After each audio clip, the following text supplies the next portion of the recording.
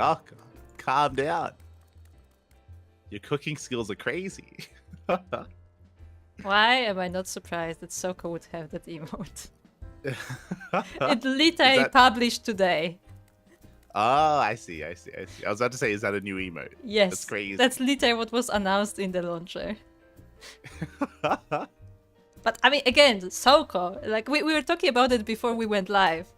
Souko is the grandma cook. So, you know, grandmas need to cook really well. That's the rule. They do. Souko takes care of us. Yes. Oh my god. Okay. But yeah, we are back. If I remember correctly, Kuro also... hello. Hello.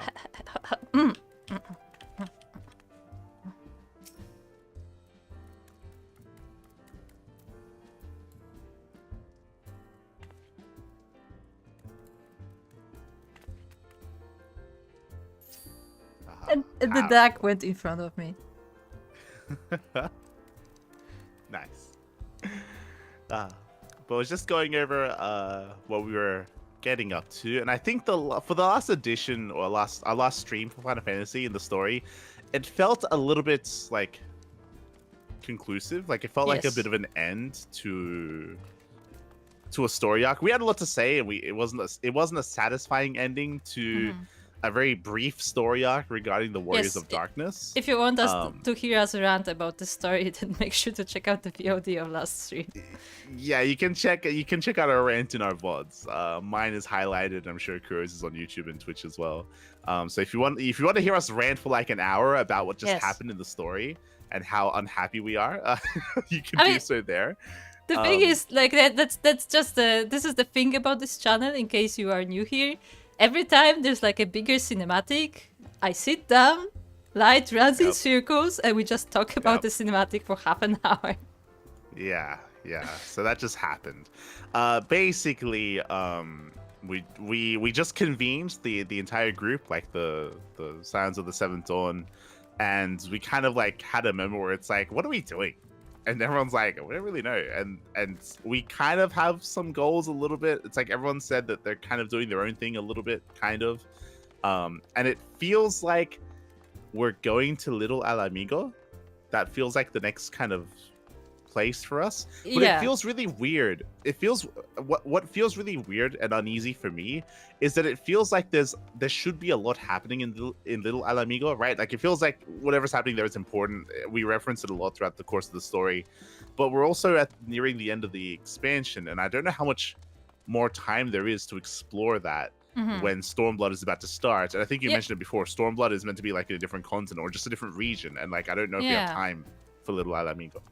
Yeah, that's kind of what I'm feeling as well. Like because basically it felt like we cut this story short to just go into the expansion in a way. But if we're doing another thing before the expansion, then I don't know.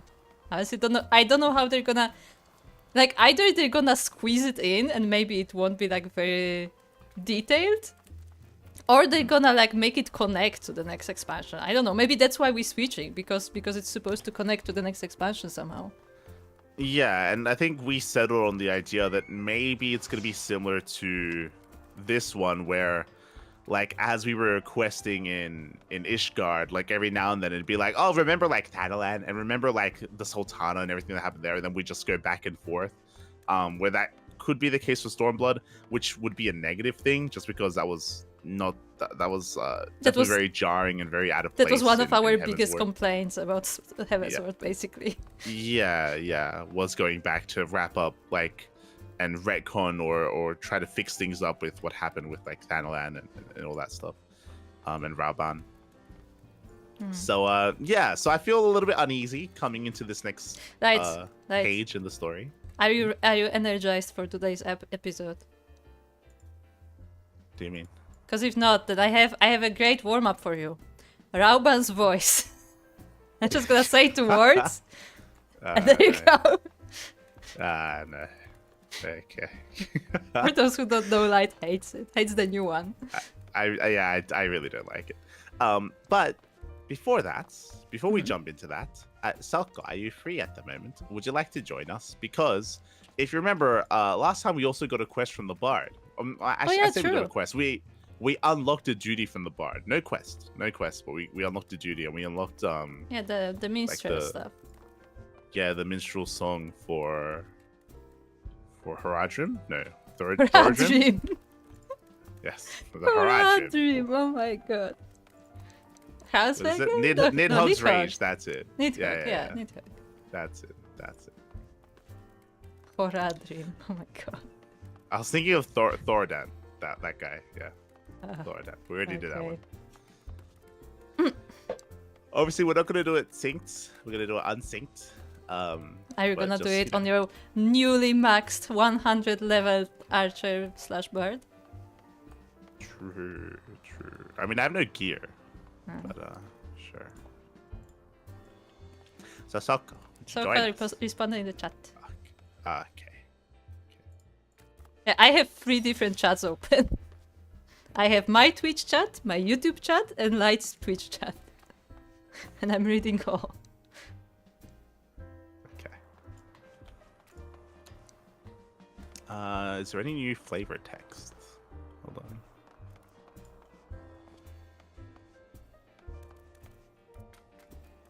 Scarcely had Nidhogg fallen on the steps of the faith when taverns across Eurasia began to rumble with the rumors of your victory. In one such establishment, did you regale a certain story-starved bard with the true details of your accomplishment, a humble account that he soon expanded into a flowery ballad of heroic proportions. Even as the lilting notes fade away, your mind is carried off by recollections of a monstrous foe, writ considerably more terrifying by the wandering minstrel's exaggerated poetry.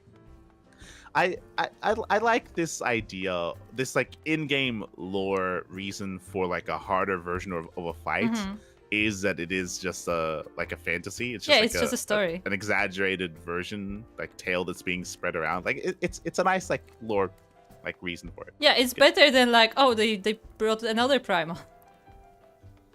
Yeah, it's better than a Realm Reborn, where it's for a lot of the primal fights, where it's like, but which also makes sense to be fair, where it's like, oh, it like makes sense, but also the beast tribes just summed it again, just stronger. Yeah, but the thing is that like when they say that, like it kind of cheapens the event, because the first time you see the primal, it's like, oh my god, they are summoning a primal, we have to stop this, and it's like, they did it again, you know?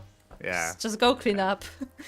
Like it kind of loses its like all its like grandeur. For sure. Makes it happen. It makes it sound like they summon a new primal like every weekend. Yeah, like, basically. Okay. It's like the weekend activity.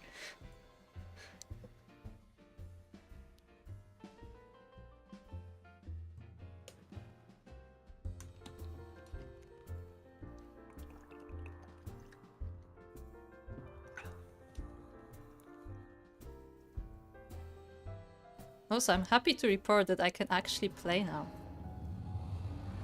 Well, I'm gonna play the intro. I like.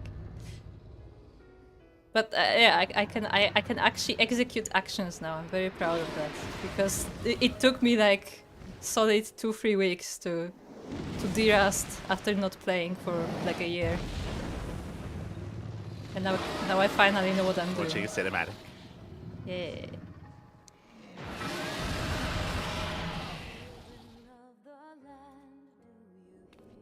Ah, the music. God. I don't remember the music's anything. nice. It's very nice. Look at Souko's portrait. So cute.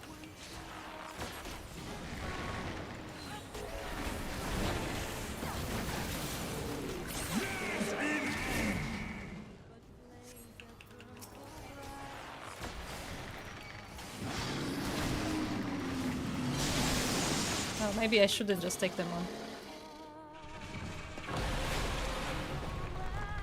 I forgot that I'm the only one not at 100. You'll be fine.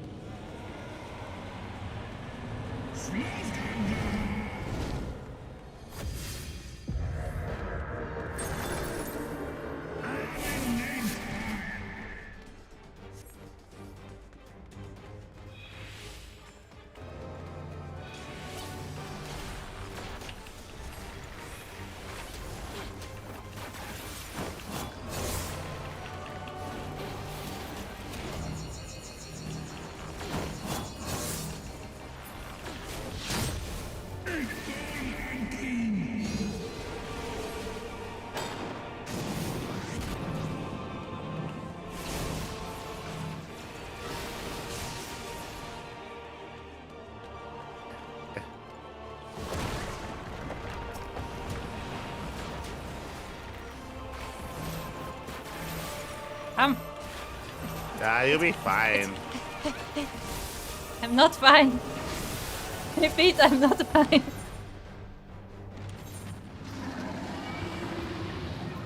No, that's They're what red. needs her girl.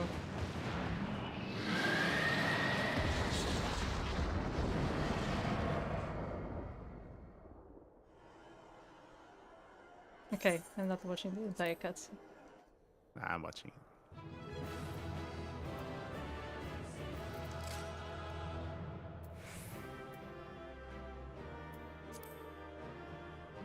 What is that?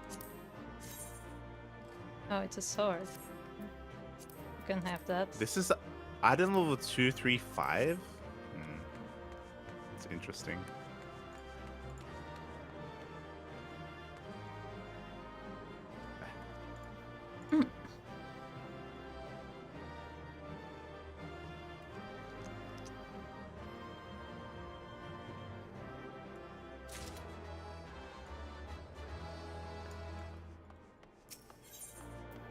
I need to command Souko. Can you command in small parties? Like in incomplete No. parties? Yeah. That's what I'm saying. Need to be able to command Souko. There's a glowy version of these weapons called the Seething Horde. They're pretty awesome. Yeah, I was a little bit surprised that these versions weren't glowing. Souko is having a picnic. Souko has the bento box open. Yeah, of course. Grandma is ready. Oh my god. There's like sandwiches. And like tempura.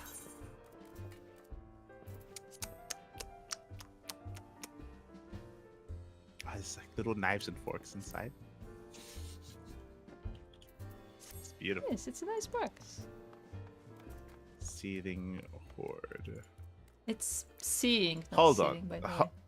Alright, seeing. Hold on. Why are the glowy versions a lower item level than the regular versions? Look. It's all cosmetics, really. Like, you just use it to glamour. Yeah, but still, that like, what's going on here? What's happening? But nice.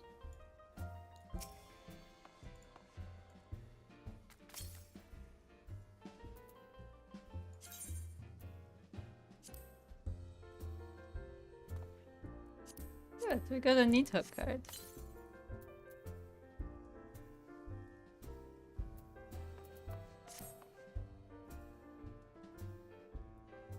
Wait, I think you got the Nito card. And I got the Nito card. I didn't have Nito card before.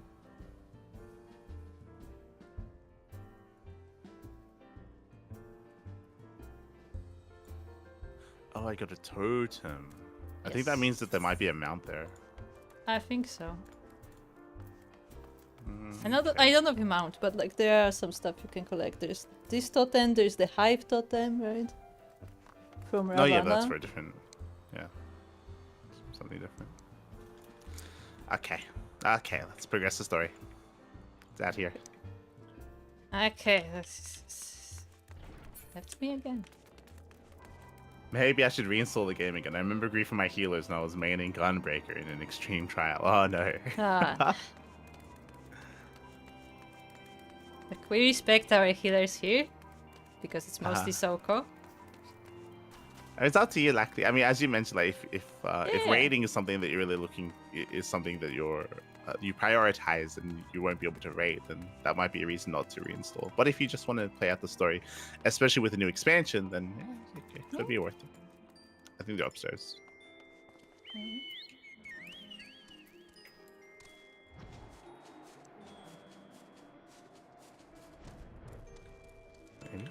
No, they're downstairs. It shows on the minimap. Yeah, it shows when it's up and down with the arrow. Oh, there it is. Oh, okay. Wait.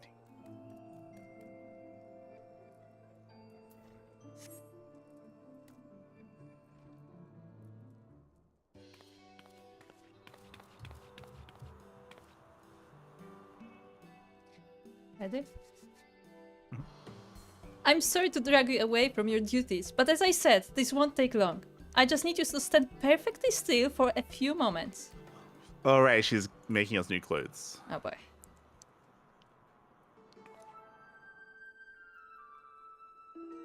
Ah. They're all They're gonna staring take- at us, oh no. They're gonna take our measurements. Right? Everyone, ready to go to work?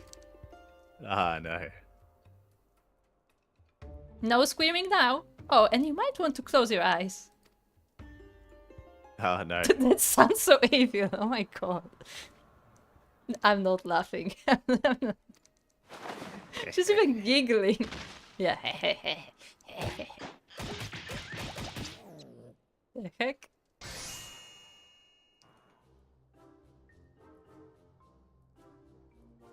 Are we just like beaten up on the floor?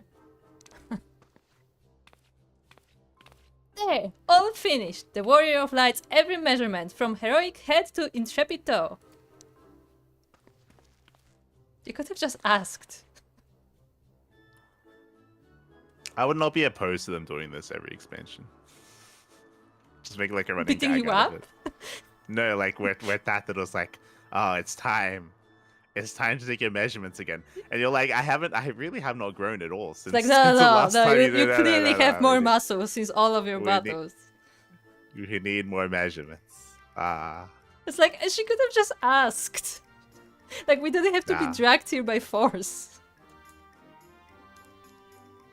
Well, wouldn't you like to know? All in good time, Mielikka. All in good time.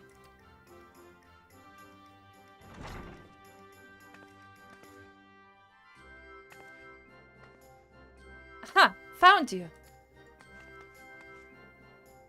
Alfino wants everyone in the Solar for a meeting. I don't know what it's about, but he seems to think it was very important. We were literally just there. Exactly. We literally were just dragged out so we can go back in. Go on, we have everything we need. No sense in keeping everyone waiting.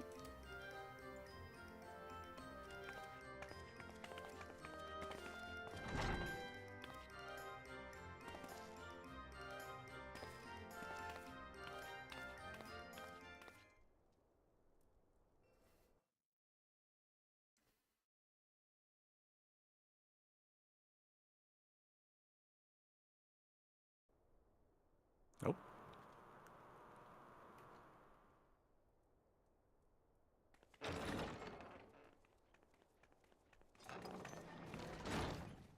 Voice acting, let's go. Did we miss anything? We would not presume to begin without you, Ida. Orianger has returned to the Waking Sands, but everyone else is now present. Yes, but for what exactly? We all have duties to attend to, Alphino, so you may dispense with the preamble. Thank you, Elise. It is the very subject of those duties which compelled me to call this gathering. Though the Warriors of Darkness no longer pose a threat, Eorzea's many troubles demand no less of our attention.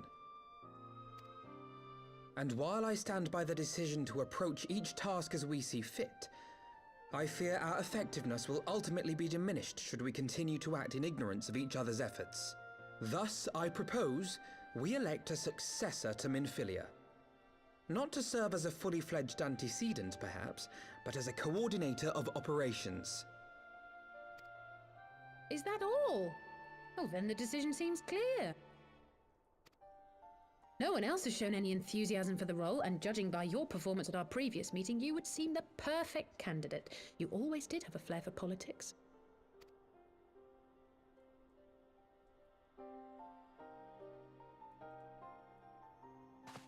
I did not mean to... That was not my intention. As my tenure as commander of the Crystal Braves comprehensively demonstrated, I lack the qualities required for such an office.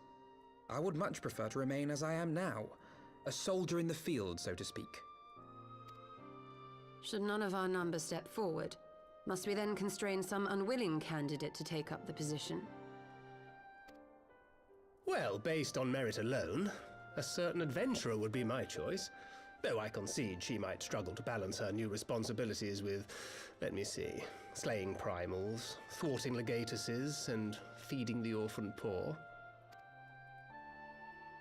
Thancred makes a good point. Any who would wear such a mantle would be bound by its obligations. Have we not become sufficiently familiar with each other's methods to act without an overseer? At present, I see no cause to so willingly limit one of our number. Oh my goodness! Help! I need some help here!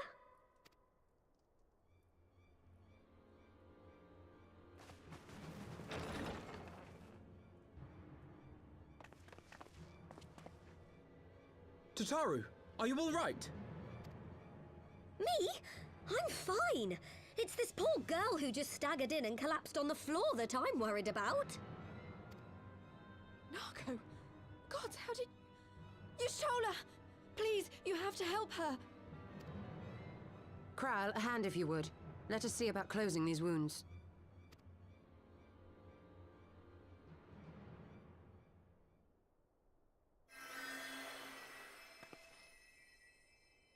Now, we've staunched the bleeding, but it may be a while before you can move about again.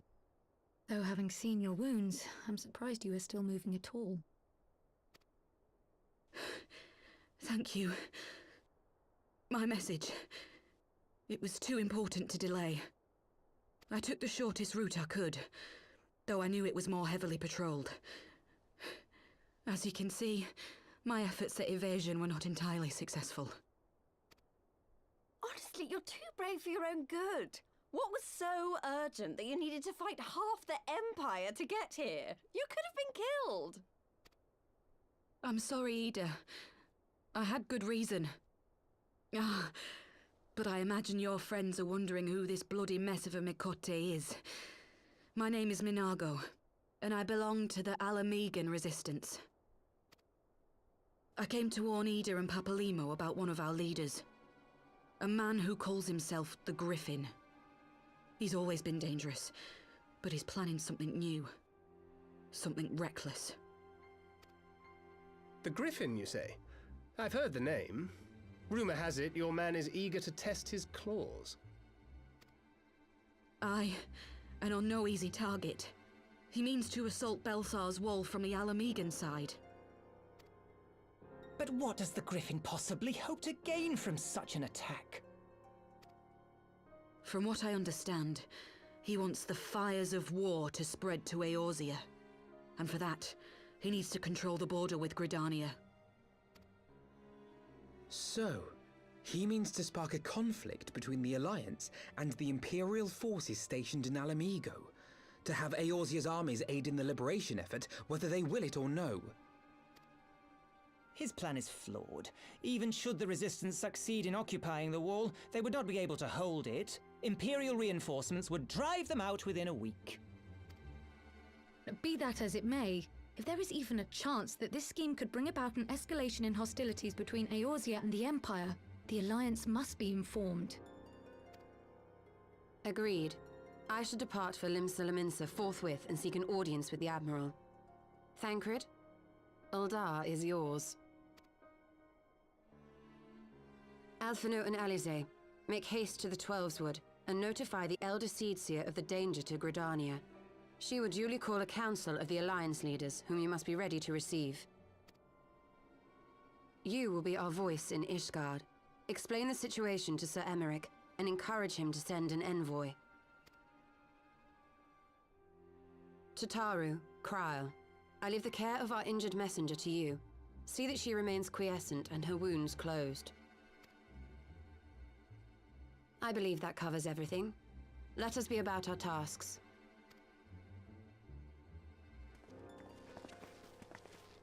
I suspect the ill tidings from Girabania will be held as a turning point. The beginning to a bloody end. The business of war was ever conducted with the coin of self-sacrifice.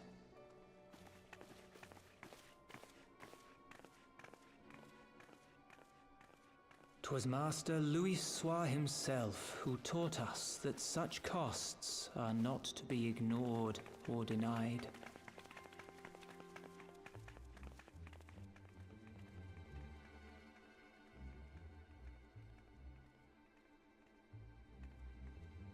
And so, I shall embrace them.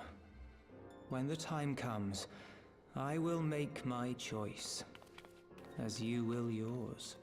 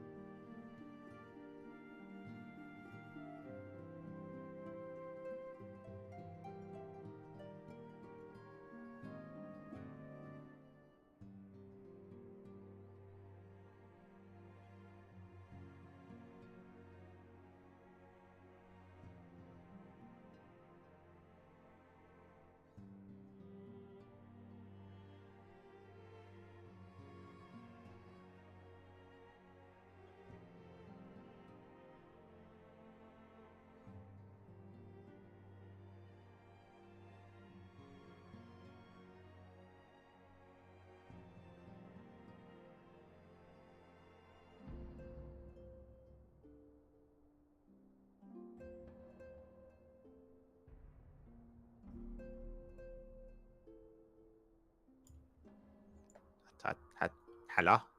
Hello? Hello? I saw your chat talking about the fiber link pearl. I see we're back on that. As soon as she stumbled in and she's like, oh, I traveled through like enemy lines and all this terrain to get here, and it's like, you could have just called her on the link. Like once, I mean, like what's going on? Like what's happening? I mean, you say about like maybe they don't have link, like they're afraid that like the message will be like captured or something. If that's true, they should say that. They need to establish that, because these are things that we are making up ourselves to make it make sense in our heads. Like, maybe because like they're in conflict, and maybe there's like some like link pro jammers going on from the Imperial, or maybe they're like tracking communications like via radio waves or whatever the hell they're doing. Like that's fine. Let me just rephrase like say it. I don't think we're getting much news from Alamigo proper, period, and there may be a reason for that. No, I don't know about that one. I mean, there may not be. There may be just that they forgot the link pairs exist again. Yes, but yes. I'm just saying that we haven't been getting news from Alamigo proper. I like the theory of the link pro service providers in Little Alamigo. They don't have a lot of really good coverage, and they're very expensive for what little they do as well. So it's just not worth it. So a lot of people there, they just can't use them. The signal is just not strong enough to It's reach not. anyone. It's not. It's really not. Yeah, it's just really bad coverage. It's really bad. Yeah. I mean, it's probably like the city or whatever nation has been attacked, so maybe like a few towers like collapse, so like there's no like Yeah. connection. Exactly. Feels Australia, man. Oh, also since that we're also on OC. Just so you know. We're on both. We just started on this one because like Americas is generally like more international, right? Like that's the best middle ground. We started playing Final Fantasy before True. the OC servers were made. So True. the OC servers were introduced a couple of years ago, but we started playing before that. So True. our only option was either play on Primal or play like on like EU or Japan. Because I'm from Australia and Kuro's from Europe, Primal made the most sense. On Yeah. top of that, also because we had friends here on this server. Yeah, as well. because Souko was already here. Yeah. And Souko introduced us to everything. That's why Souko is our grandma. We do also have characters on OCE, but we don't really play on it much. Yeah. They're just there. Yeah, like we were planning to, but it's too much. Yeah.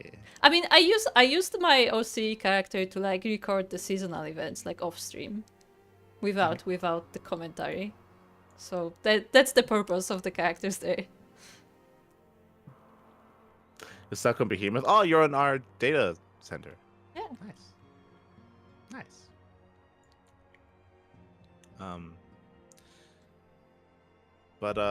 Yeah. So the beginning of the cutscene was really weird to me. I don't know if you had a similar feeling, where Alfie wants to convene everyone. He has something urgent to talk about, and he's like, "We need to elect a new Minfilia." It's like, why? Yeah, What? that What's was like? so- It was just really. Yeah. I don't feel like it's important enough to call a meeting, especially so soon. We're like, okay, so this is what we're gonna do. This is the task we do, and they did it. And you know what? Actually, this was a bad idea. Back to my meeting. Yeah, it was just really Alfie, weird because, like the conversation went anyway. Like I felt like the role of like someone being a little bit more political or making decisions for the group and stuff was already Alfino by default. Yeah, like, I think he it was already something doing that. Yeah, like it was like an unwritten kind of like role for him. That was already what he was doing. So it was kind of weird that he wanted to like make it official, and then he said that he didn't want to. So it's like we actually don't have anyone. Like what are you talking about right now? I mean, like what are you saying? Okay, let me go back to it. I understand that he would be insecure about it because of the crystal brace. I don't feel like it was important enough to call a meeting about it, and so soon too, when we have more pressing matters to attend to.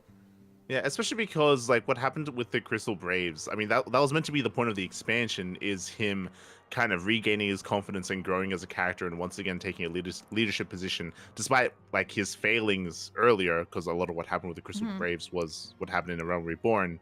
Like he's meant to have grown as a character anyway, and be better fit for that role now after everything that's happened. But even if he's not, like, even if we still suspect, like, oh, like he doesn't feel confident in the role because of what happened earlier, like, have someone help him essentially. Like Lita, we like Lita. A scene later, we have Ishtola just like dividing tasks between people. Like, we could have solved this entire thing, but like, hey, Ishtola is gonna help you. Like, she's gonna be like your right hand or something.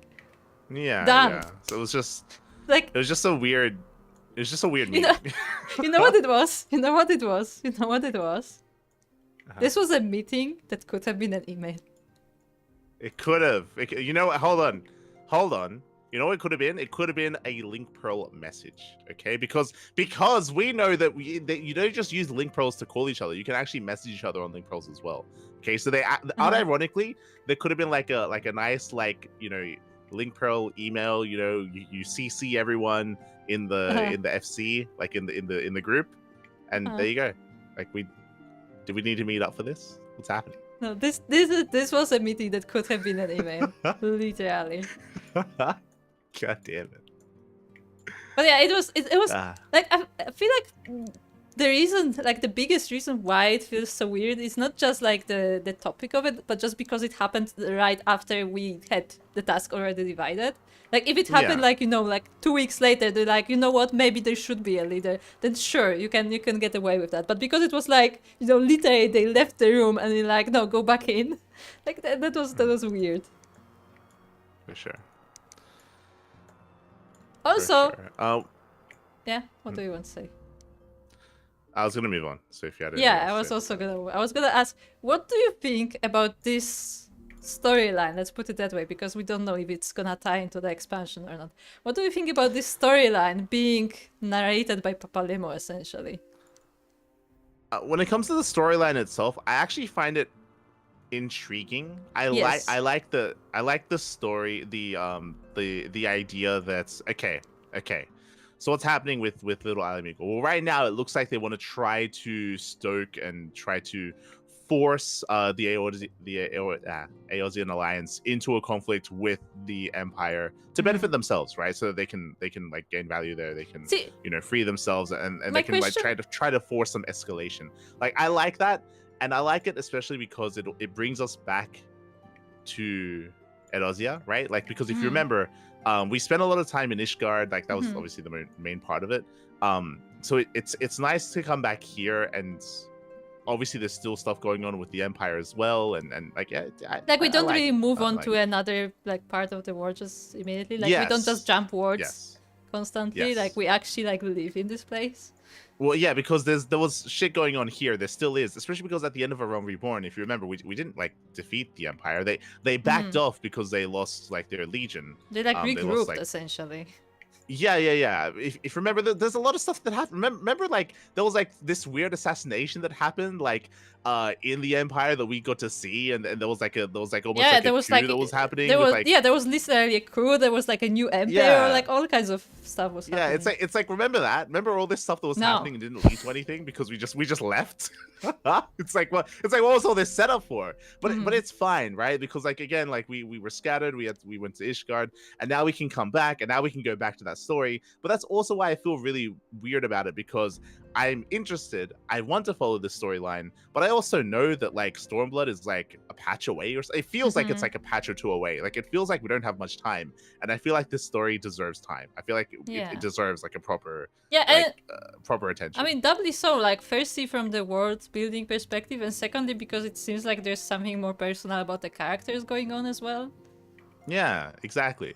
Because we spoke about this before. The last expansion, the Heavensward, it was mainly focused on the main character, on Alfino, on Tataru, like a little bit of Thancred, like towards the end, I guess, a little bit of Ishtola. But because we haven't spent a lot of time with Papalino and Ida, it feels like there's a lot going on there, and I feel like they deserve their own expansion now. Like if we spend time with half of the group, now we should spend time with the other half. And I'm not going to be satisfied if if our time spent with them now is just going to be the post patch, and we don't actually spend the next. Yeah, I mean that's kind of what happened with Orianger, right? Yes, that's true. Don't get me started. The entire like character development was true. That. Just all post patch. Like what? Like what just happened? Like it yeah. And they just like they had the one line where it's like, oh no, yeah, he's just back in the Waking Sands. Don't worry about it. We were just he's fine. Everything is back to normal. God damn it. So I'm really concerned about what these next couple of quests. I'm concerned that they're also going to be very unsatisfying. I hope they tell a good story. I hope they lead into the next expansion well, and I hope that they don't leave us wanting. But we'll see. Like I don't know. Yeah, we'll see. But yeah, what do you think the deal between Papalemo and Ida is? Well, that's the other thing that really annoyed me is we spoke about it last time, where Papalemo, he's like, for whatever reason, he's just like being quiet. Like he's just not talking. He's not speaking up. Like things are like concerning him a little bit, like here and there. And like he's just keeping everything to himself, and it's. I found it funny when you think about it. I found it funny where Ishtola was dividing tasks, and she didn't send Papalemo and Ida to Gridania when that was their region originally. Remember, like originally in Realm Reborn, they were representatives for Gridania. And she said Alfino instead. I'm like, okay. Yeah, I don't know. It's weird, and obviously, like again, we're gonna be focusing on probably in Ida, but like, yeah, they just need to talk. Just need to figure out the fuck's going on. Okay, just need to sit down and talk, and then we can continue. But yeah, like the narration from Papa Limo, like again, as I said, like it's necessary because we literally have not. It's been years since we've spent time with them, so like they need their moment, but they need more than like these couple of quests. I feel, and I hope they do. I hope next expansion is just like them. It's just them. That's it. And maybe Alisaie, maybe because she's also like got nothing going for her right now. We'll see. We'll see. Well, yeah, we'll see. We'll see. Remember how Thancred, remember he can't use any magic? Remember that? Yeah, remember how he can use any magic, but they still send him to Ul'dah, which is like, 50 kilometers away. So he will be there by next week. He will. And no one's talked about it. No one's addressed it. No. Are we not going to talk about it? No. We're not going to just... No. Okay. It's only going to be a running joke when he's always late. Okay. But seriously, out of all the people, Y'shtola is the one who knows, so she should have sent Thancred away. God damn it. Catching up. I stole them to Primal, which I'm also playing on from EU, so none of us actually where we're supposed to be. True, Souko, true. None of us are where we should be. Not wrong. I mean, I do have an EU character, but I don't play it as much, obviously. Right, I will say though, PvP on EU feels pretty good with actual ping. Who are we talking to? Papalim. Okay. After conferring with Y'shtola, we have decided to focus our attentions on the East Shroud. Someone needs to keep an eye on the border, not to mention the Sylphs.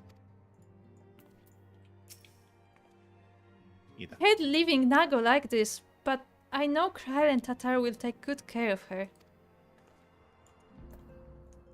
Should we talk to other people? Flamin, does Flamin have anything to say? Oh, she does.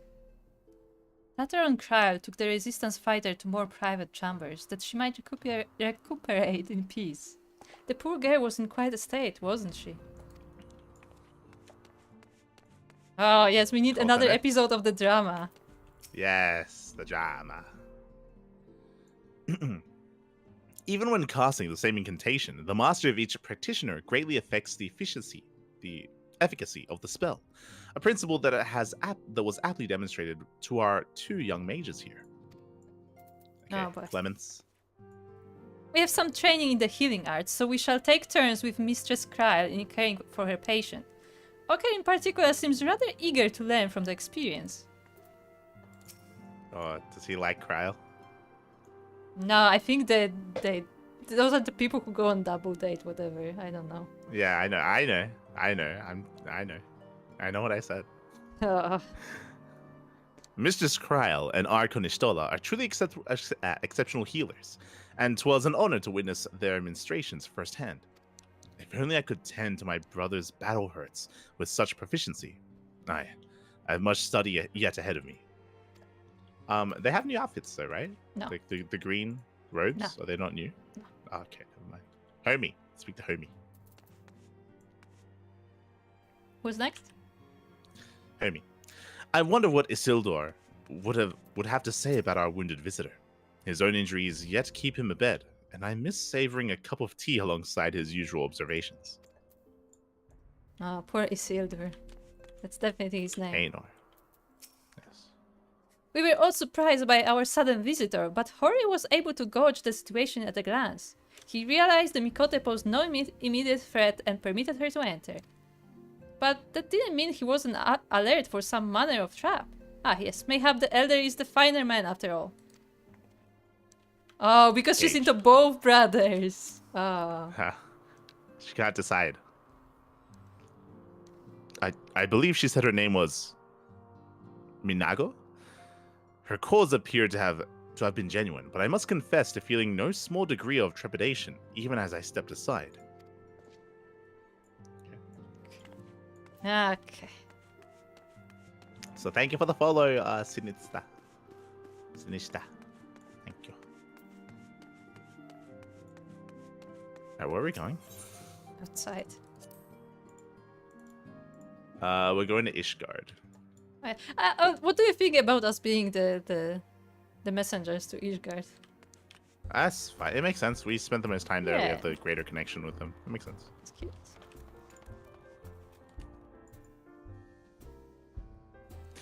But yeah, I feel like now is, especially because we spent a lot of time in Ishgard, now is not the time. I mean, it's too late now. But now is not the time for us to go to another continent. Like, now is the time to focus on Edosia again and focus on the Empire. I feel like now is just, it's really good for that, just to tie everything back together. But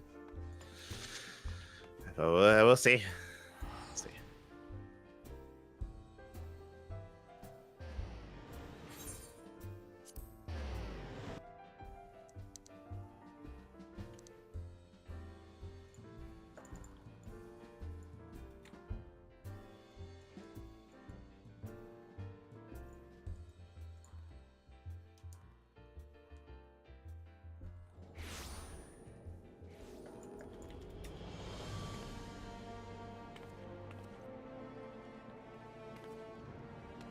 Souko, where is he?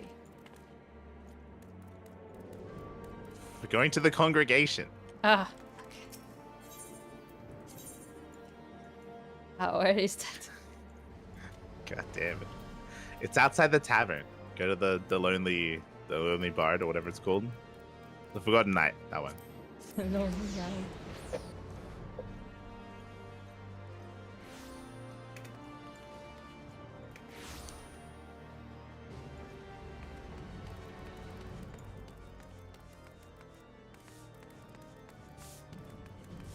Okay.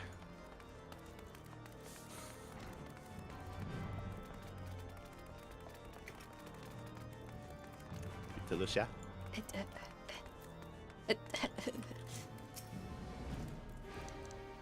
Greetings, Warrior of Light. What business brings you to Ishgard? I see. Wait here. I will summon Sir Aymeric.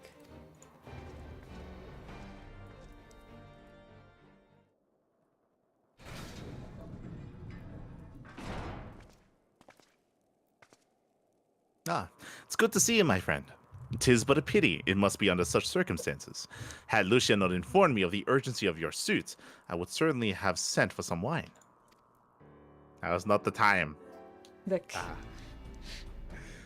But to business. I thank you for bringing these developments in Alamigo to our attention.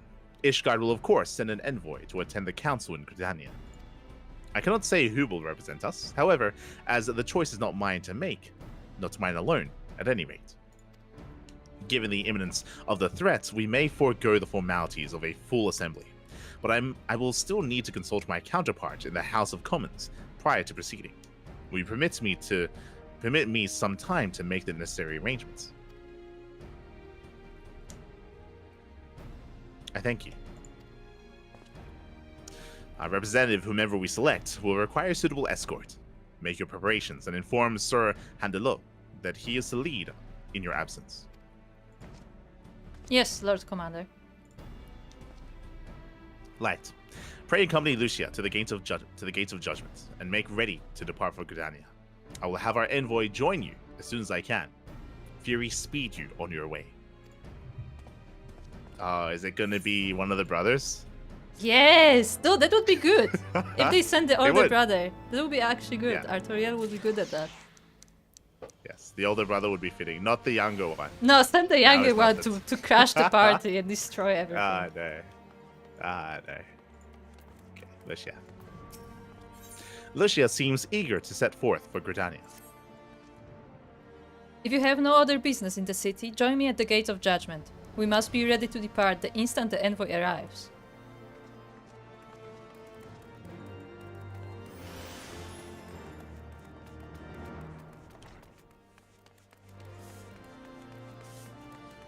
Thank you for sweeping up, Souko.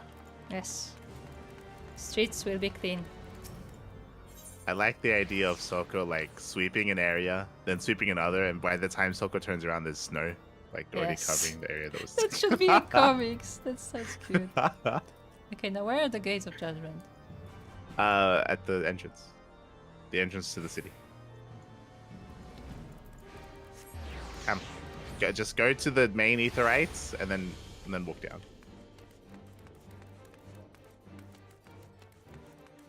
You need to learn the topography of this place.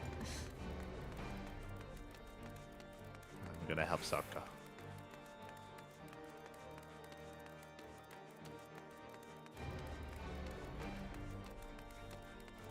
There's just snow everywhere. Yeah.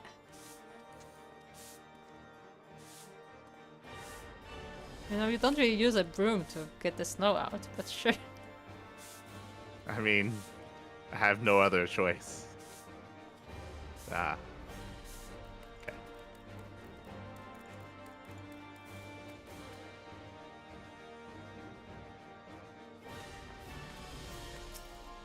Oh.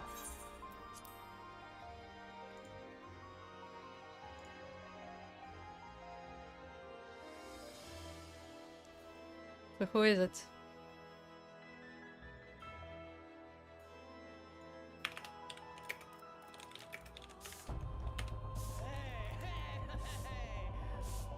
Who's that?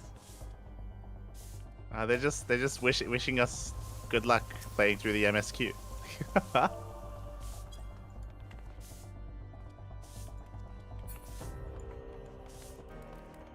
That's Sinista, maybe? Question mark? Is that Sinista? Maybe. I don't know. Because they are a traveler, so they're not from this place. They are. Alright, Lucia. Oh, shit. I cancelled. You are perhaps wondering who will represent Ishgard at the council. As this is a military matter, I should not be surprised if Sir Aymeric nominated himself. He is yet Lord Commander of the Temple Knights, after all. I mean, that would make sense.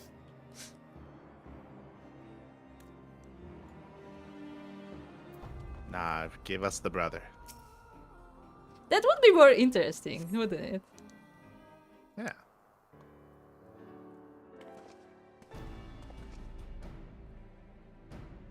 We meet again. As it happens, my counterpart in the House of Commons agreed that I should act as Ishgard's envoy. I mean, you're the leader. Not, I concede, that there was ever any real doubt. As Lord Commander of the Temple Knights, it is my duty to sanction any military corporation. Be that as it may, I could not in good conscience make the decision alone, not with the ink scarce dry in the Republic's book of statutes. Statuties. Is that how you say that? Statutes. Yeah, okay. I trust you understand, my friend. Alas, I must test your patience still further by making a brief stop at Camp Dragonhead. Given the trouble brewing in the Black Shroud, I would see that the garrison is ready to defend the border.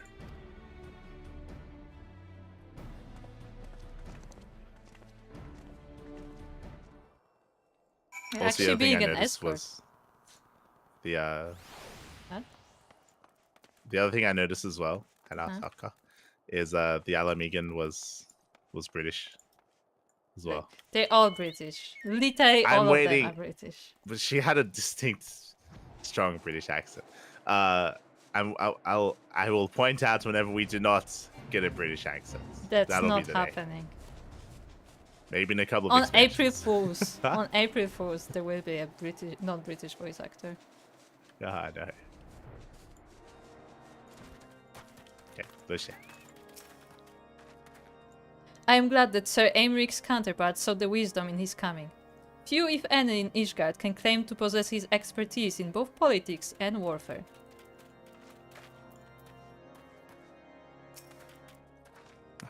The garrison commander waits within. Why not accompany me, Light? You may see a familiar face. Ah.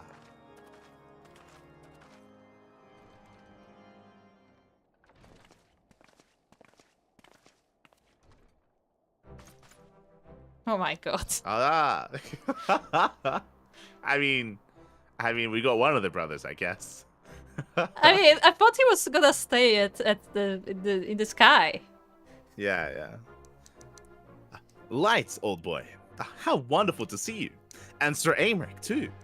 To what do I owe these unexpected pleasures?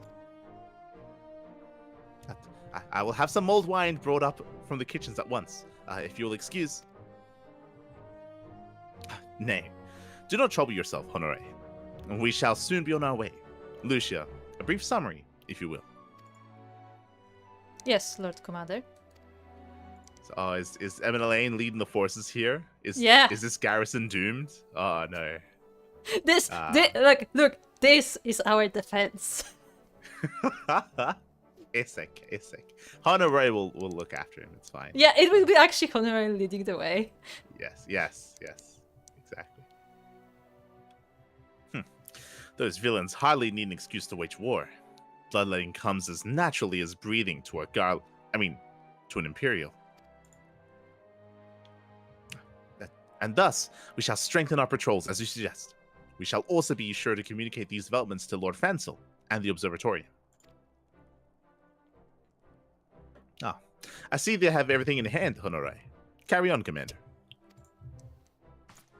I'm glad this squeezed in his name there. Yeah, that accurate. needed to be added. Yeah. Surprised to see yours truly at the helm.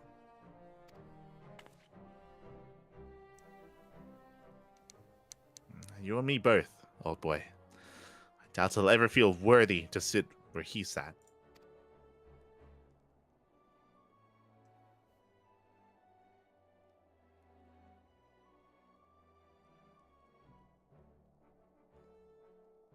Yet, we can but play the hand we're dealt, and with a little help from the veterans and Honore's ceaseless chiding, I'm sure I'll muddle through.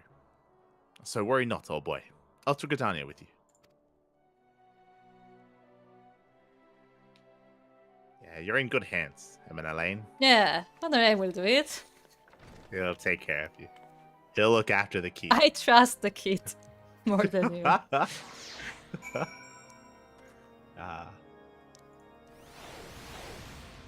was nice. Yeah, that was nice. And again, he was supposed to, I was gonna say, contribute to the military effort, but I just thought he was gonna stay at Cloud2.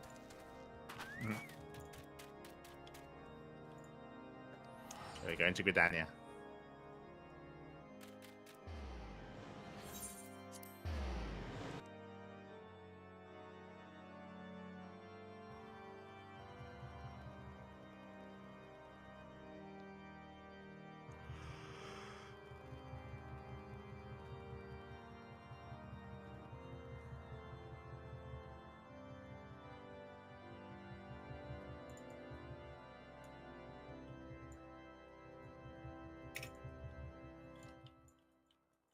Speak to the guard first, I guess. Oh, thank you.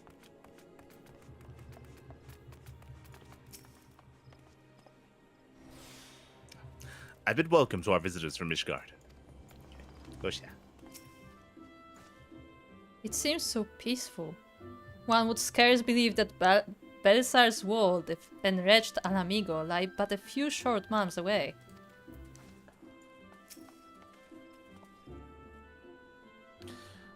Diplomatic duties have brought me here on several occasions, but I find that I am as enraptured by the Black Shroud's beauty now as when I first laid eyes upon it.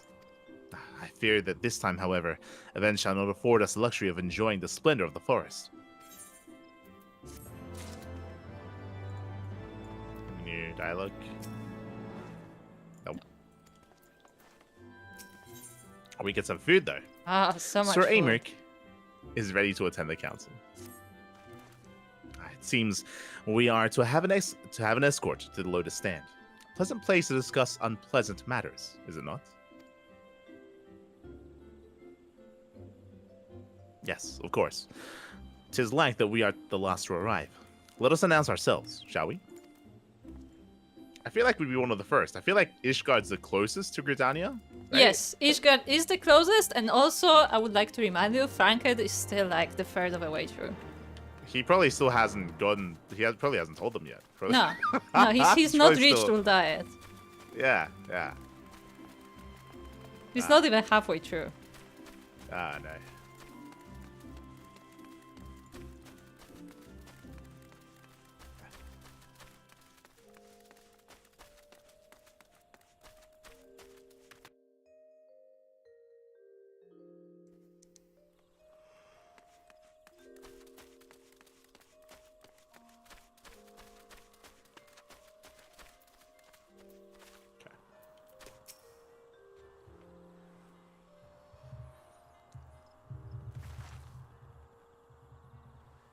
That's you.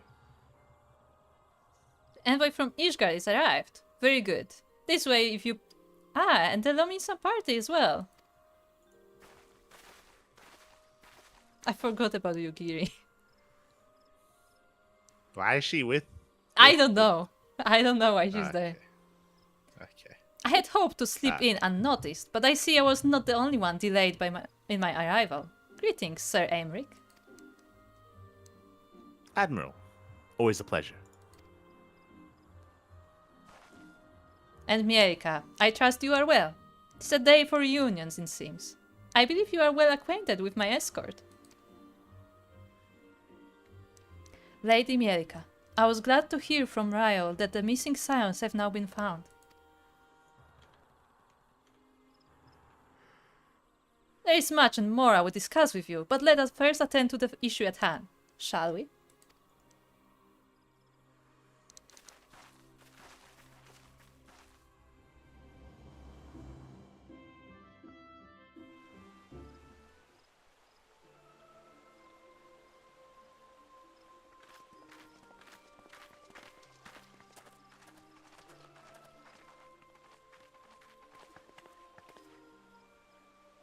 I bid you welcome, my friends.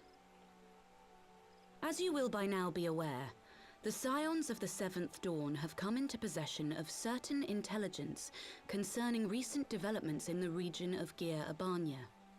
It springs, I am assured, from an unimpeachable source. Is that not so, Master Alphino? Indeed, Elder Seedseer. Our information comes directly from a member of the Resistance's inner circle, and we have no cause to doubt its veracity. This griffin of theirs is a fool if he thinks he can hold Belsar's wall against the Empire. When the Imperials move to take it back, they will come in force.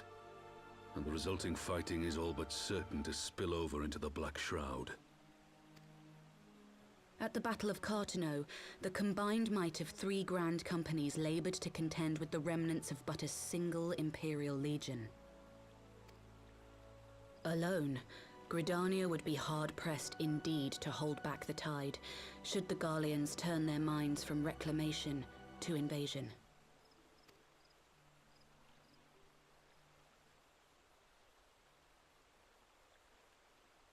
May I once more convey my nation's deepest regrets for our inaction in the days prior to the calamity. 'Tis a stain upon our ledger that I would fain remove.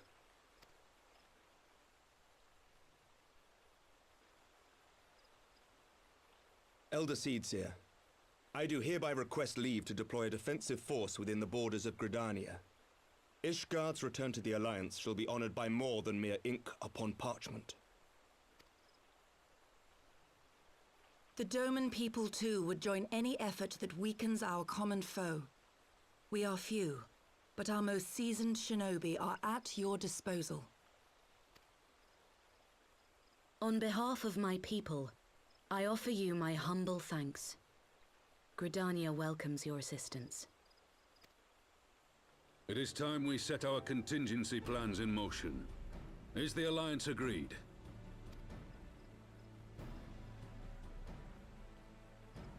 Then let us make ready for war. Victory favors the swift, and there is much to be done.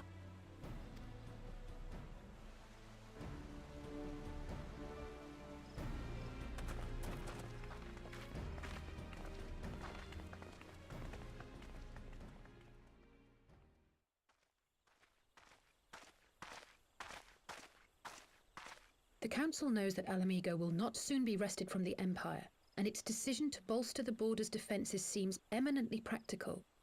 Why then, brother, do you scowl so? I agree that they have chosen the wisest course available. Indeed, the only reasonable one. Yet something feels awry. In making ready for war, is the Alliance not granting the Griffin the very thing he desired? Any attempt to hold the wall is doomed to failure, aye.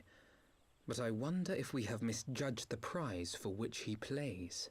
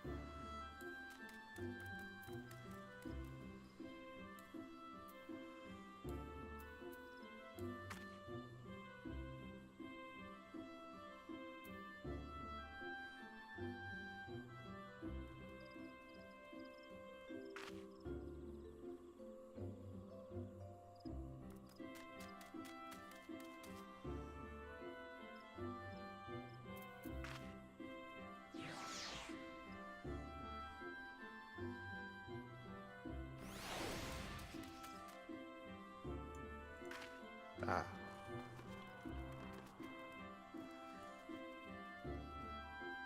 What's up?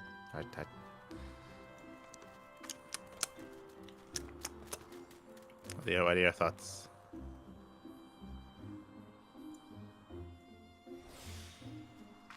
I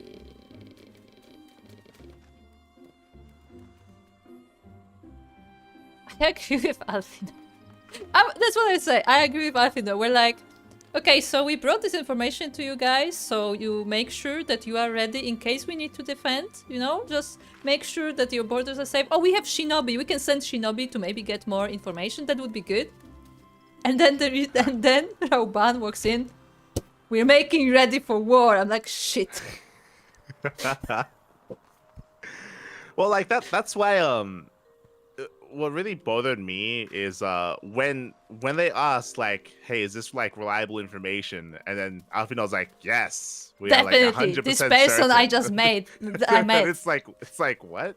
And the only issue that I have is that I feel like, and this is probably like gonna happen like tangentially anyway, but it would have made more sense if like we have this going on at the same time we like sent Papalima and Ishtola to figure out what's going on because they have closer ties with the like Alamigan resistance, and then we follow them as well and we figure out what's happening, right? Because like obviously like we know because we've seen other cinematics that like there's like other stuff happening here, but like it'd be nice if we were involved as well when it comes to just figuring out like what's happening and like I mean, like the purpose of the actions of those. Yes, but also I feel like what bothers me the most about this specific scene in regards to that is when we get an information from one person that one of our members knows from way past, we don't know how many years ago, which again, things might have changed over the years.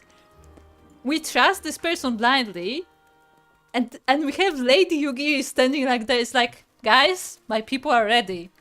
Guys, if you want any others, my people are ready. And like we have literal information network, and instead of like people being like, you know what, we should send a shinobi and like verify this information or maybe like see what the movements are or something, but no, we're just making ready for war.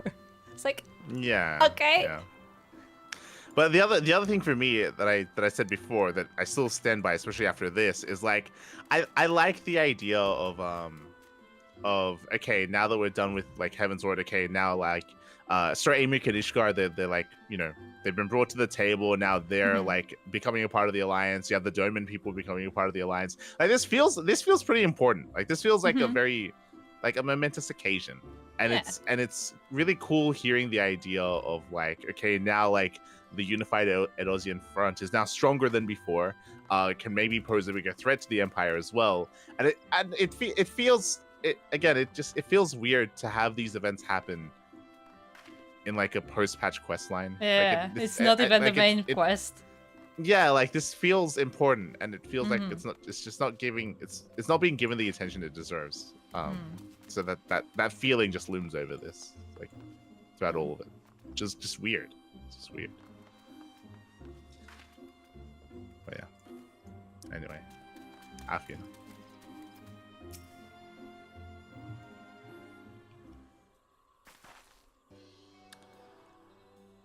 That the council was able to reach an accord so swiftly is a heartening development in itself. I only hope my misgivings prove unfounded. Ah, good you have yet to depart. I feared I had missed you. Sorry, Rick. He's so small. He's tiny. You don't see that because our characters are not very tall. Like then another Ellison comes up, it's like, oh, he's so tiny. Can you say the line I accidentally clicked? Master Alfino, a pleasure as always. And Mistress Alize, how wonderful to see you thus recovered. Pardon the interruption, I had hoped to thank Mielikka for serving as our escort before other duties called her away. I also wish to thank our Doman ally. Nice. Just Very hiding sneaky. behind the tree. Very sneaky. Forgive me, my lord. I was but awaiting an opportune moment to join the conversation, and force of habit made me keep to the shadows. No apologies are necessary, Mistress Yukiri. I was most grateful for your interjection when I offered Ishgard support. My nation's historic failure to heed the Alliance's pleas for aid is a matter of record. Even so, the Alliance leaders were plainly unprepared for my impromptu apology. The resulting air of awkwardness might have lingered longer were it not for your timely offer of cooperation, which allowed Elder Seedseer to accept us both. I very much appreciated the gesture. I only did my duty, Sir Aymeric. The Empire is an enemy to us all, and we are grateful for the opportunity to fight at your side. And full glad are we to have you. Pray convey my regards to the Scions, my friends. We must return to Ishgard.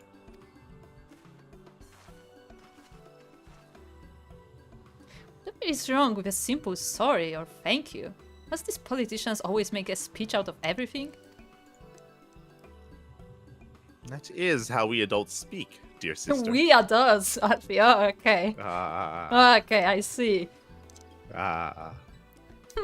She's like, I'll have you know you were only born like 1 minute before No, me. actually, she was born first. I'm calling that headcanon now. She was born first. No. Mayhap the ones who like the sound of their own voice. In any case, our business here is concluded. We should be on our way as well. Then suddenly Alfino, I'm glad we agree that we don't like the sound of your voice. And it's like, it's Ah, shit. the banter. And then, like Asu Yugi just stand there, the twins just start fighting in the middle of everything. Oh, God. I'll have you know, I still have that drawing you sent. Because Alisa is one to tell stories about Alfino. So she would just yell the most awkward things in public to get him embarrassed. Will you accompany us to Revenant's Toll, Yugiri?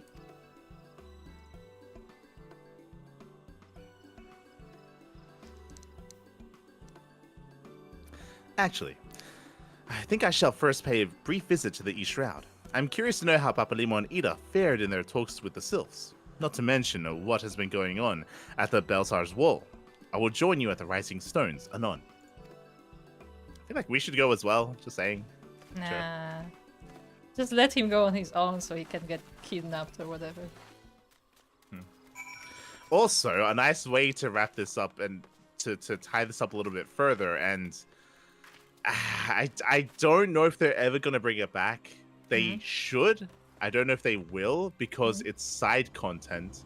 But I like I would have preferred the idea of we have Sir Aymeric for Ishgard, we have Yugiri for the Doman people, and then the Beast Tribes specifically the Realm They're not Reborn doing beast that. tribes. Yeah, they're not doing that. Yeah, but they should. Like that would be so much better here to I feel kind of like go full circle when it comes to unifying the people here see, to fight against the Empire. The thing is, that would be amazing, but they would actually need to write this well. How do I put it? Because no, the problem is they made beast tribes completely optional. So technically, like the leaders do not even know that these beast tribes exist, or if they know they exist, they don't know anything about them. Yeah, exactly. That's what I mean. Basically, like, that's the. Basically, in a sense, they are racist. Because Except everybody for, like, just the hates sylphs, them. Obviously, like the sylphs. sylphs. Yeah, the sylphs are an exception. Yeah, but just because they were a part of the main story, and then the quest line is like additional on top of that. So again, and they did make reference to talking to the sylphs. I guess technically Moguls also count, right? I mean, they are a beast tribe. I wasn't even. Yeah. They're not gonna do anything. No, they're not. Like, but they are technically beast tribe. Sure. But yeah, like that's why like it's a shame that a lot of that is side content.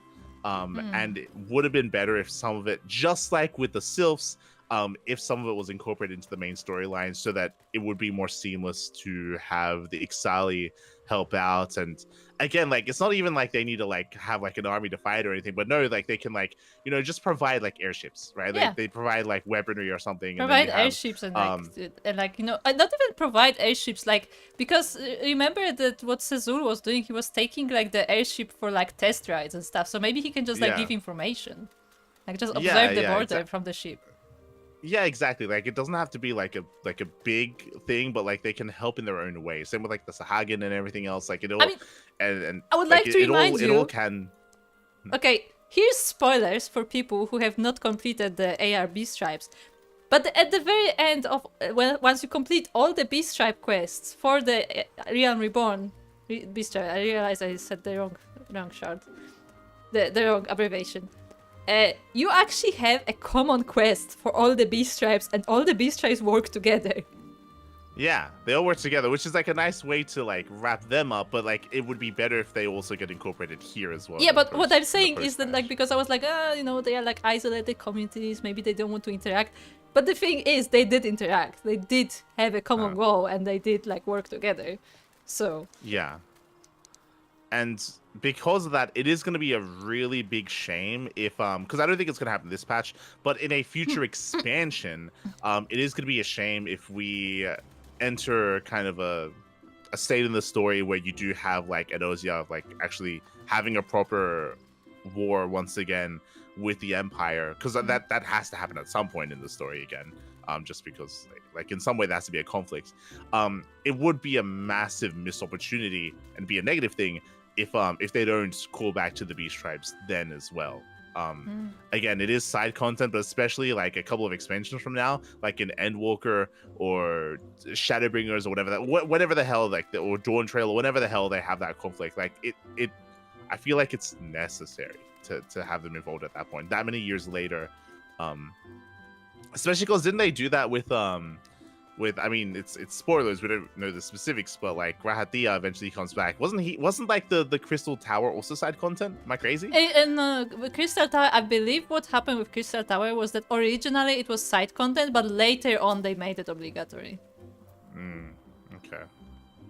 That's how I understand. I think that's what I was told, that like originally it was like side content, but like later on they made it obligatory. Yeah. It's like a post-patch thing. And I'm not talking about like the beast tribes of like Ishgard and stuff, but specifically the beast tribes of like the Edosian region of of Realm Reborn. Like that has more significance here, and it would be important. Sousou. For those who may be new here, for those specifically who don't follow our Discord, I am a big fan of Sousou. Okay. Sousou. I love Sousou. He's my favorite. That's why I have that title on my character. Because I love Sousou. He's like a big brother. Or like an uncle. Yeah, he's like a good uncle. I'll call him an uncle. Yeah, that's a good comparison, because he's like the kind of person who like has this like quirky things about him, but like he will protect you, you know, kind of thing. That's accurate.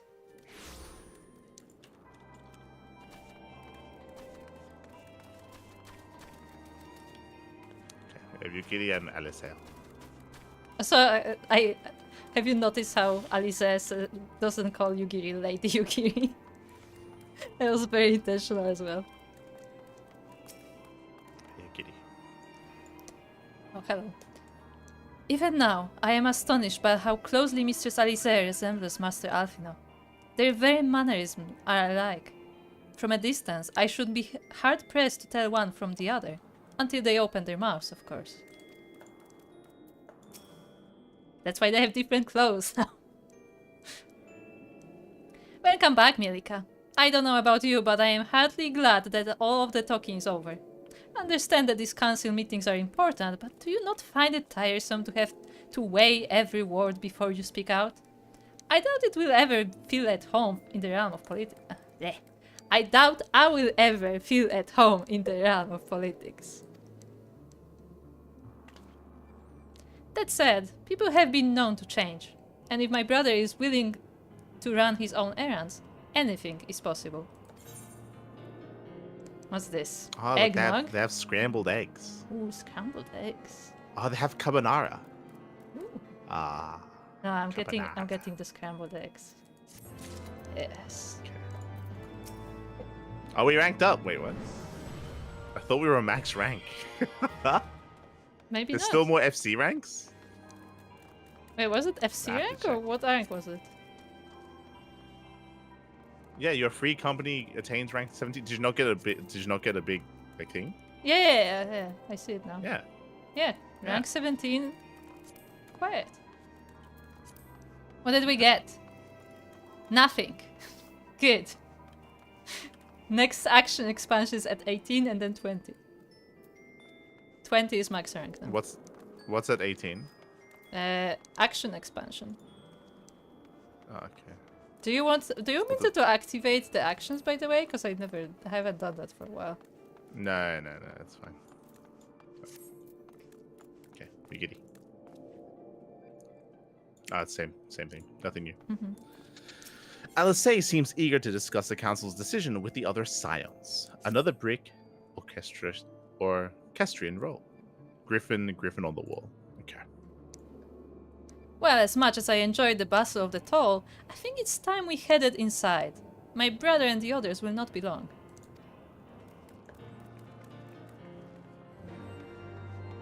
Certainly. Oh no. Alphino got shot while he was in the he got stabbed from the other side this time. Because that definitely didn't happen before. No. No, but seriously, we should have like accompanied him.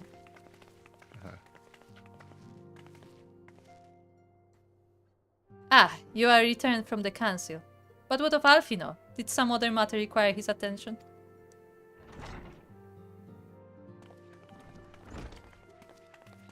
Mine apologies, friends. I trust we have not kept you waiting over long. Greetings, everyone. Oh, Kryl, how's Nago doing? She will be alright, won't she? I don't see why not. She's sleeping at the moment. Tataru is keeping an eye on her, so we'll know soon enough if there's any change in her condition. Do you think there's like payphone link pearls like in each city? I mean, There's like it doesn't sound very hygienic, does it? Because you keep it in your ear. You just clean it with like alcohol. Okay, sure. Yeah. But where would you keep it? use, Because it's very small.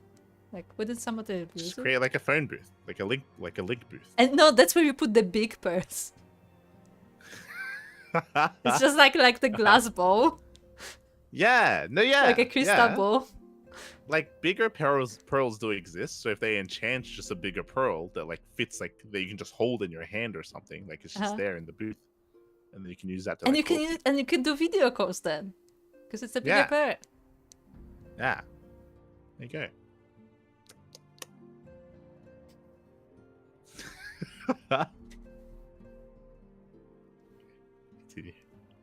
Her wounds are healing well. With sufficient rest, I am certain she will make a full recovery. Thank goodness for that. Now, mayhap you would share with us the Council's decision. Why Alice? Each of the nations, Ishgard included, has committed to providing military support to Gridania. The Eorzean Alliance will soon have a significant force in the Black Shroud, ready to respond to any Imperial act of aggression. You know, I almost wish the Council would stop messing around and give the Griffin what he wants. I wouldn't like to be the Imperial caught between the Resistance and the Alliance. Hida, cannot seriously. One does not lightly go to war with the Gallian Empire. Quite. To open hostilities without due consideration would be to invite disaster. If only there was some way to reach the Griffin. Some means to convince him to abandon this reckless course.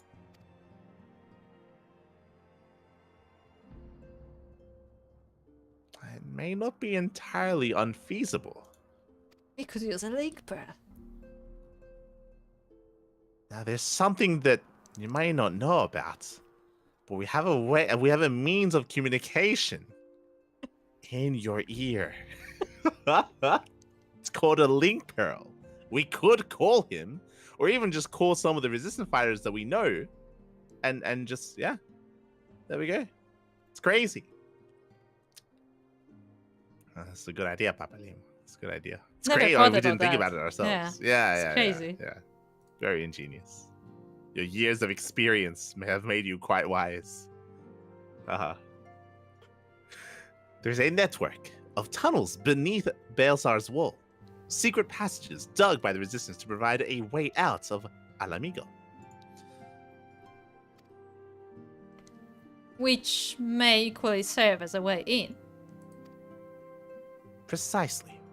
If all are in agreement, I would be the one to undertake the necessary negotiations. I'm familiar with the route, and the resistance is familiar with me.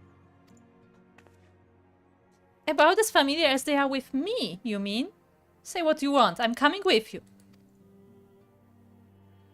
I have some experience in the practice of infiltration. If you would have me, my services are at your disposal. I love her facial expression. You mean lack of it? Yes, it's so good. She's like dead inside. She is dead inside, actually. Like even the way she speaks. Yeah, it's nice. I like it. As are mine. It has been far too long since I shared a shadow with a shinobi, and I do not intend to waste the opportunity. 4 is quite sufficient for an infiltration mission. Greater numbers will only serve to increase the risk of detection. Cry and I will direct our energies elsewhere. What of you, Leveliers? I will return to the East Shroud. I stand watch over the border. Should matters take a turn for the worst, it would seem wise to be on hand. Might I prevail upon you to accompany me, Light? Gridania will be safer for your presence, and while it may not seem the most thrilling duty, dear sister, but I ask that you remain at the Rising Stones to pass on messages and so on. Excuse me? You just stay here. To hold the fort, you mean? Isn't she meant to be more of the fighter? She's literally a fighter. He's the books guy. She's a fighter. Yeah, he's the books guy. We don't even know if she knows how to read, okay? Like she uses the book to swing around a sword, okay? That's how she used the book. To swing swords. Okay, I don't know if she can read. Aye. That's so fun, actually. But no, they're both known as prodigies, so they're both supposed to be smart. Yeah, but maybe prodigies in different ways. True. It's like Goku. You know how Goku is like actually really smart? No, Goku is not smart. Don't insult everybody's intelligence like that.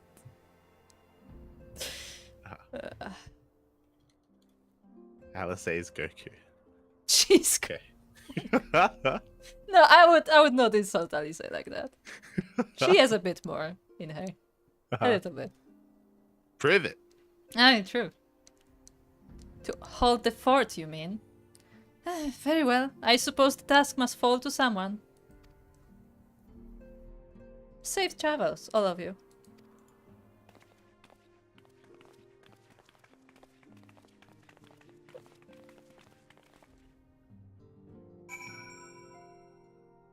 like, isn't what she's doing what Tato was meant to be doing? Yeah, that's right? literally Like, Tataru's job. That's literally Tataru's job. that's I guess we Tataru- don't like, trust why- Tataru.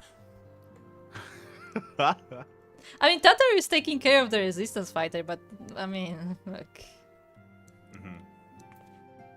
Fucking Flamin could pass messages. I suspect Tataru would have little trouble facilitating communication between our forces under normal circumstances, but I concede she has her hands full nursing the resistant fighter back to health. No matter, my turn in the field will come. I thought that's what Ishtola and Kryle were doing. Weren't they the ones healing her and keeping her in good health? Exactly. I mean, kind of. Ishtola said she wants to do other things. I don't know. Speak to Flamin. She has nothing new. Okay, what about the other characters? Who first?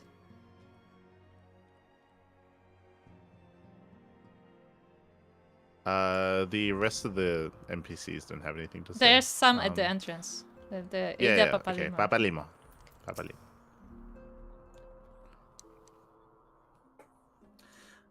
I may perhaps have exaggerated my standing with the resistance a little, but I'm confident that I have a reasonable chance of putting a stop to this madness before events spiral out of control. Yes, fair to middling at the very least. Oh boy. I'm a little bit envious that we're not going with this group, but I like the idea of them doing it themselves, and I like the idea of us seeing it via cutscenes. We don't have to be at every event. We don't have to do everything ourselves. Yeah. I hope that they do it themselves. So I hope that it's not like, oh, they need our help, and then we have to go and help them. I hope something. I hope something else.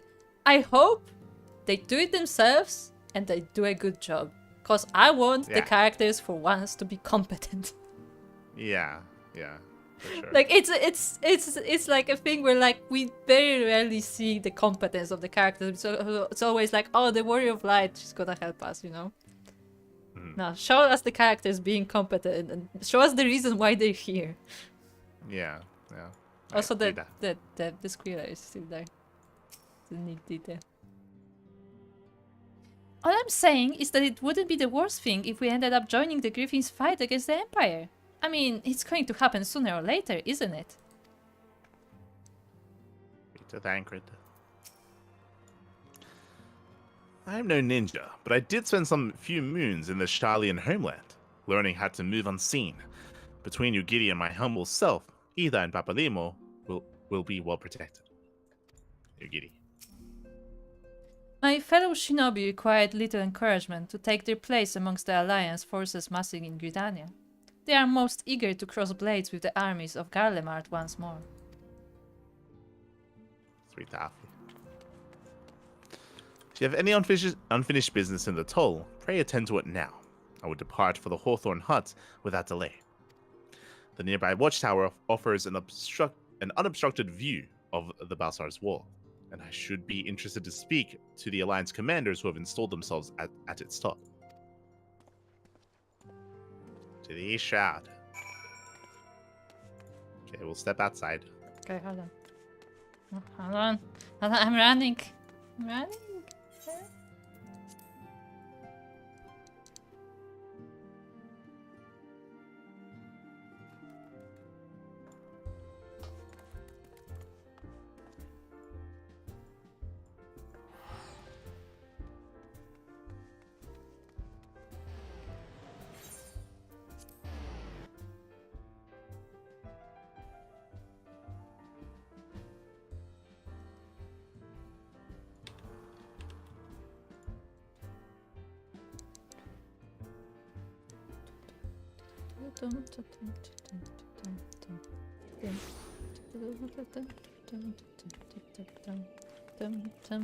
Okay, I feel.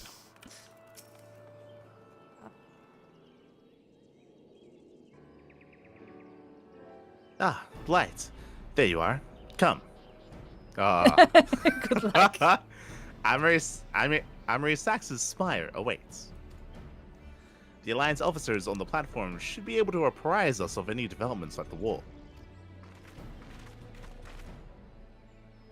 Ah, fancy meeting the two of you here. We were about to set forth. Indeed.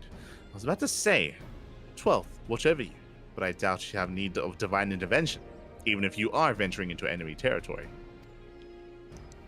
Don't worry, Alfino. We'll have the griffin by the scruff of the neck before you know it. Do make up your mind, Ida.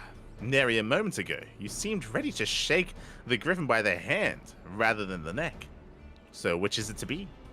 'Twould be best to decide before we enter into negotiations. Trust me, Papademo. I'll shake whatever needs shaking. The talking part I leave to you. That was a good reaction. Trust me, I will shake. That was an accurate reaction. He has given up. I think I feel a headache coming on. Let's be on our way, shall we? No. Poor Grandpa Papademo. I'll shake you. Yes.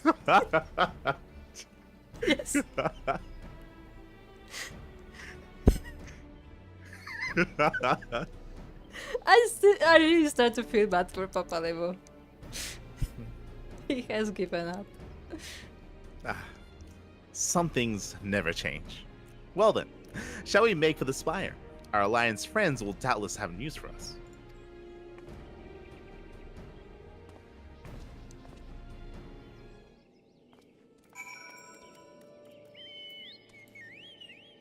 I'm curious if we actually can see it, because I was going to say that I didn't think I've seen it, if it is there. So I'm curious.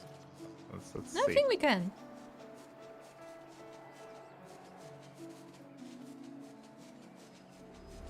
Oh, we can look. There it is. Yeah. I don't think I've ever noticed it. Wait, was it not here? I think it wasn't here. Or did I just never look at it? Yeah, that's what I mean. We never saw this. No, not the gate. Like this front thing was not here. Definitely. Interesting. But yeah, that's the wall, I guess. I think the wall is the wall behind it. Yeah, the wall behind it, yeah. This is new.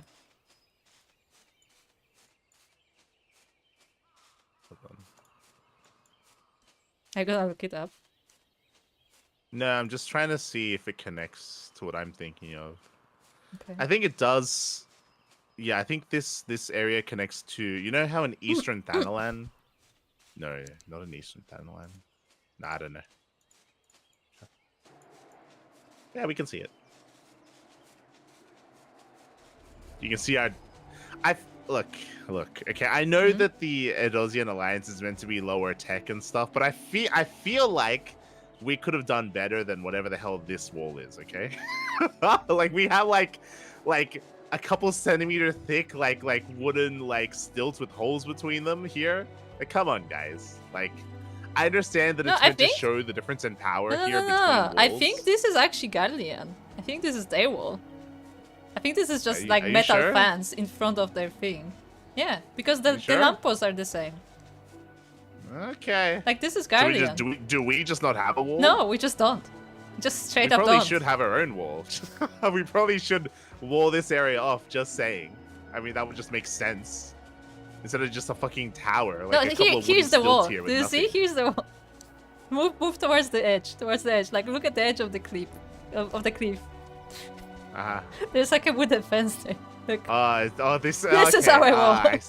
I see. This is the you overestimated. Okay. This is how I wall. Okay. God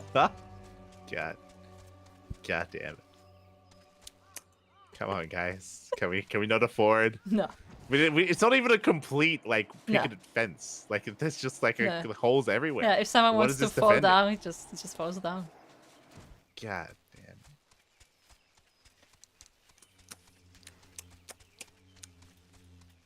Aye. Okay. Okay.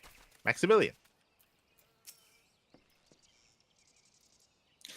Out of all the watchtowers manned by the wood whalers and God's Quiver, Amisax's spire is the newest. Cast your eyes to the south, you see that fortress? That's why we're here, to keep an eye on the comings and goings of the Empire Curs. Okay. Serpent Scout.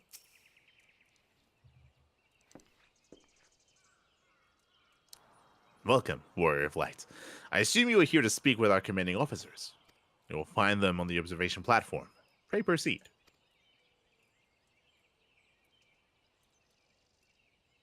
Hope you're not afraid of heights, Safina.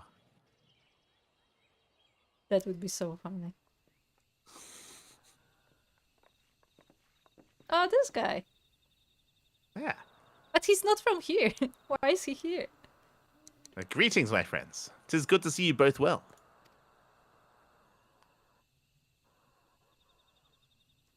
I was hoping you might turn up. I've dragged half the watch here, see, and the sight of you might help remind them why we bothered. If memory serves, I have not seen many of you since the day of the Grand Melee. Having borne the brunt of your blows, may I say that what an honor it is to stand at your side.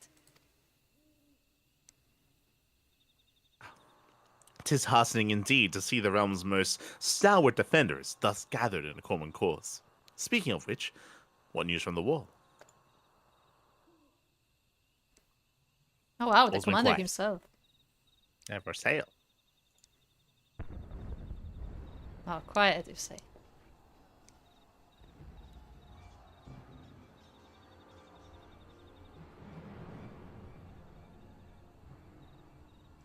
Report. What? They're using link pearls. Yeah, they do. Report. What? 7 hells. Fighting has broken out atop the wall. A full-scale assault. So the Griffin has made his move. Someone has. And what's that supposed to mean? The attackers, they're wearing Grand Company colors.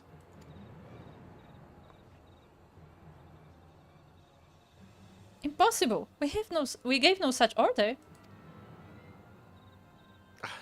Of course. The wall was never the Griffin's target. It was bait. We had been goaded into deploying our armies nearby, thus lending weight to this deception. If those uniforms were convincing enough to deceive my scouts, the Empire will surely think we've launched an offensive. This could mean war. Even so, this may yet be no more than a diversion. With the armies of the Alliance occupying the Empire's attention, it would be comparatively easy for the Griffin supporters to slip into Alamigo. He could then incite a rebellion amongst the populace, which the Imperial reserves would be hard-pressed to contain. And Ozia, meanwhile, would be plunged into chaos. Light, we must make for the wall at once.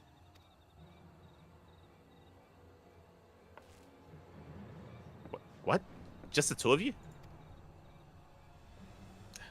Our companions embarked on a mission to sway the Griffin from this course, and are likely halfway to his command post by now. They will emerge in the midst of a raging battle, and I do not mean to abandon them to their fate. It'll be dangerous, aye. The confusion may work to our advantage.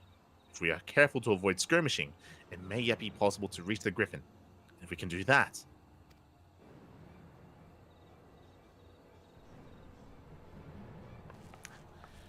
Lady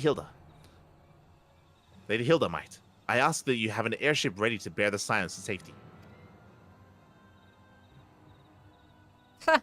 I don't know who this Lady Hilda is, Marshal, but you can count on me. We must prepare for Imperial reprisals. May the Navigator guide us through the storm.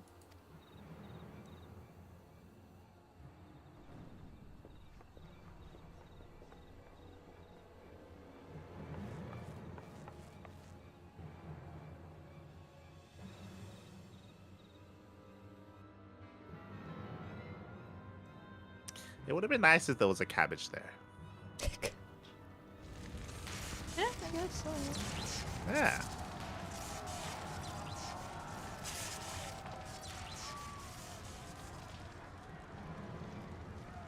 The guy just walks in. I like that they have all sorts of companies on them.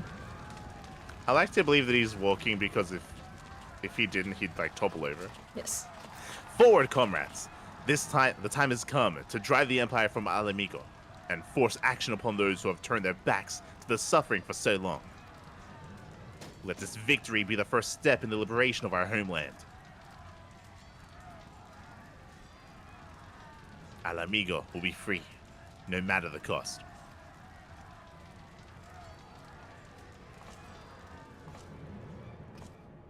This just reminded me. Afino had a phrase earlier. I think it was like 2 cutscenes ago. Do you remember?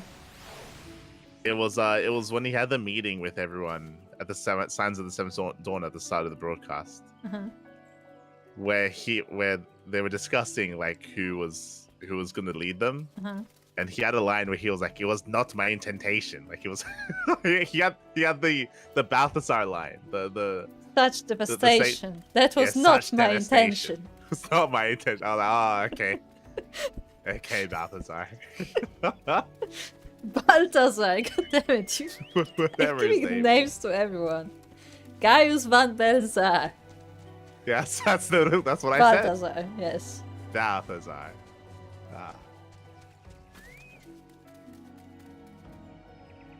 Also, I would say it's kind of jarring when like we went through like this like nightly cutscene when there's like explosions and stuff. Suddenly, it's sunshine. It's been a day. It's the next morning. Nice. The next morning, we've just been sitting here watching it happen. Scat. Sir, as per Marshal Tarupin's orders, we will provide a feint to cover your advance. May the crystal light your way ahead. Okay. Afino.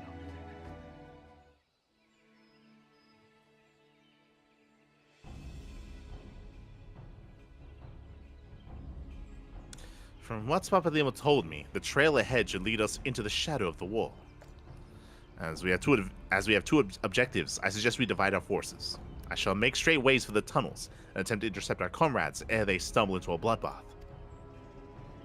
While I do so, I must ask that you scale the wall. Know that I would not propose such a course if there were any other way. The time for subtlety is past. Take a band of your most trusted companions and cut a path through to the Griffin. Make him see reason by any means necessary. Ah, it's a duty. Once we are free of the tunnels, we will make for your position with all due haste, and if everything proceeds according to plan, Hilda will then swoop in and spirit us away to safety. I only pray that we have enough time.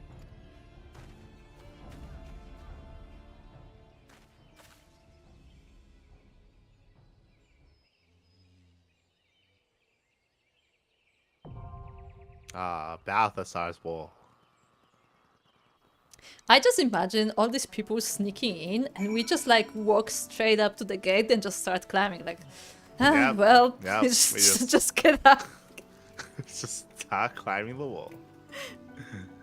And like nobody, I mean, to be fair, probably nobody would be at the post on the wall because they are fighting indoors, right? Like inside of the wall.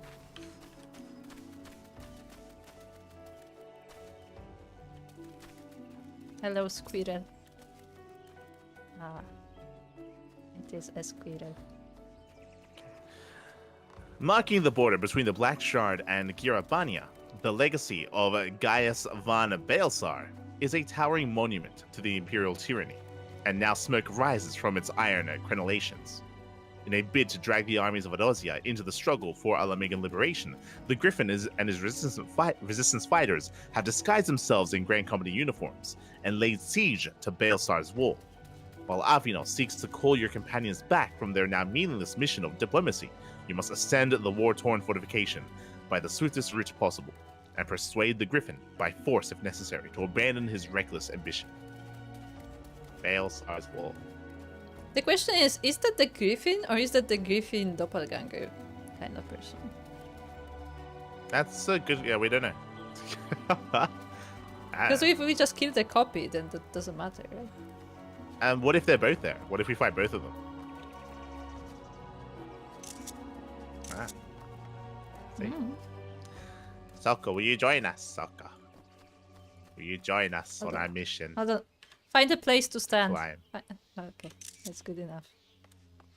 I just took a screenshot that I will use as a thumbnail.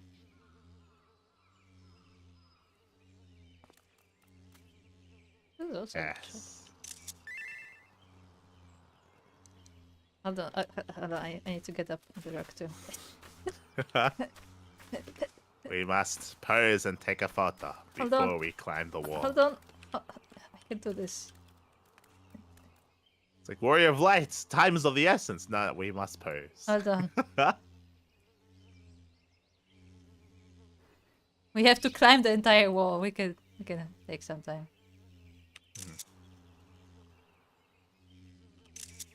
This is actually a pretty good shot. Okay. Of course. Nice. Okay, okay.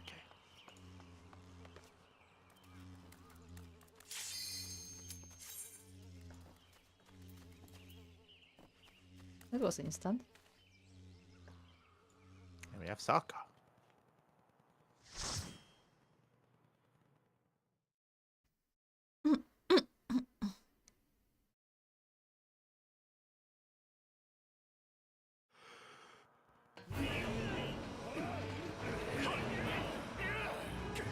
Oh, we haven't seen those dogos before.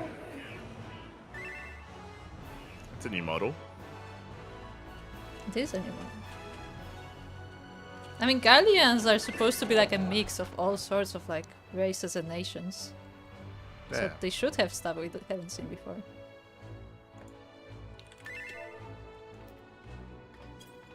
Oh, we have schoolgirl tank. Oh god. Let's go.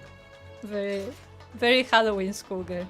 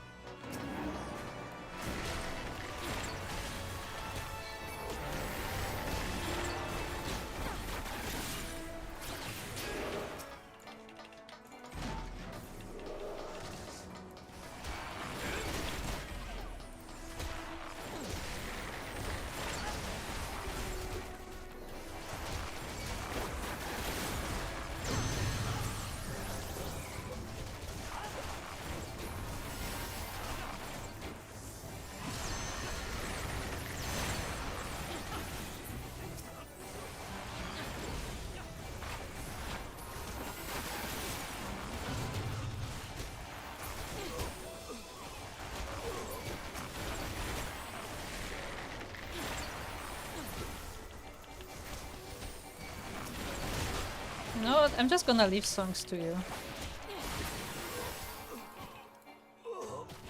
We got a key.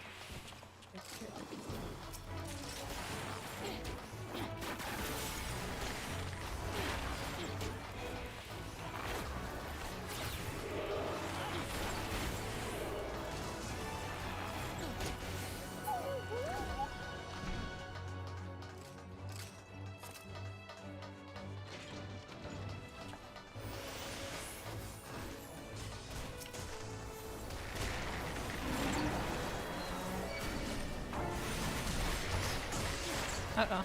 I'm being targeted. Someone help.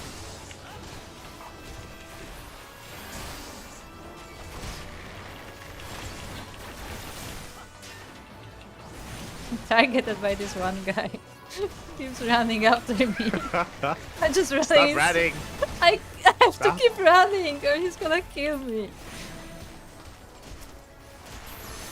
Tank's like chasing him who's chasing you to try to get aggro. You just keep fucking running around in circles. Because he hit me once, I took half my HP. Okay, go ahead.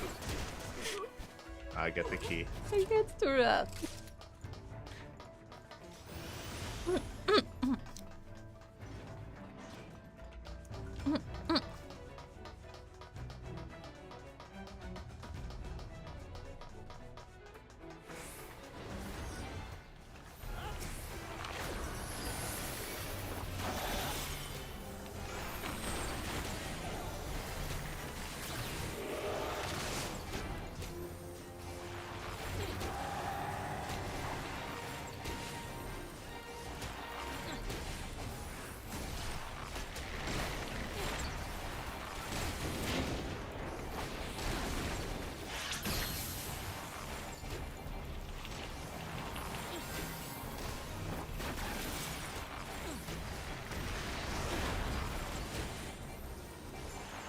Good.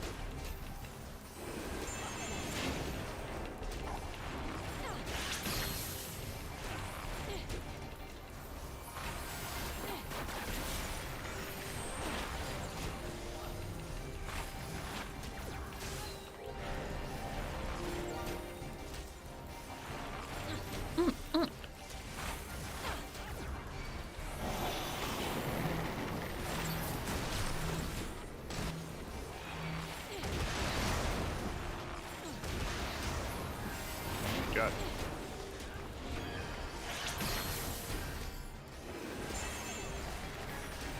We have to figure out how to use songs when we are double barred.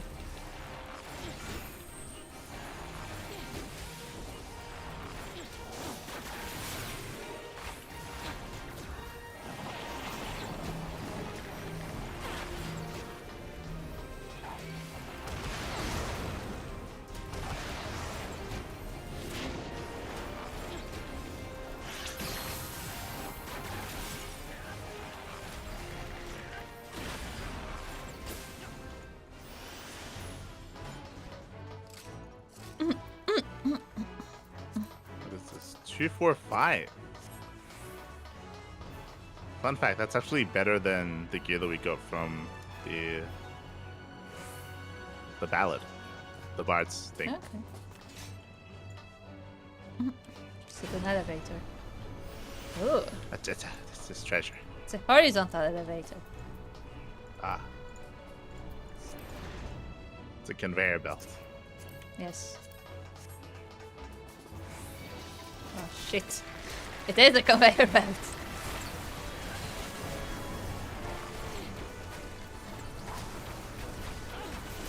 This is nice.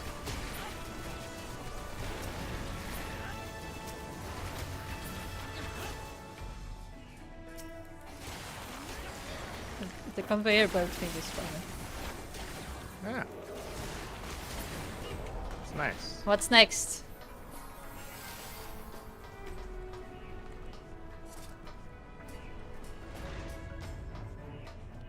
Oops, hello.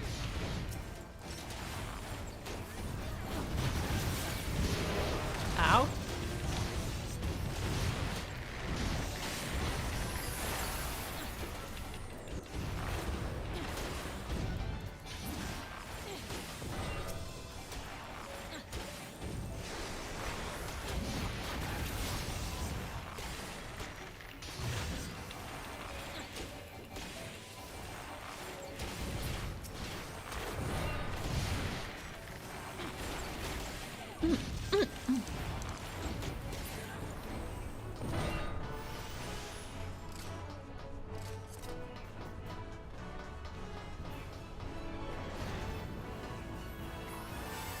What's the present this time?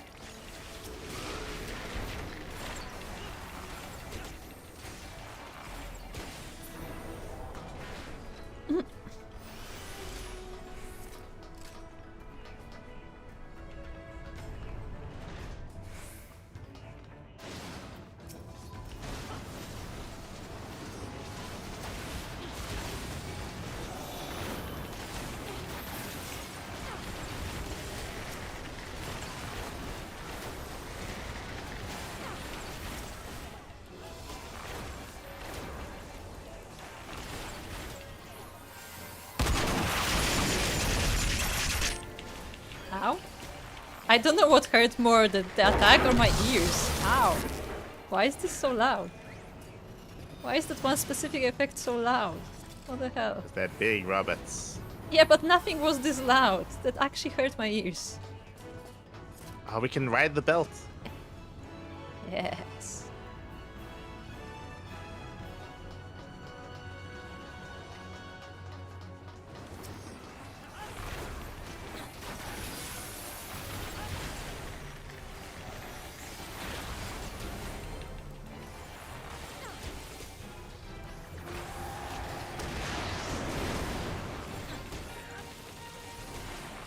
Motion tracking activated.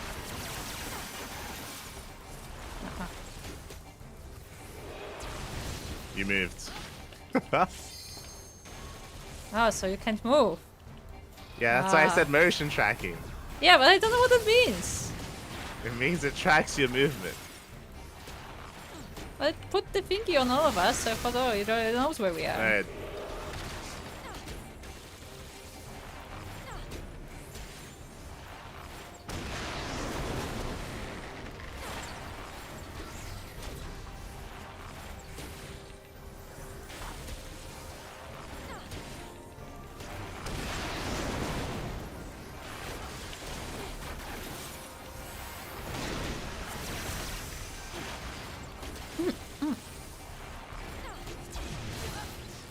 See, it hit me anyway.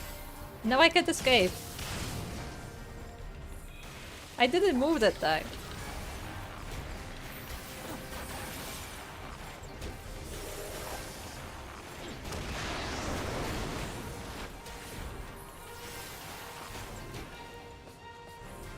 Maybe you can only move a certain direction. I'm there.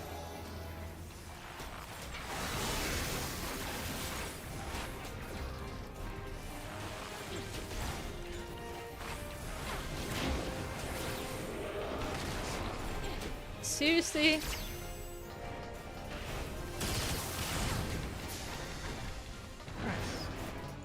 Good job.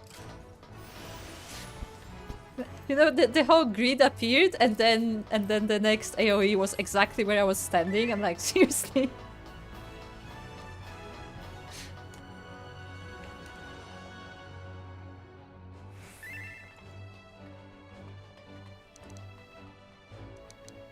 We're outside. Look at the night sky. It's nice. Yeah, it's nice.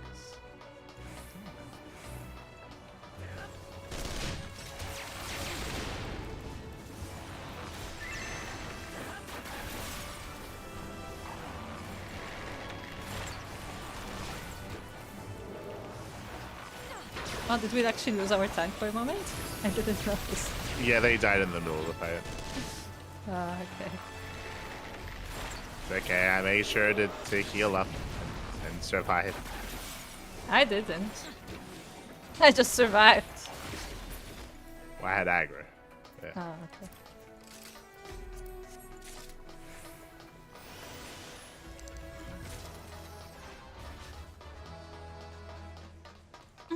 Yeah, 245. This is actually better than the initial Tombstone gear from Heavensward. Just putting things into context.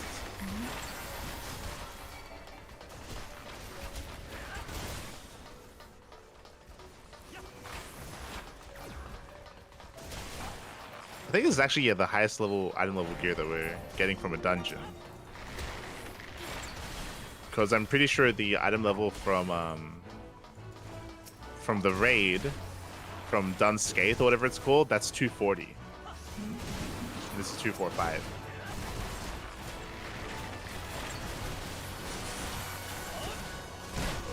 Oh, I need to get them to the back. They're still chasing me. He'll be fine.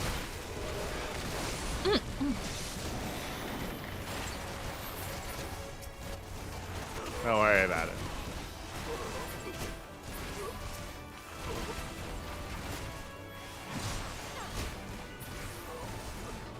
More treasure. I'm just greeding on everything because I don't have time to look at it. Yeah, it's fine. We can farm it later.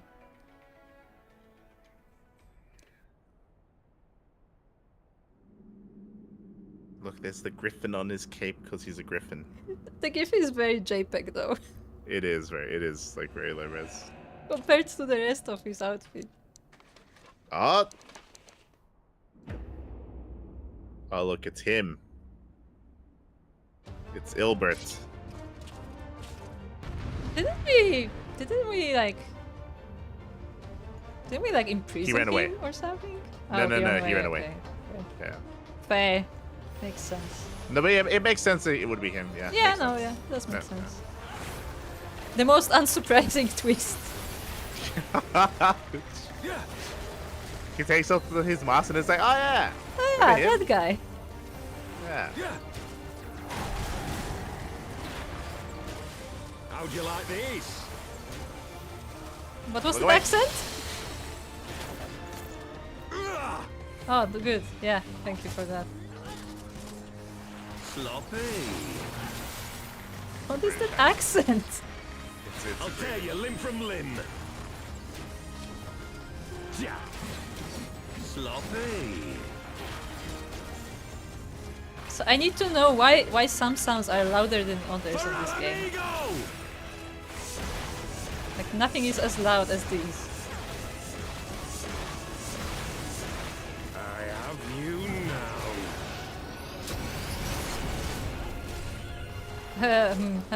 Yeah. I'm just gonna stand here, I guess. How'd you like these? I just realized they're fighting. I cannot move. Yeah!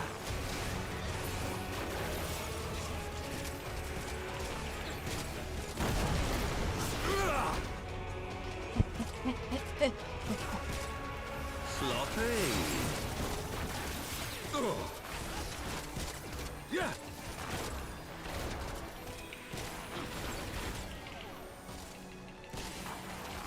Yeah.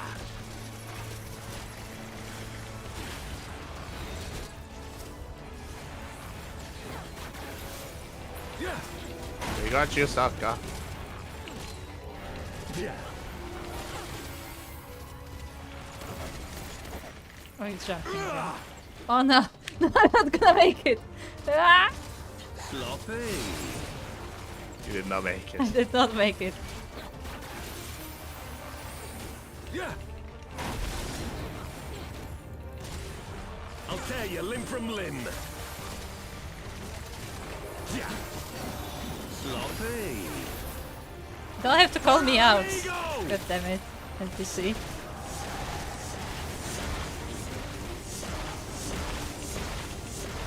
I have you now.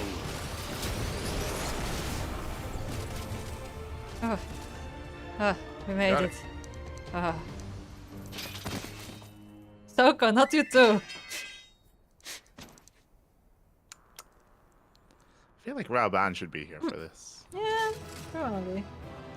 I mean, he's like the most important character to this specific character, you know? Mm-hmm. Like he's... Yeah.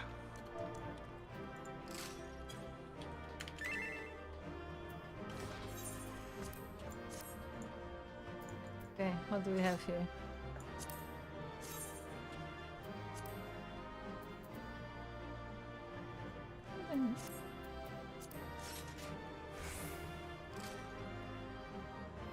Oh, he's still here. Didn't notice you next to this chest. Like, this is the guy that, like... So, for those that are curious, guy was a part of the coup for Teleji Adaleji or whatever. He was the one that ended up cutting off Raoban's arm. Mm-hmm. Remember, he turned on him. They were like brothers. Yeah, were, they like, used to good be friends. good friends, yeah. Yeah, I mean, they were both pit fighters as well. Like, he was also like the leader of the Flames. He was the commander. Yeah, he was a commander in the Flames. And Raoban Yeah. trusted him fully, and then he turned everyone on him. Yeah, exactly. So it's kind of important that Raoban will be here for this. But he I also think. then kidnapped Raoban, and there was that whole Yeah. story. So I feel like Raoban has Yeah. had enough with him. Yeah. I know, we're on top of the wall. Yeah, on top of the wall. It's a big wall. Souko just slapping him. It's a big, it's huge. It's massive. Parapet! It's called parapet! Do you know what that means in Polish? What? Windowsill. Ah. We're on the windowsill. No movement, no actions at the time of the attack. Oh, no actions! Ah, I see. No actions either. Not just movement. Sloppy.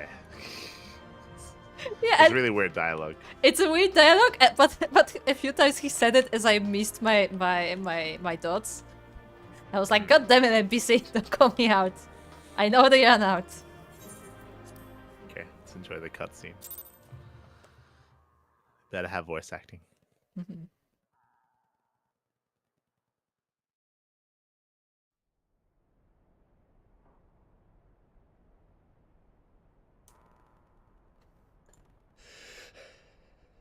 You've beaten me, aye. But you cannot stop what I've begun. Behold, a glimpse of things to come.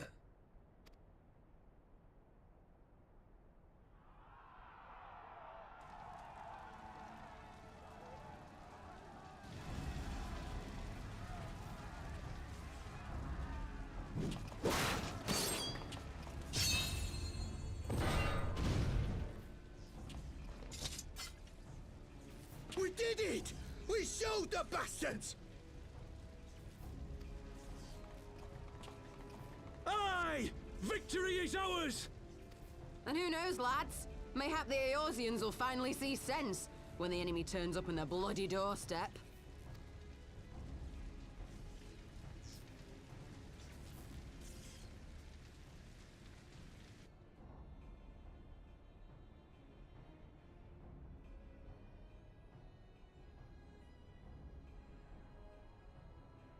This is for Alamigo, for Eorzea. They die that others may live.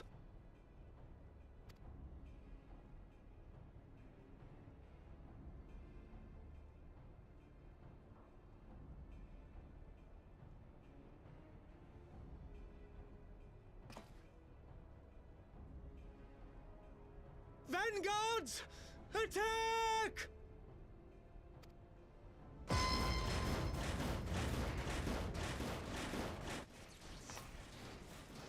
Seven hells. Do you hear that?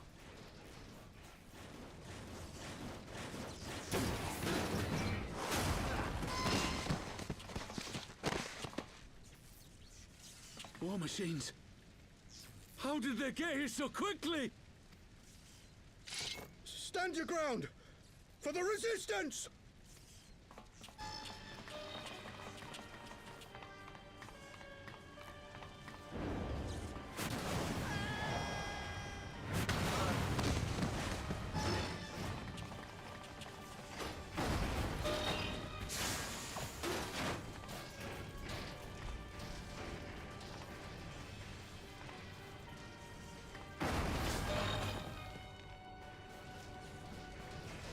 There's nowhere to run. We're cut off.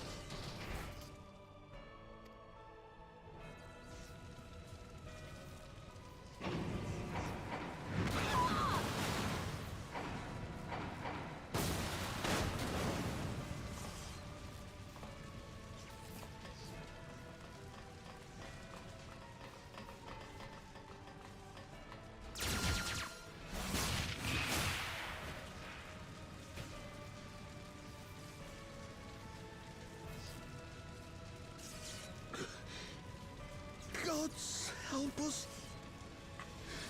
What were we thinking? The Empire's too big. Too powerful.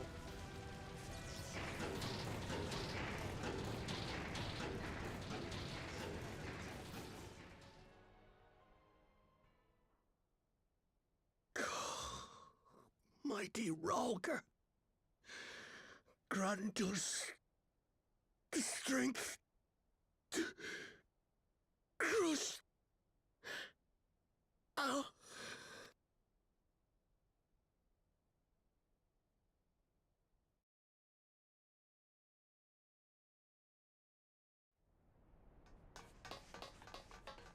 There you are.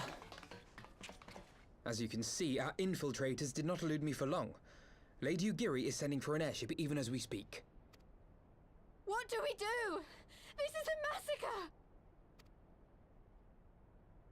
massacre! How wonderful to see you, Commander. Illbird. I should have known. This has to end. It has to end now. Do you not see your countrymen dying? Have your ideals rendered you blind even to that? Order the retreat, and we will help your soldiers to safety. Retreat? With the moment of my triumph so close at hand? You truly are a sheltered child, Leverrier.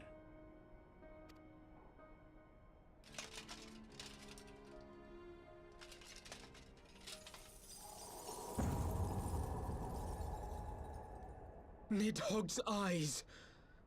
No abyss is too deep for you, I see. But trust me when I say that such power was not meant for mortal hands.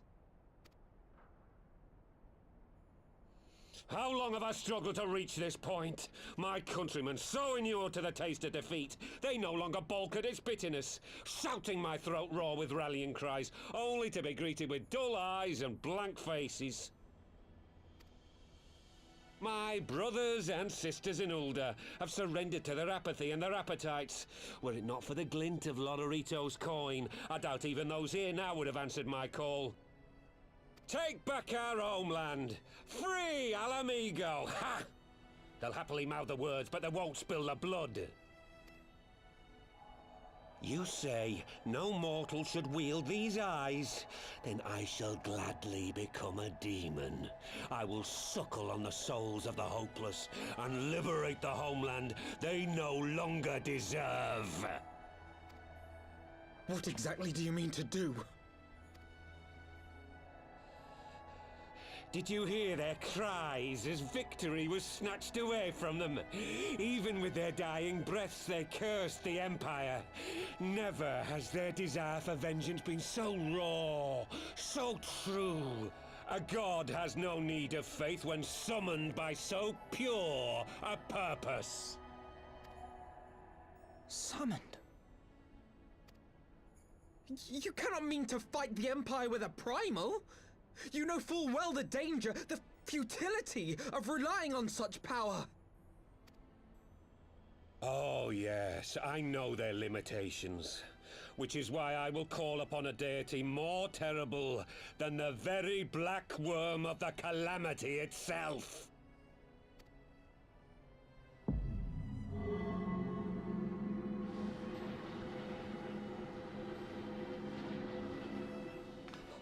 What? Here?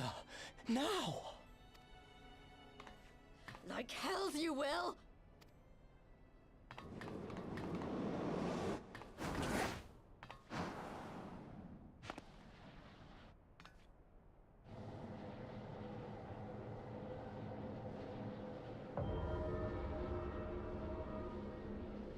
An ending to mark a new beginning. My pain, my longing, you shall have it all!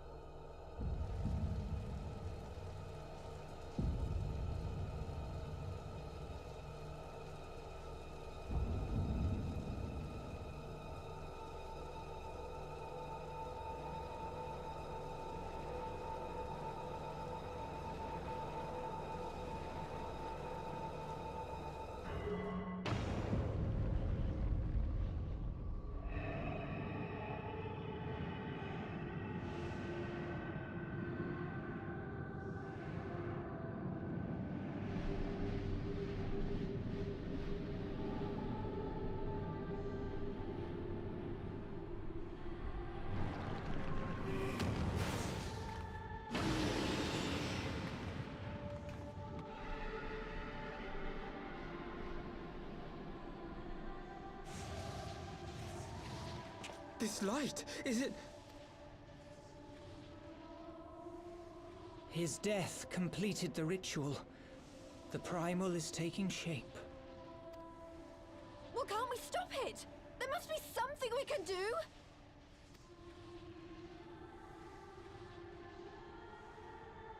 There is one thing. What? Hey! Where do you think you're going? Master Louisoix briefly contained Bahamut by means of a potent spell of sealing. I will now attempt to do the same. But that's impossible! We would need hours to collect the necessary ether, if not days! Alphino, though I concede it may not always be apparent, I was ever your grandsire's finest pupil. Tipsamati, of course! The staff still holds enormous power, broken or not. Don't you dare, Papalimo! I know how that spell works.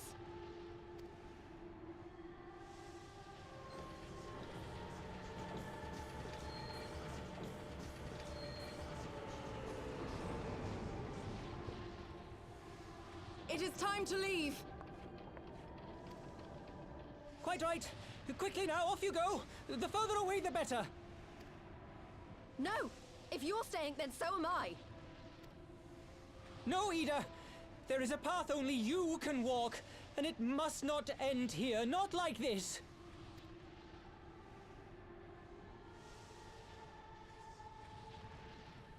Take her! Please, you have to take her!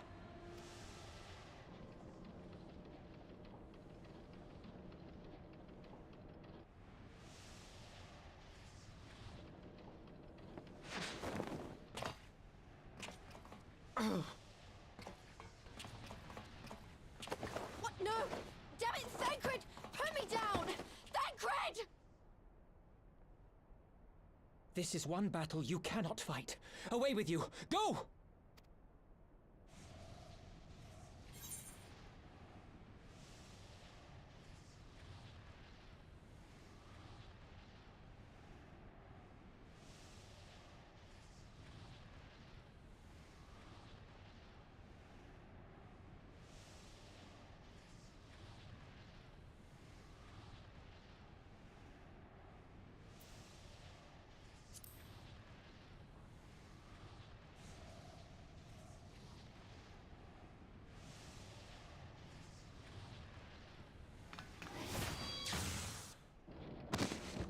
Hilda! I think he means now!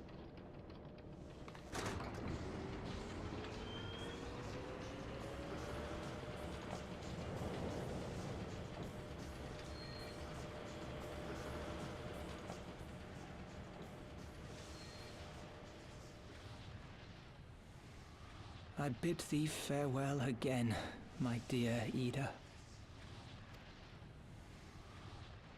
Now, let us see how good a student I truly was.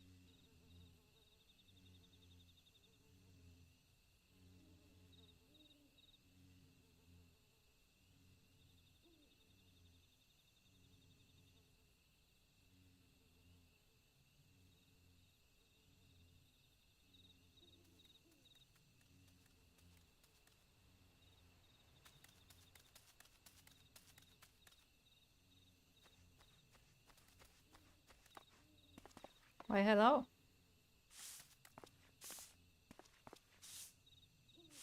Ah, we're back. Yeah, we're back.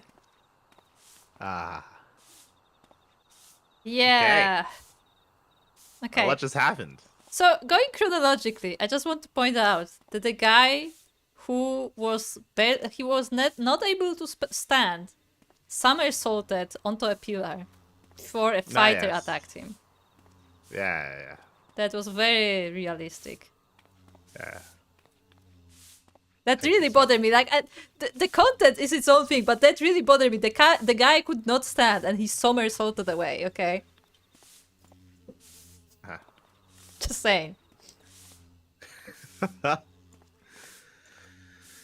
Okay, so first things first, we spoke about how, like, if you remember, I think it was last time we played, if not even before that, we spoke about how, like, it would make the most sense if they tried to summon Valgar, and which if you remember, is what we thought they were going to be doing initially, which is why we thought it was weird that they went to a middleman and they were having the Beast Tribe summon Ifrit. Do you recall how we thought it was weird? It was like, why are they summoning Ifrit? Like they have their own primal. Valgar? Yeah, they have their own primal, and it feels like the Griffin and the Speaker, they were doing a good enough job at radicalizing them to actually come through with that. So the concept and the whole thing that's happening here, it didn't make sense to me because it felt a little bit unnecessary. Like, obviously he's meant to be crazy, but like it felt weird because I feel like they probably could have summoned the primal without this happening. No, I think this was the only way to summon Ralk, because as he said, like, the people were not willing to fight, but once they were already there, like, it's a reflex that they started praying. Because they were in the life-threatening situation. Well, they were dying. Kind of. That was a line added after the fact.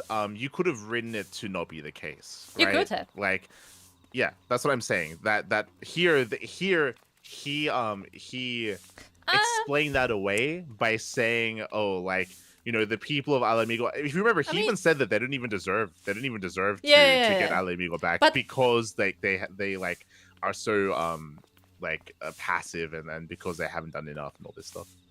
Yeah, but I was gonna say, no, I don't remember. I'm very good at remembering things.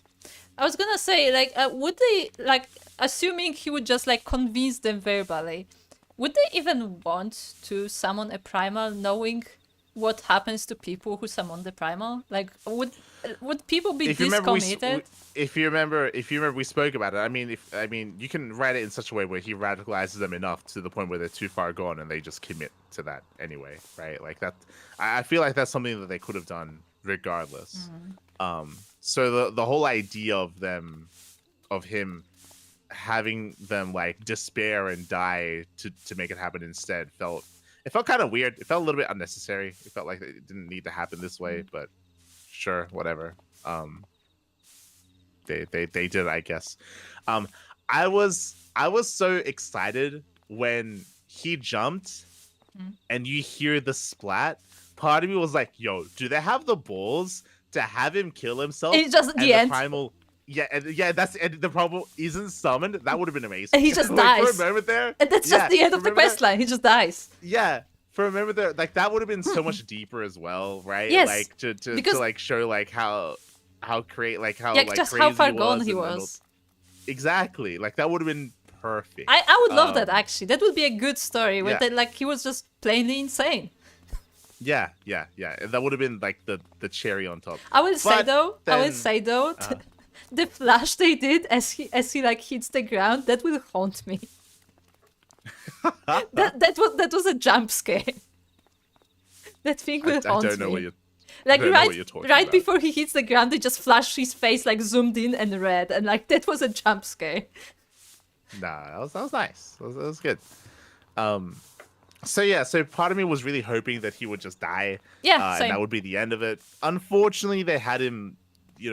They had the plan work. Still, he died though. But still, he like, didn't care anyway. Yeah. So it wasn't as impactful as it could have been. When it comes to summoning the primal, one or two things here. Is Papalymo dead? He died? I think they implied that he died because that's what happened to Louis Swag technically. Yeah, so they're implying that he died. So on the one hand, I like the story beat of there being a situation where Papalymo has to step up, and he was, the #1 student, and then he does what Louis Swag did previously, and he steps in and he sacrifices himself. Can I say because I don't know if this is what you're getting at. But exactly what you're saying, like they made a point that like, oh, he was the best student, he has to step up for himself. We learned all of that in this cinematic. Yeah. So what I'm getting at, which is kind of about that, is if you remember, we were talking the entire time here about we need to spend more time with Papalymo and Ida because that's what I mean. They were not a part of the previous expansion at all. So we have to spend time with them because we don't know them right now, and we have to build them back up as characters. And if you want to kill Papalymo, that's fine. Kill him after we build him up. Yes. So then like there's more payoff to the death in the end. Yes, because and there's more growth for the characters and there's more meaning. And if this is where he dies, I'm fine with him dying, but it's too soon because we don't know him. We didn't spend any time with him. He came back and he died. Like, like we were just talking about how in previous cinematic we were like, oh, like what is happening is kind of intriguing. It feels like just you were intrigued. Well, too bad, cut. Like, okay. Like, if this is when they choose to kill him and how they choose to kill him as well, this is a bad move.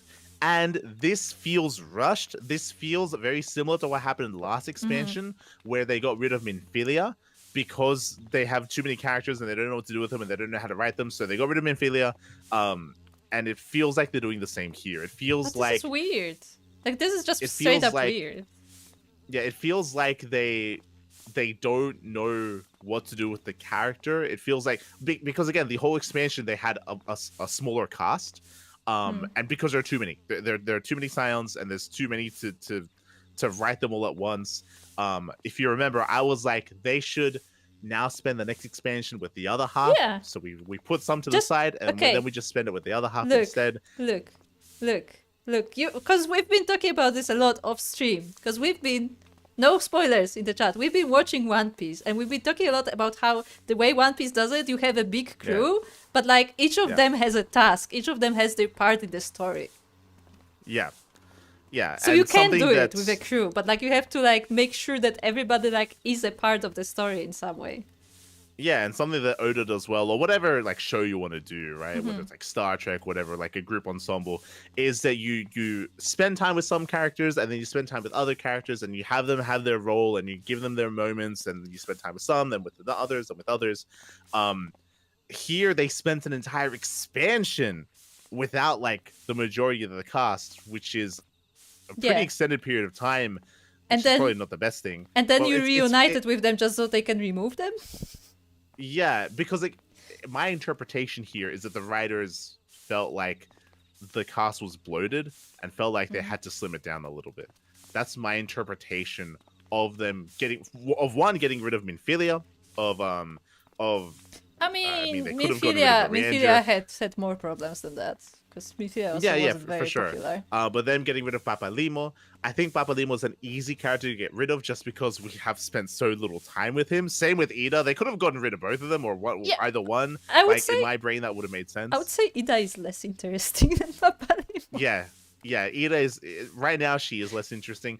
But because... especially if Papalymo dies here, she has potential for growth, right? Because you have that moment where, like, she's maybe a little bit more idealistic. She's maybe a little bit more radical. She's, if you remember for a while there, she was like, oh, we should help the Griffin. We should do all this stuff.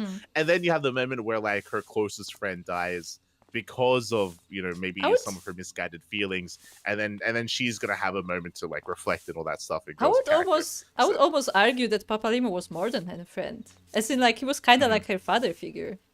No, yeah, for sure. So there is a reason to kill Papalymo here, and it's to benefit Ida, which is why I feel like it maybe would have been good to kill him off later, but for the same result. But again, we just didn't spend any time with him. Even in The Realm Reborn, we rarely spent time with him. Yeah, because there were mostly on missions.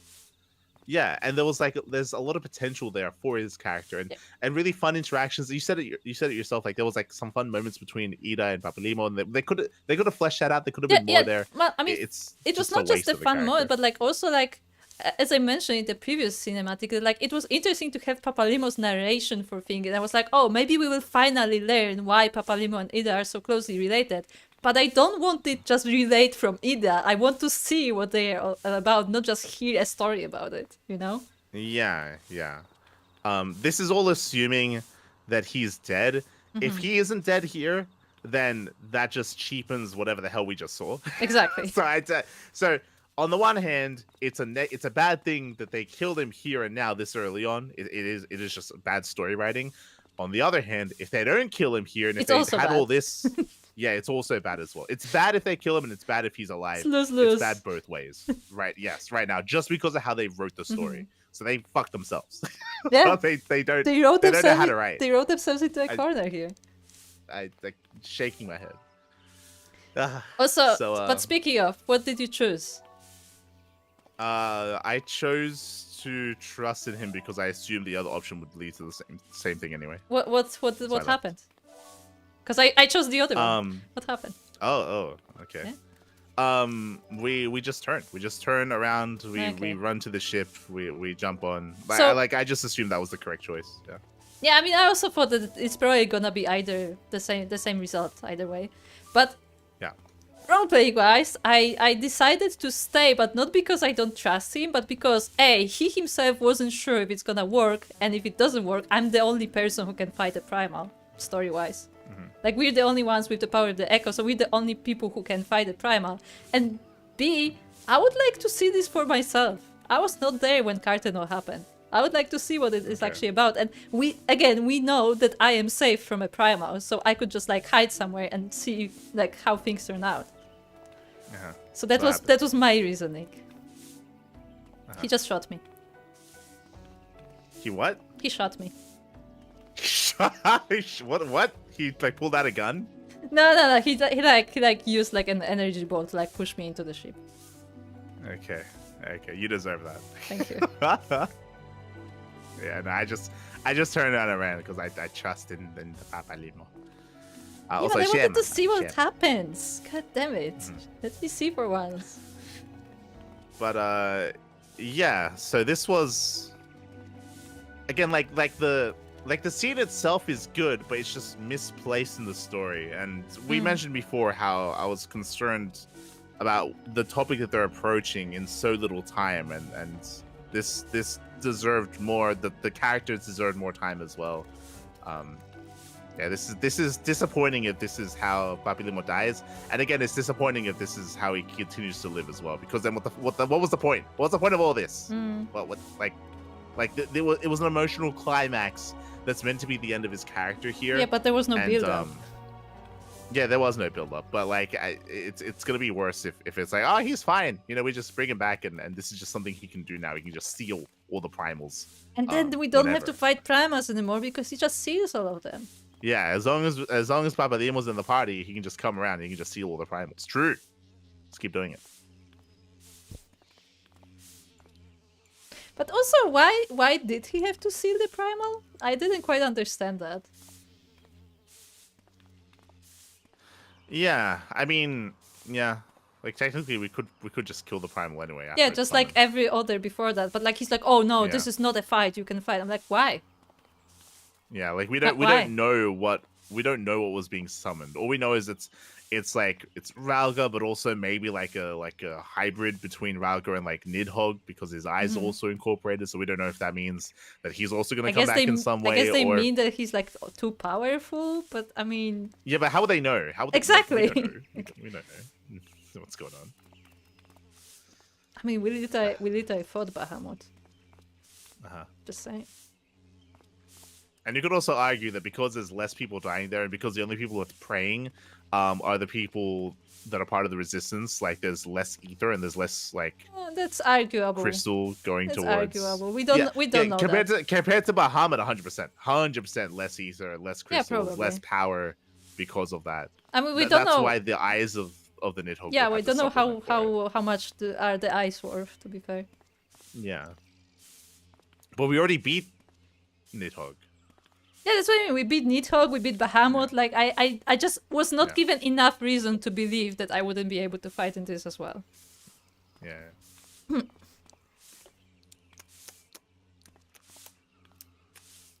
let's go talk to Athena. Okay. Yeah. Okay. Oh, but I would say that like the scene itself was pretty good. And like I like the communication between Thancred and Papalimo. That was nice. Yeah. Like again, like the scene was done well. Yeah, like, the scene was nice. Like it was done well. It's just misplaced. It just shouldn't have been there. Yeah. Too soon. Mm-hmm. How many more must we lose? Okay, you're giddy.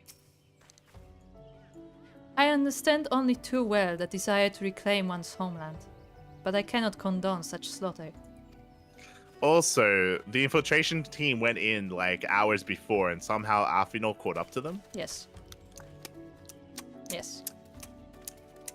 He's very Athena? fast. Mr. Prim and Proper, who's He ran on all four. He caught up with them. Okay. It's really good. Okay.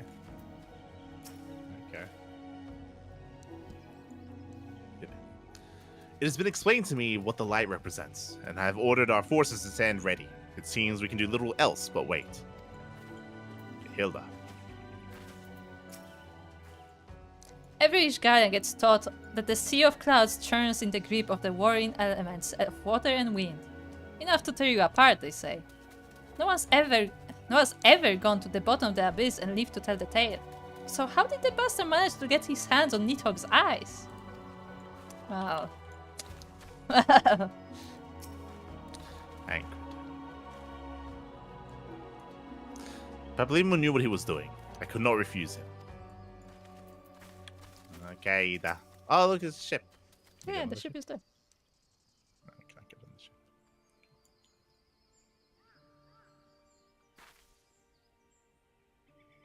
It should be voice acted. Why? Should be.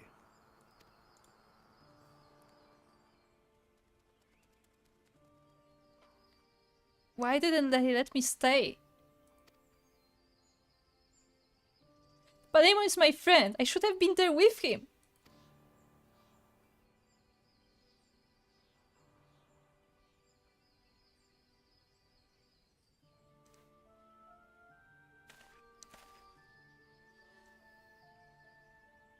You could see it in his eyes, Ida. He knew what he was doing, but it had to be done.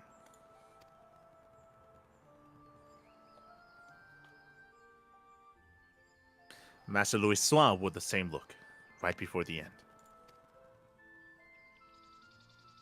Do you think I don't know that? I know, alright? I know. There's nothing more you could have done. Ilbert's caught us all off guard. Even Light was powerless to stop him. We beat him. We literally beat him up. And then you let him go. If you must blame someone, then blame me. Just promise that you will never forget what Papalimo strove to protect, or the lessons he tried to teach you. He turned the wrong way, so we actually couldn't see her, because his eye on the left was actually covered. It's okay. Yeah. You forgot. He used the wrong side of his face. Wrong side of his face. It's an emotional scene. What are you doing? He used the wrong side of his face. He can't see her. He can't see. Oh my god. Don't speak to me.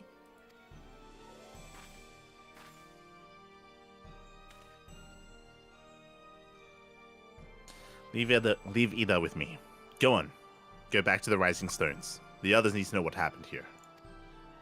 Don't we need to like stand guard or something? We probably should, yes. It's not like the fight is over. Also, sorry, I forgot to mention, because they showed the other two, like Ilbert's like left and right hand men. Yes. Yuhim? I don't know. Yuhase? That's it, Yuhase, yeah, the other one. I thought they were gonna blow themselves up when they were planting those things. I was like, oh, like are they just gonna like suicide here. And No, just, no, like, no. I didn't think they were gonna suicide. I thought that they're gonna blow up them, basically. Yeah. I thought they were using them as bait to blow them up. Yeah. But apparently not. Apparently, I guess those were meant to be like conduits to like gather ether to summon a primal. I guess so. I think that's what that was. But which I'm disappointed by. I was waiting for the explosion. I was... What do you think about the Empire's war machines being spiders? The spiders. Oh, the advanced kinda... technology. It's spiders with blades. Yeah, so like those spider robots are really common in Final Fantasy. I don't like it because they weren't established earlier, right? Like if they have like these like crazy like war machine like invincible robots, then they would have been at the Praetorium, right? Yeah. Like so I feel like they should have had more thematic robots that are similar to what we've already seen, instead of introducing something new that we haven't seen yet in Final Fantasy 14. So it was really jarring and really out of place. Also, it was kind of funny because we just beat one of those robots. Yeah.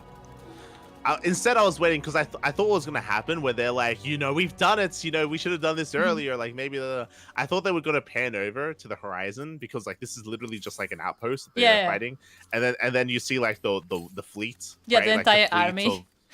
Of like a legion showing up and it goes over them and it casts a shadow over them and then they drop down and then they fuck them up.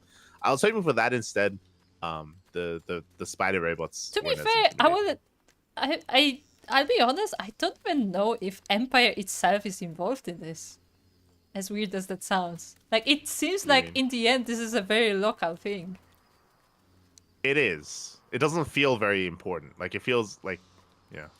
I don't know. Like, not that it's not important, but like, I don't know if like the leaders of the Empire even know what happened. Yeah, that's something that was missing here, is that there should have been like a commander. There should have been something that ties a little bit more to that leadership, right?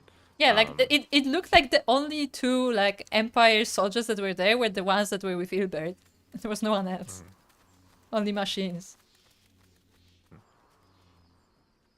We literally attacked the droid factory from Star Wars. Yes, we literally attacked the droid factory. That is true. Yes. I mean, there were literally like conveyor belts there. Yes, exactly. Is there any dialogue? I don't know. Check. I think there is. Well, actually, no. Wait. Leave her be. Nothing you can say will console her now. Hilda. It's the same dialogue. Okay, so maybe just have different dialogue. Yeah, say that. It's over, Papalema. It's all over. Alfino. It is plain that the recent events have shaken Alfino to the core. Once again, I find myself at a loss for words. But Thancred is right. We must return to the Rising Stones and apprise our companions of all of this. Pray make your way there at once. I'll send word to Ishtola and the others of our imminent return. I disagree. As you mentioned, there was just an attack at the wall, so the likelihood of there being a retaliation counterattack, especially considering that the Alamigan Resistance were wearing the colors of the Grand Companies, like I feel like we should be here, right? Right? Remember Link Pearls? Remember Link Pearls? We could just call. Why doesn't Alice and the others come to us? Why do we have to go to them? Remember how we left Alice back at base, despite against her will, just so she can gather and process information. And then we're gonna bring it to her anyway. Because we're definitely not needed here in the middle of the battle.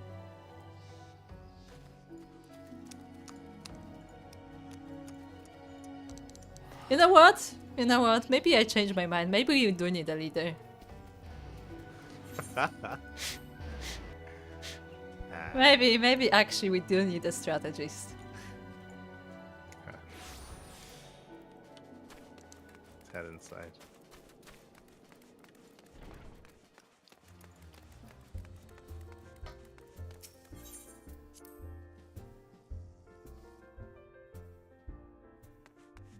Who do we talk to? Tataru? Is there anyone else here? The others have the same dialogue, so Okay. Tataru.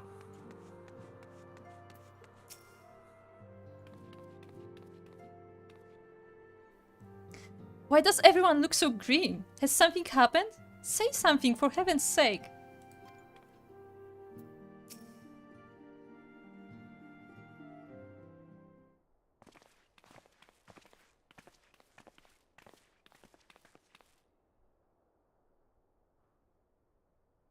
Let me know when you're ready. Yeah, there you go. Go for it. Would seem you bring ill tidings, brother. Aye. Behind the griffin's mask, we found the grinning face of an old adversary, Ilbert. I know not how, but he had in his possession the eyes of Nidhogg, whose dread power he used to initiate a summoning ritual, even as we looked on.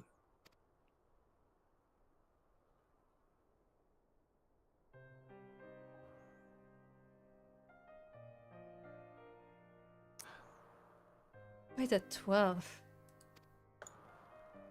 I don't understand. To attempt such a magic requires every ounce of one's ether. No one, not even grandfather, could cast it and hope to survive. Indeed, it was ever a last resort, as I am certain Papalimo was aware. Thus did the pupil follow in the footsteps of his master, even unto the grave. I've as yet been unable to explain how Ilbert came to possess Nidhogg's eyes. In the depths of the sea of clouds, a perpetual storm of water and wind, aspected ether rages. No mortal could endure such conditions. Then mayhap it was the work of an Ascian. But now is not the time for idle speculation. Kryl, I have need of your assistance. Yes, of course. We must inspect the cocoon of light and ascertain the state of the primal trapped within. Between our respective talents, I dare say we shall glean some measures of insight. Understood. I can't promise I'll be able to sense much through the barrier, but I shall certainly do my best. As shall I. Let us be about it then.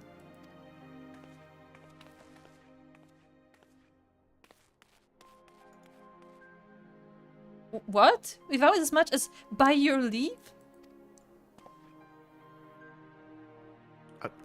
Pray forgive our Konishtola, her brevity. She seeketh employment, lest her grief deprive her of the will to act. A desire to comfort Ida doubtless compoundeth her unseemly haste. I too must contend with this grievous loss in mine own way. By thy leave, Lady Alice, I shall honor our fallen colleague through gainful study. There exist writings which may yet further our understanding of this cocoon of light.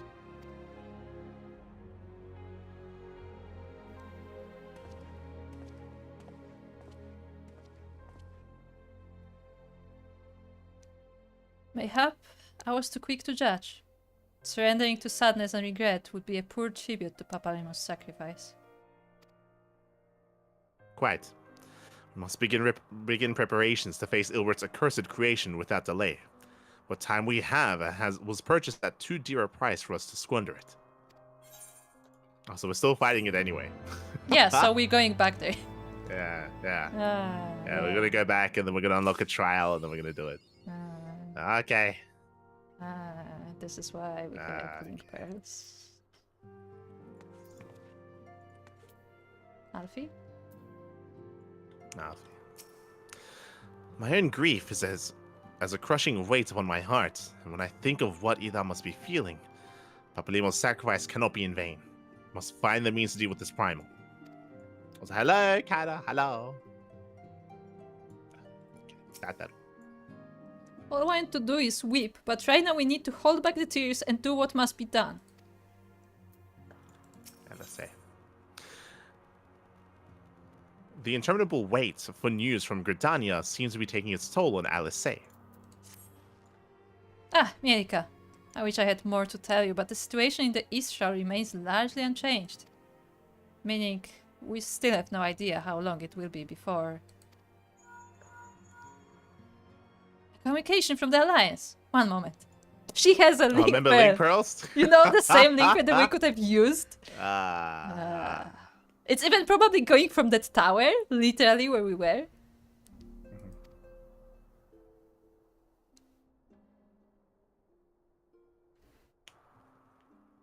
Done. Yes, of course. Our representatives will be present. My thanks. Word from Gridania. The council will shortly be reconvened. The Alliance leaders have already begun to assemble. They wish to discuss the primal, of course. As of Ishtola's last reports, the cocoon yet hung above the wall, unchanged. Yes. But the Elder Cid Seer doubtless shares our concerns about how long it will remain so.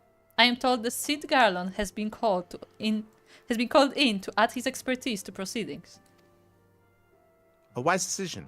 The more minds we have working on this, the better. Well then, I suggest we leave the Rising Stones to Tataru's capable hands and make haste for the Lotus Stand.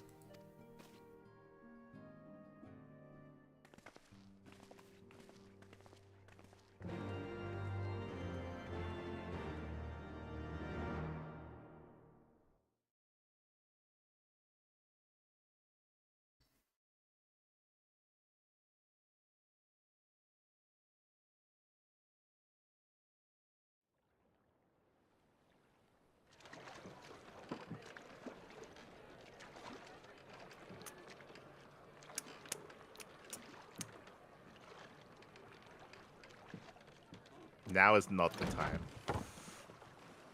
It is not the time.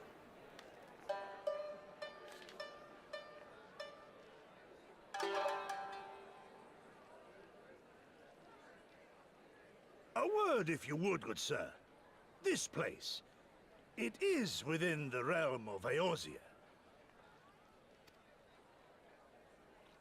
You're an odd-looking fellow, aren't you? Still, takes all sorts, I suppose. This here's Vesper Bay. Thanalan's door to the ocean, as some folk like to call it.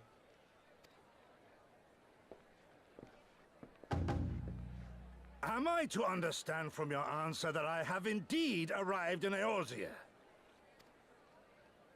Eh? Yes? You're in Eorzea? Ah! A plain response at last, and the one I wanted at that. My journey was not without its hardships, and I would sooner travel by land than put to sea again.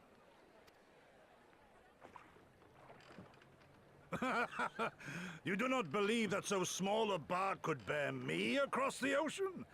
Such timid little sailors. I had but to set my course and set my jaw till I made port.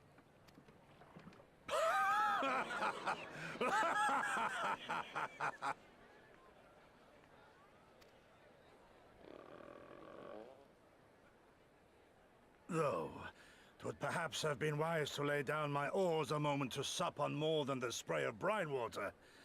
By the trembling of my limbs, I sense a brief repast may be in order. Nay, I will not hearken to the feeble grumblings of an empty belly. Duty comes before all.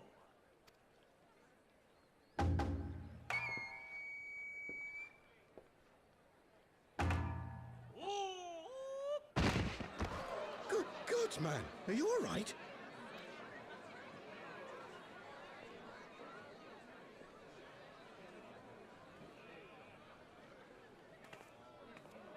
Thou art far indeed from home, friend.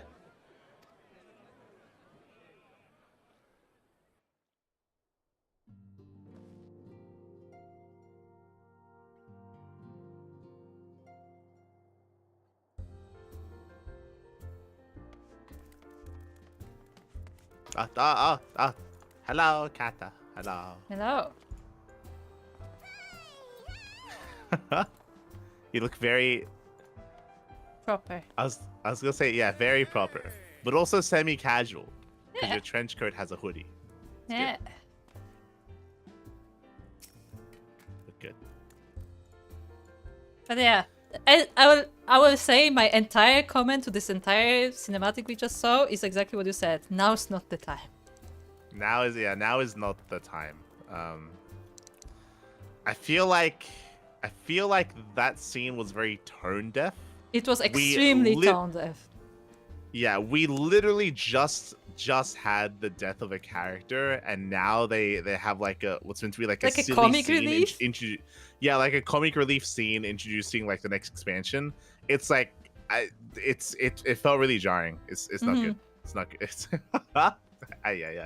Yeah, it was actually extremely bad. No, I just said that was bad.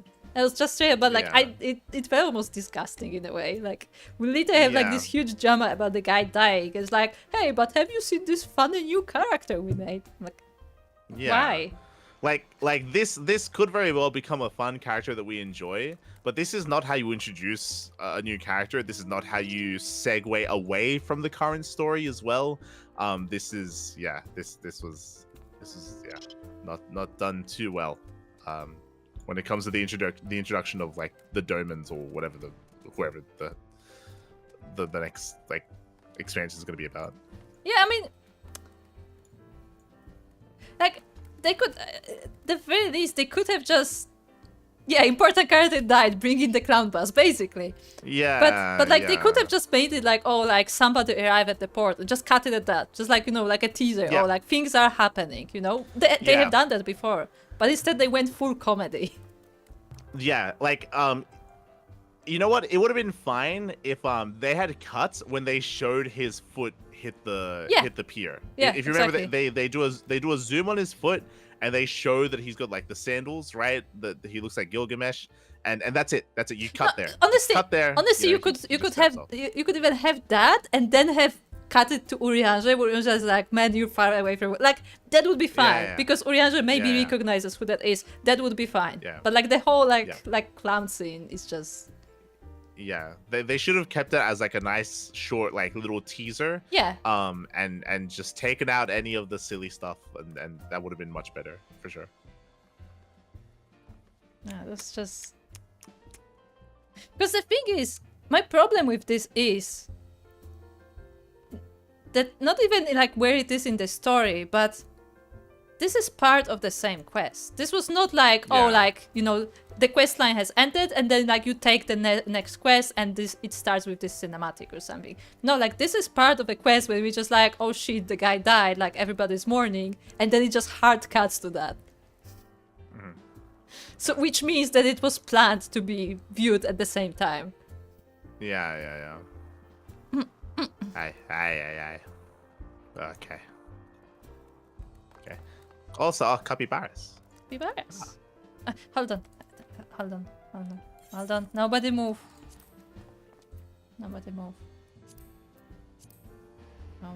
I have to find it. Hold on. You know, you can just type it in the search bar. You just. There is no search bar. There is. There's no search bar. There is. There literally is. Do I not have it? Oh shit! I opened like 10 different menus. Why would we make you do this? There's a little search bar. What do you mean?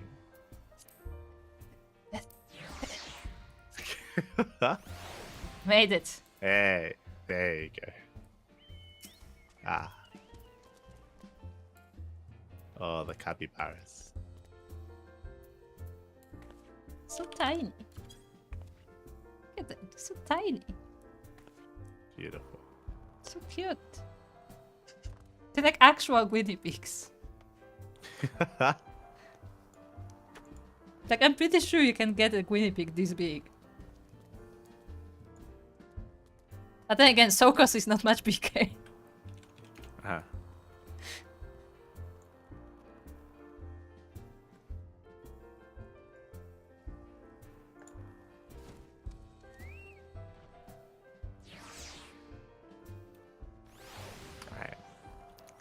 Let's go to the altar.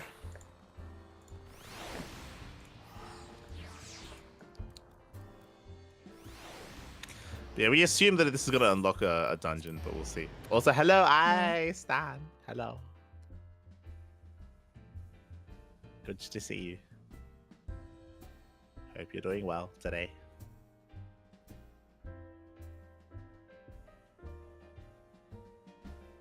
We have been making progress in the story. Yes. It's been an For interesting better or worse. post-patch. Yeah.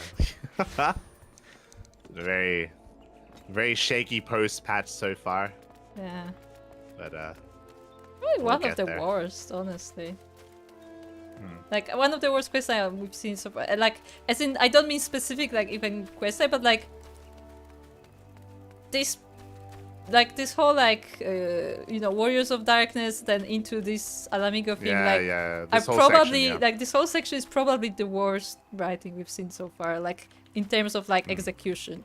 It's not even about the story, because the stories may even be interesting, but like they're just not executed well. Yeah, it's all been very rushed. It's all been very rushed. It hasn't. The pacing has been lacking. Okay. Welcome, Warrior of Light. This way, if you please. Let's jump in. Hope you're both having fun. Yeah. We're making progress.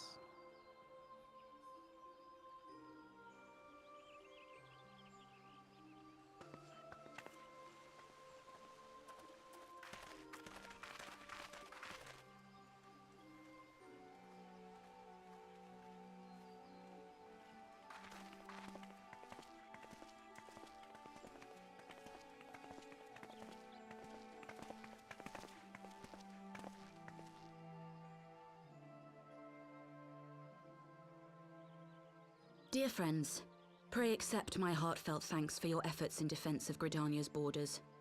I would fain dwell longer on my gratitude for the support of the Alliance, but the situation at Belsar's Wall demands that we forego such pleasantries.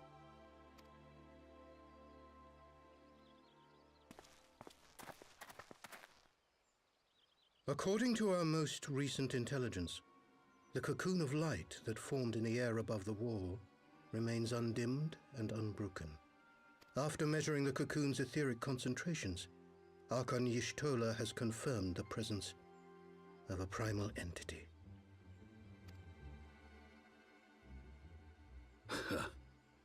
So we must assume that Ilbert's thrice damned god is indeed trapped within. And what news of the Imperials? They're not like to ignore such a spectacle. Sir, a Garlean airship was observed making an approach, but the vessel was destroyed when it drew near. The Empire appears to have made no subsequent attempts to reach the object.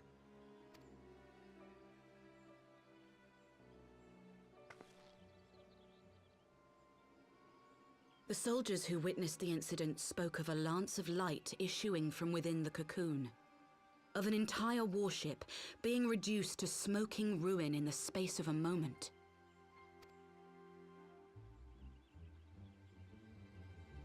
Veterans of KatatoniK, meanwhile, likened the destruction to that wrought by the fiery wrath of Bahamut.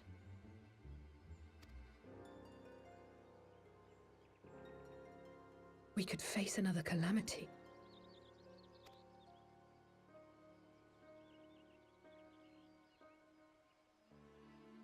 So the Primal is awake then? Contained, yes, but for how long? We must destroy it now, lest it break free.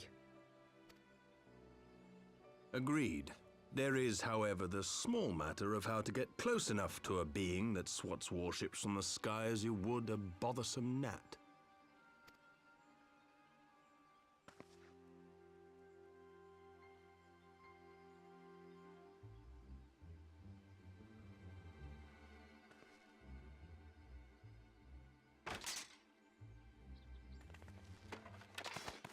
Is this truly so complex a puzzle? Or have you no stomach for the obvious solution? What in the hells are you doing here? A pleasure to see you too, Garland. Now, if you'd be so kind as to explain to these good people why you should be begging me for my assistance, that would be most appreciated.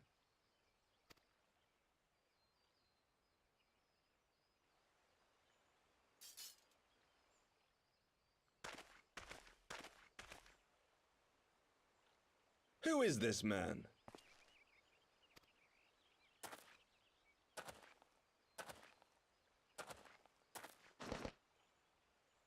Oh, how terrifically rude of me. Nero Tolskeva, former tribunus of the 14th Legion of the Garlean Empire. These days, however, one might say that I'm something of a free agent. What do you want, Nero? I was getting to that. Although you already know what I'm about to propose, old friend. As you have rather belatedly realized, within that frail binding lurks an entity alike in strength to the great Bahamut, and the only force in existence which might conceivably contend with such a foe is the very creation which captured the Elder Primal in the first place. I speak, of course, of Omega. Omega? That hulk has been gathering dust beneath the plains of KatatoniK since the Alagans breathed their last. And none alive knows how to wake it. I'm sorry? Do you understand who it is with whom you have the privilege of speaking? I'm Nero Tolskeva, Master Engineer, the mechanical genius who restored the Ultima weapon to full operational capacity. And as luck would have it, I'm graciously offering you the use of my considerable expertise. And what, you just expect us to accept? You're a fool if you think your deeds at the Crystal Tower are enough to win my trust, Nero. Trust? You wound me, Garland. All those years, studying side by side at the Academy, sharing both trial and triumph, we were countrymen once, you and I. But sentiment aside, have you a better solution?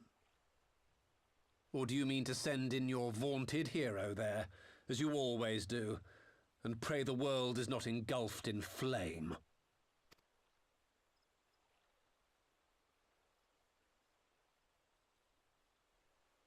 Let us approach the problem in a rational manner. Does not the fact that Omega slumbers in stasis point to the existence of some overriding technology? A means of control? I would ask a question, if I may. Nero, was it not? In the event that we succeeded in using Omega to shackle the Primal in the manner you propose, what then would become of it?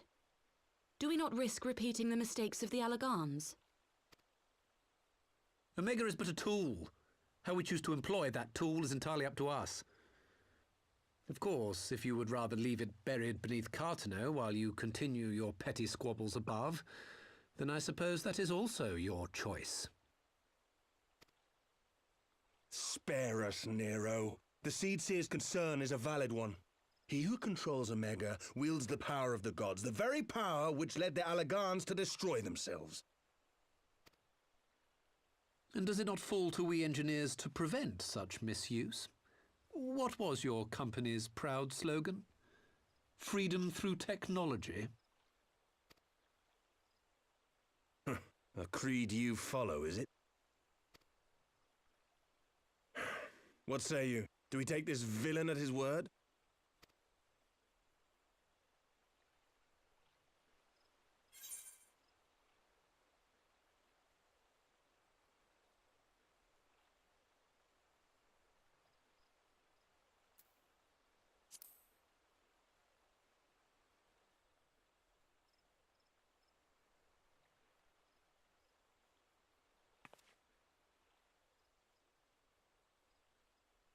As will I. I don't like it, but then it doesn't look like we have much choice.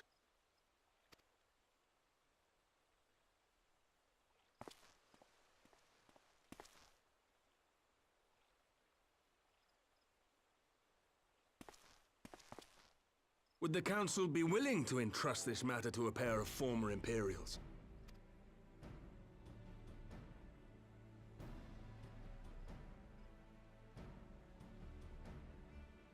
Yes. The task of restoring the Alagan relic will be yours.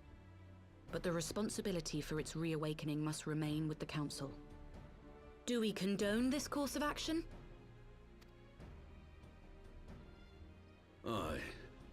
'Twould seem we do.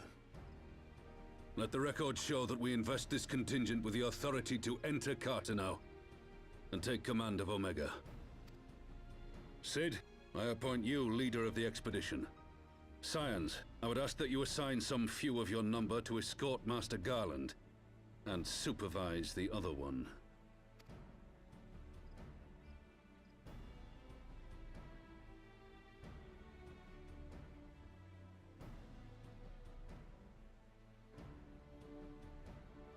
We should be happy to oblige. The politics of KatatoniK being what they are, I dare say our neutrality will prove useful in avoiding any unnecessary entanglements. If I am not mistaken, Doma occupies a similarly neutral position. Might we not persuade you to join the expedition, Lady Yugiri? If you suspected any foul play from Nero, you would be welcome to kill him.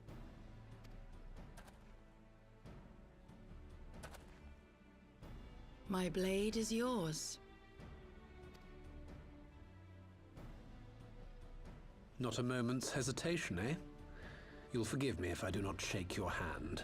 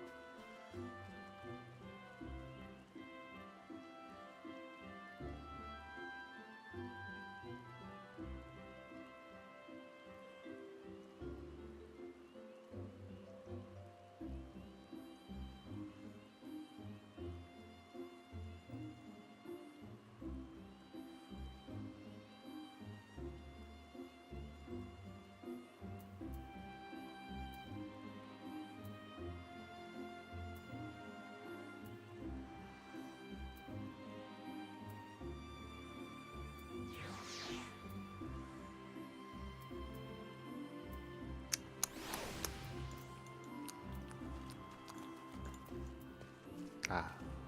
Hello, Copa. No. Hello. So remember how I said that I wanted to... I chose to stay with Papalemon because I wanted to see what happens if he fails? Like, as in, like, as a backup plan? Turns out I was right, because they just confirmed that he didn't, like, destroy the primal. No, he temporarily contained it, so it can get released at any point. Which means I would probably be useful staying there.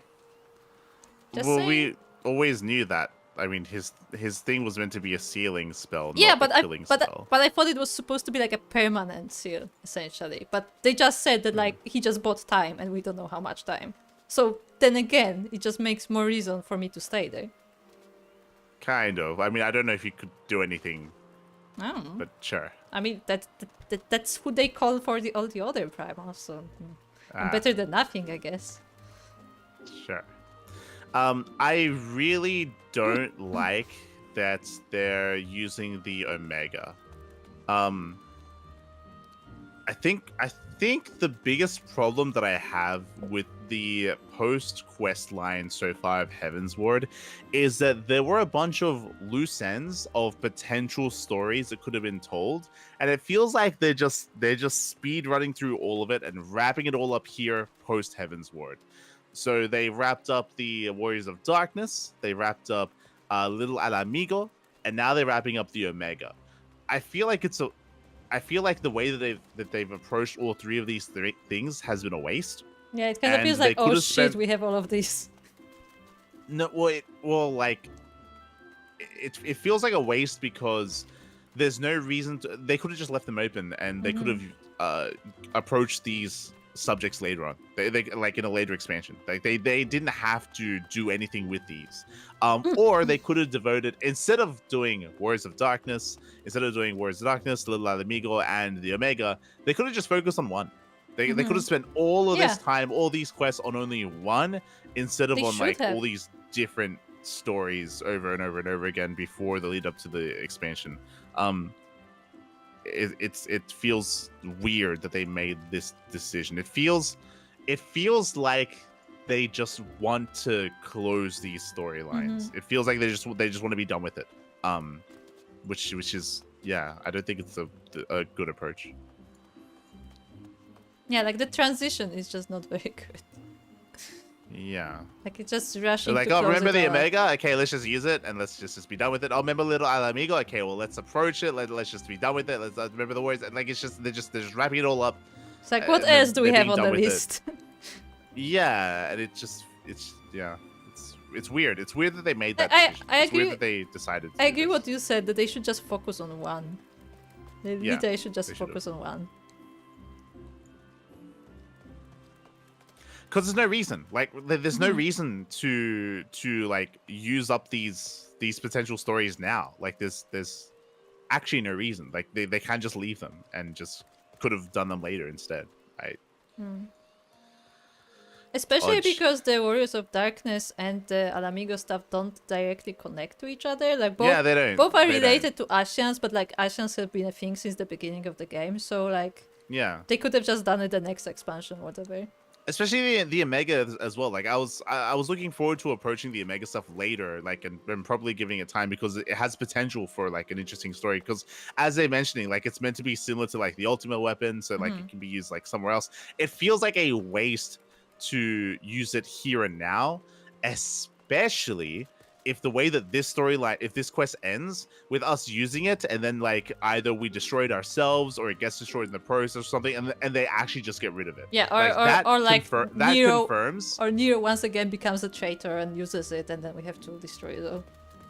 Yeah, if it's destroyed or if it's used or if by the end of this quest line the Omega weapon is no longer a factor, that confirms that all the writers wanted to do was to remove this kind of this like story element from the game, that they introduced it and they didn't know what to do with it and they just want to get rid of it. So that's my big, and I'm pretty sure that's going to happen. That's what I'm leaning towards, and I hope it doesn't, because it's just a bad way to write the story.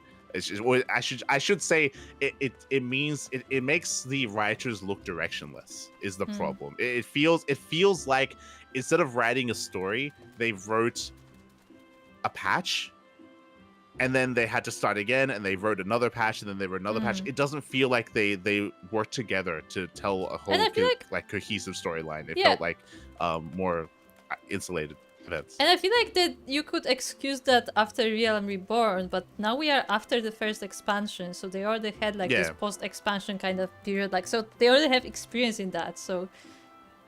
And I would argue that post-expansion of Realm Reborn was probably better.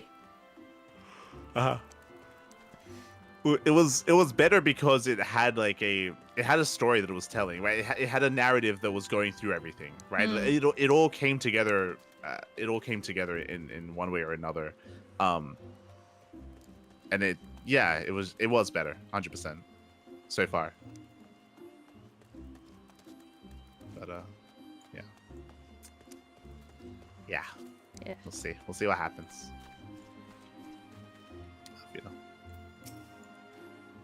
Well, that was rather unexpected developments, and one which raises a number of questions.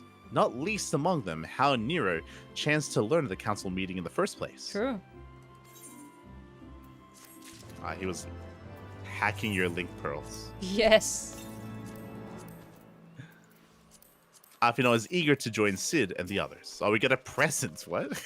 Nice. Okay.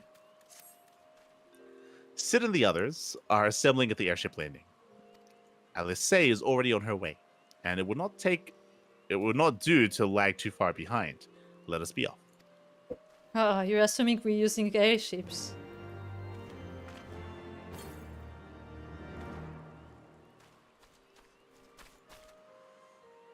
Ah, we can just... We're going to Madame Yan.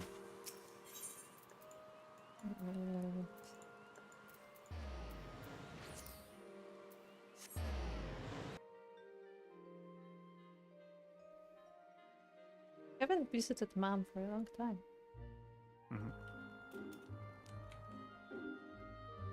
But yeah, like the post quest line of Realm Reborn, if you remember, that was the introduction of Nidhogg, right? Or not, sorry, not Nidhogg, of Dalamud. It was the Bahamut. The coils, yeah, it was the coils yeah. and Circus Tower. Yeah, it was the Coil Circus Tower. It was Like it had its own story from the beginning to end. It was Dalamud as well. Like all that. That was good. It was good. Good. We're going downstairs. Yeah, I mean, there's a reason why Graha has become so popular even before he's... Yeah.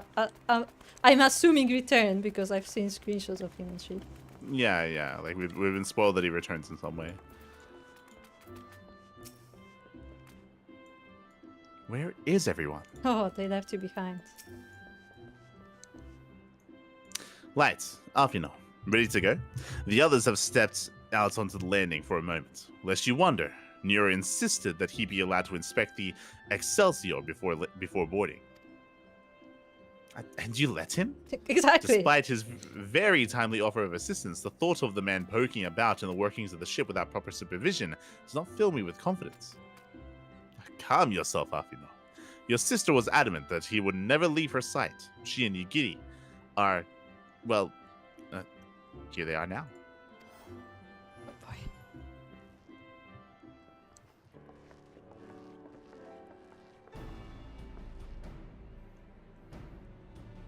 Right. I think that's everyone. Shall I set a course for KatatoniK? Might I ask that we delay our departure slightly? I require no more than a few hours at most. Our colleagues are studying the cocoon even as we speak, and I would hear their latest observations ere we proceed. What do you mean? They can just call us They while have we're there. a link pearl. Literally, Alice used the link pearl in front of us. They have link pearls. He's like, oh, I want to wait I want to wait for the pigeon, the carrier pigeon, to arrive, so we can hear. So I cannot move because the pigeon will arrive right here where I'm not living. Exactly. The pigeon doesn't know where we're going. It's like, mate, we have link pearls. What are you talking about? It would seem wise to gain a as clear understanding of the situation as possible before formulating our plan.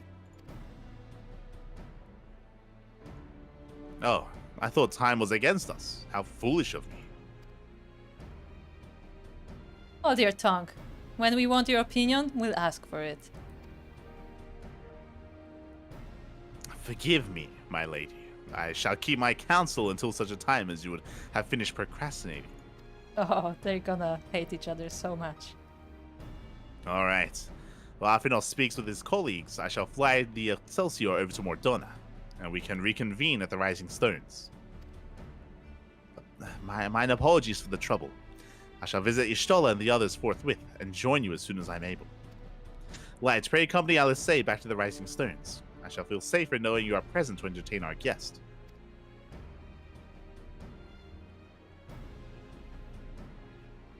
Right. Everyone heading to Mordona is welcome to travel aboard the Excelsior. I'll clear things with the girl at the counter here.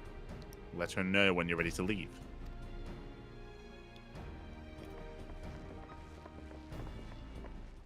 Okay, can I point something out? Because remember how you said that you like how Yugiri is expressionless? Uh-huh. I just thought you must have really enjoyed where Alisa is like, yeah, you can kill him if you want, and Yugiri is like, no, yeah, yes, yeah. As soon as she recommended that Yugiri join them to kill him, I was like, yeah, I like that. It's good. But the response from Yugiri is like, sure. Yeah. There was no. It's good.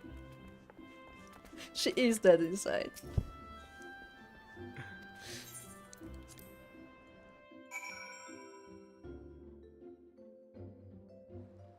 Done.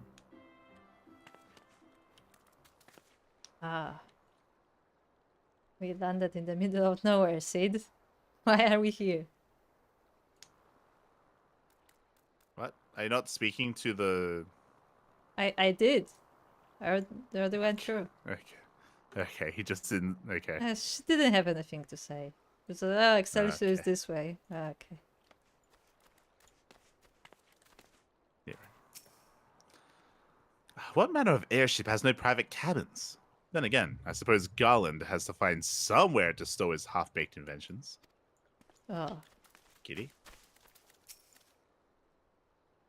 I do not care for that man. That's good. I didn't ask. Strange though it may seem, Nero's former loyalties do not trouble me, but I can see why people are loath to lower their guard around him. Well, it's quite a door-to-door service, but I couldn't exactly land her in the toll's main square. Shall we adjourn to the Rising Stones, then?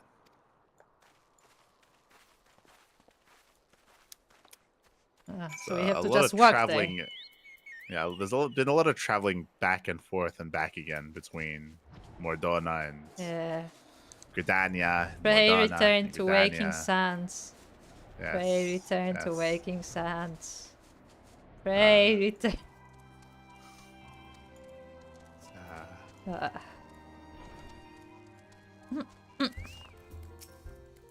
I appreciate that Souko and Kata knew that we'd be back. Yes. They're like, They're gonna oh, be they have here a while. llamas. Or alpacas. They look like alpacas. Nice.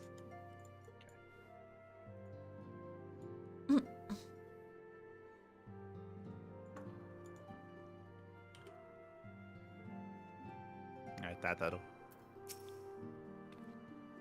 I know there's a guest here, but we don't exactly have the happiest history of the Empire, do we?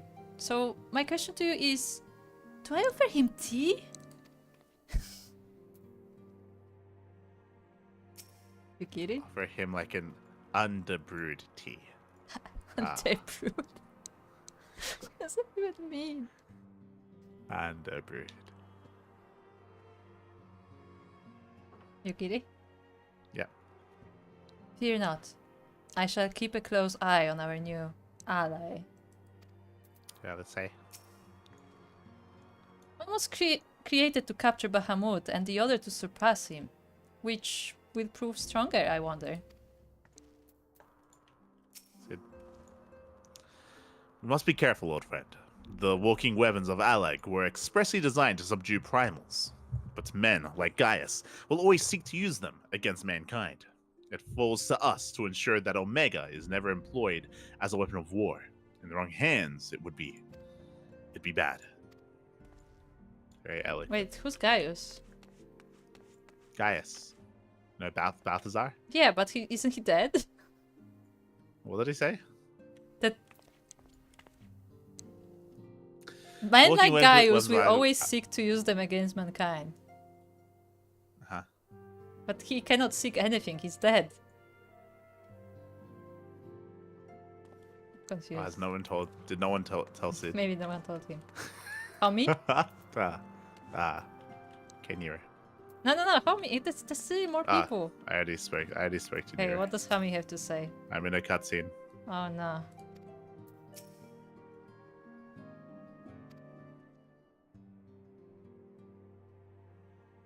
Hold on.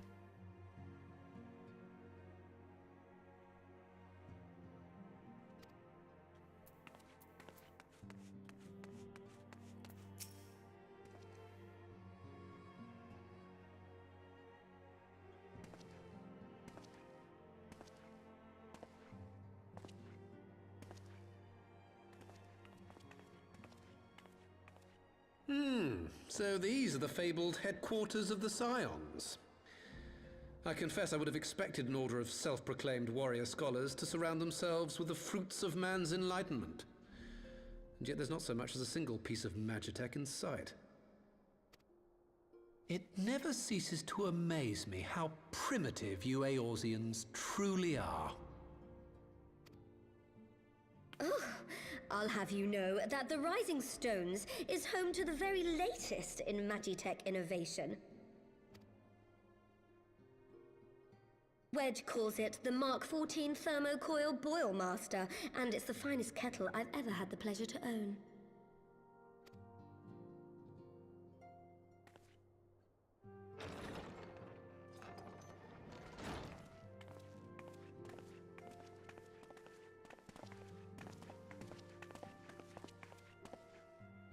We are returned. Well, Ida and I, at least. Ishtola and the others remain behind to continue their assessment of the binding magic. There didn't seem much point staying just for that, so I decided to come back with Alphino. Papalimo bought us this time. We shouldn't waste it.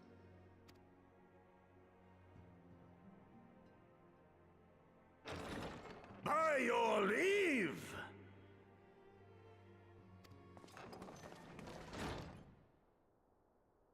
Good gods, that voice could fell a gigas. This is the Rising Stones, domicile of the Scions of the Seventh Dawn. I enter at the invitation of one Lord Urianger. I spy you there, Shadow Walker. You always were a hard one to find. Yugiri, do you know this man?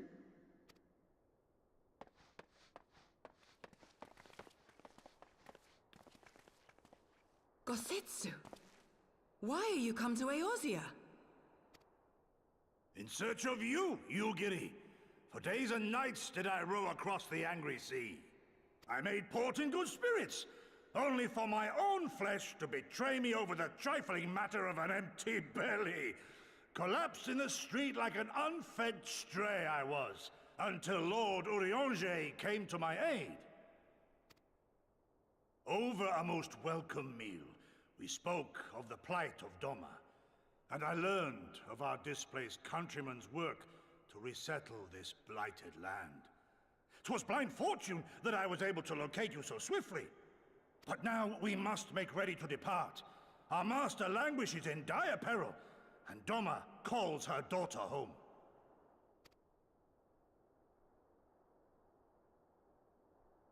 It is not so simple, Gosetsu. There are obligations which bind me here. You refuse? Did you mislay your oath during your flight from our homeland? The laws of hospitality must be honored, but surely the vow to defend your master demands the greater obeisance. It was our master who bid me guide our people to safe haven by any means necessary. And it was the scions you see before you who provided us succor and sanctuary when all others refused. Dire peril or no, were I to return without first repaying such hospitality, our master would cut me down at the threshold. Mayhap that is so. There is more. A crisis threatens all within this realm, Eorzean and Doman alike, and I go to play my part in its resolution. I will not bring shame upon our liege by abandoning my people or my duty. How very noble of you. Now, in the name of honor, kinship, and, yes, practicality, might I suggest we get this expedition underway? Or would you rather debate the finer points of duty and leave Omega to the Empire? The Empire? Yugiri, you draw steel against the curse of Garlemald? Then why did you not say so?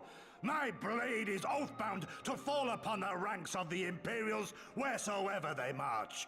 Lead on, Shadow Walker, and may the enemy tremble at our coming.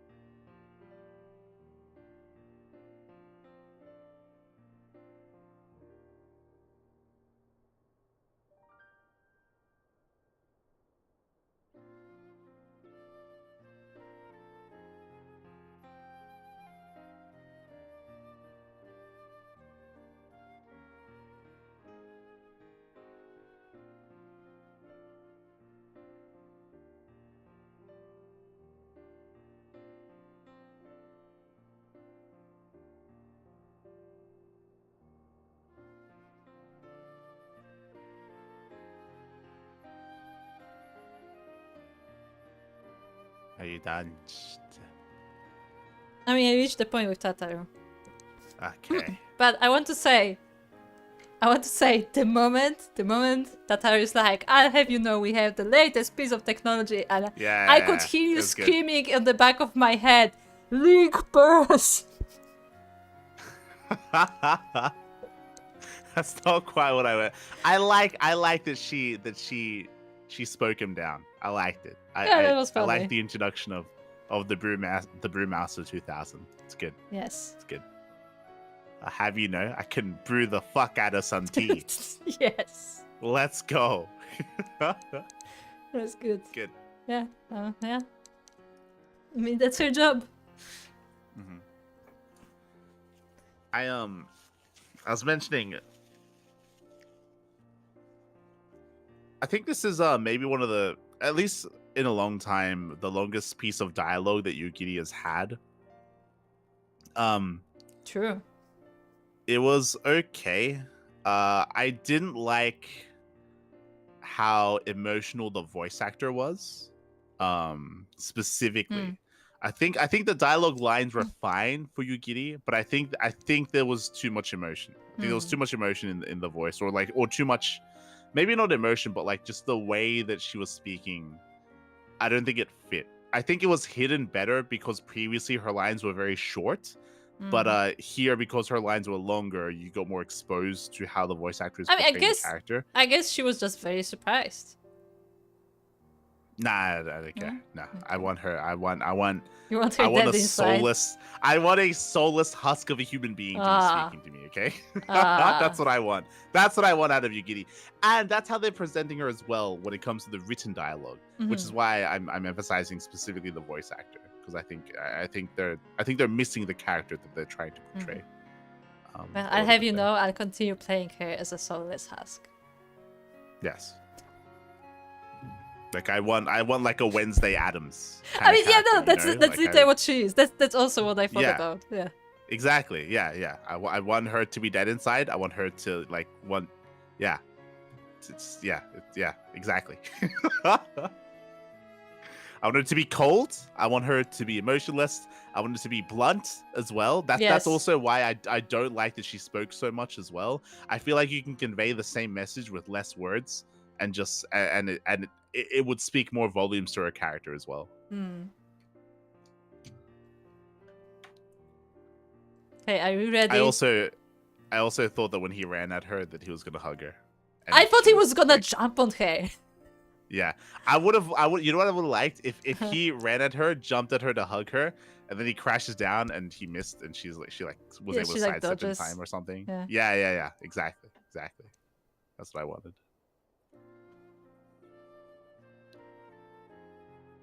Shaking it. So I was gonna say, are you ready for fashion? True. I forgot about that. Also, the other thing I was gonna say, I think this is a better time to introduce Gogetsu. Gosetsu. Him. I think it's a better time to introduce him. It would have been better if, as I mentioned before, you had that like shorter scene, with him like stepping off, and there was no comedy there and whatever. And this is the first that you meet of him. I still don't like that he's here. I don't think he's necessary, but I understand why he's here. He's very out of place, like in story-wise. Yeah. Story-wise, I don't think he should be here, but it feels like this is probably the patch before Stormblood, and they're like, we need to introduce these characters. We need to start this story. Yes, we need to start the transition into the Doman Empire and into being more focused on Yugiri and into this, and we need to start it here. And it feels very late. And this is what I was mentioning before, how it feels like they're rushing to the deadline. It feels like the writers were lacking direction from the beginning of the post patch. They didn't know where they were going, so they were writing it from patch to patch to patch, and then they got to the end and they're like, "Oh fuck!" Yeah, we have like a fucking Japan like story that's coming up next, and we're stuck here, and we have to do something. So let's just interject this character because we need to make it make sense for a better transition. But again, it's not a good transition. Yeah, and this should have been done sooner. It should have been done sooner. or later, or it just should have been done in a different way, and could have been done in a different way if the entire post patch was written differently as well. Yeah, Like, basically it's what just- you're saying is that the post patch did not have a one consistent plan from like start to finish. It was didn't. just It like, didn't. let's do something with these things. And it's like, oh shit, the next patch is here. Yeah, I'm almost 100% certain of that. I'm willing to bet that this entire section of the story was written from patch to patch to patch, and maybe even had like different directors or different like writing directors for each thing, which is why it all like kind of fell apart and it just didn't kind of weave from one into the other. It's also very possible as well. This often happens for some MMOs. Is that that some of the writers, because there's another expansion on the way, they get taken off of the writing team for the current expansion and they get put on the writing team for the next expansion, and they're writing stories and they're writing dialogue and they're just working on a different part of the game. That could have also happened here, but that's also still the fault of the writing director or whoever's in charge here, for still like even if you make the excuse like, oh, you know, they had priorities elsewhere and they had other people working on other things, that still is inexcusable that these people didn't work together. And this is still the main story. Like, this is not a side content. This is the main story that every player that wants to continue the story has to go through. Yeah. This is not a side quest that you can optionally take. Yeah.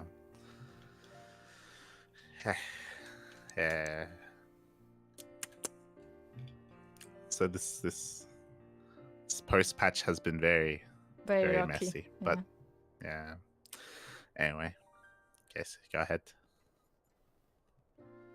Mielikka, wait! Could I speak to you for a moment? Do you remember when I had you meet me at the Diamond Forge and we ambushed you? I'm still traumatized. Well, once we had your measurements, I set to work making you a traveling outfit in my spare time. I've only just this moment finished the stitching, but I wanted you to have it before you left. Here. You can try it on right now, if you like. So the problem now as well with this, I'm curious what this is going to look like. I'm so curious. I need to know.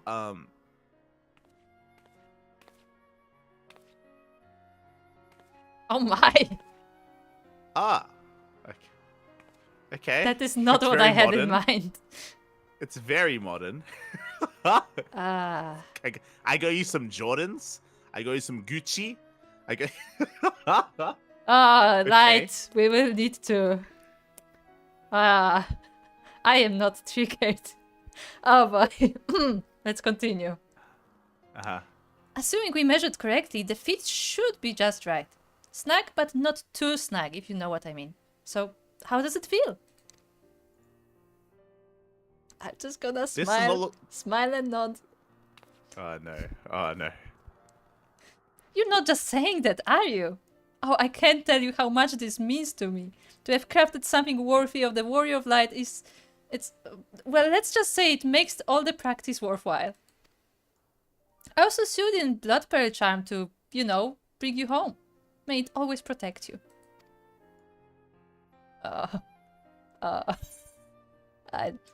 Thank you.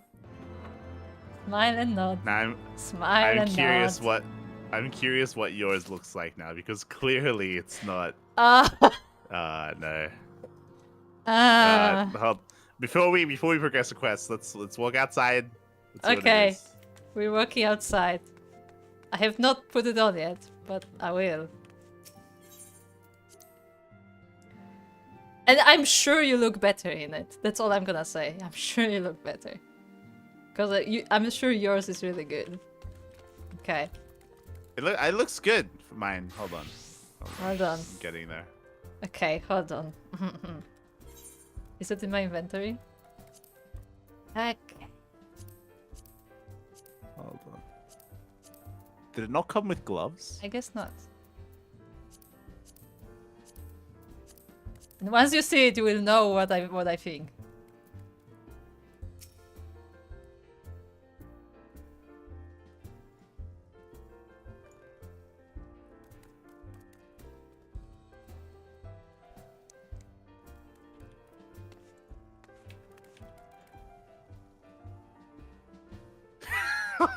What?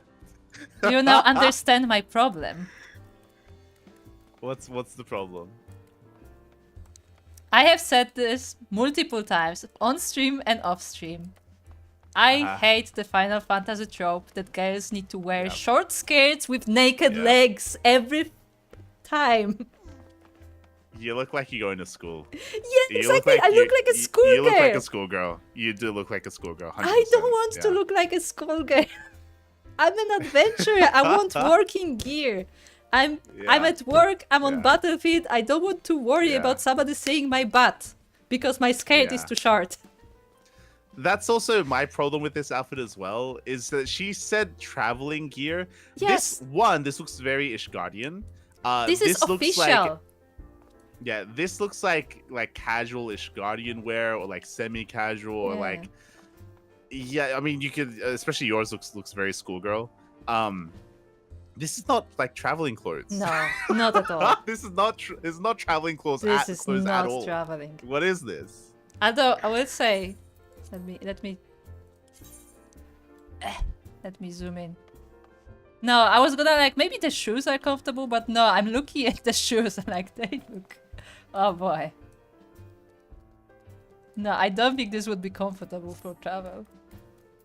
It would be good for a meeting, like if you were going to a meeting, like it would look pretty good. Yeah, if you're going to like a board meeting or something, or like, if we were going, yeah. It's a weird choice. Now, what I was gonna say before we even saw the clothes, I thought it was really odd that we were getting a set of clothes, like quote unquote, like traveling wear at the end of the post patch. Yes. Leading into a new expansion that is completely different thematically. Yeah, right? it would.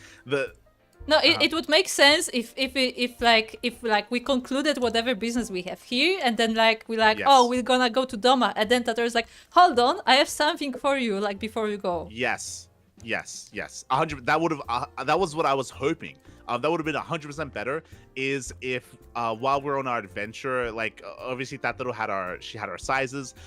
If because somehow she was able to, especially because she's meant to be like more of an innkeeper, if she's able to find out that maybe the next adventure would be more related to Yugiri and to Doman, and I don't know if somehow she was able to know that, and if she's able to end this post patch with giving us travel wear specifically for that region, that would have been beautiful. That would have been great. That would have been and useful. even more so, like because we are going to a country that nobody has traveled to, and like she has Yugiri right there, she'll be like, oh, like so what is the clothing like in your country? Like maybe you should take this clothing so like you can actually like blend in with the people or something. Like that would make a lot of sense.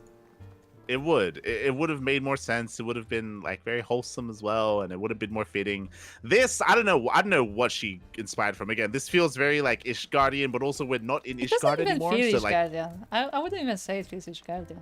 The other thing Ishgard, it's just too it's modern. white and there's a tie. It's just too modern for Ishgard. It's Gucci. It's that. It's like it's. I feel like I'm yeah. I don't know. It feels very out of place. Yeah. Why not have the...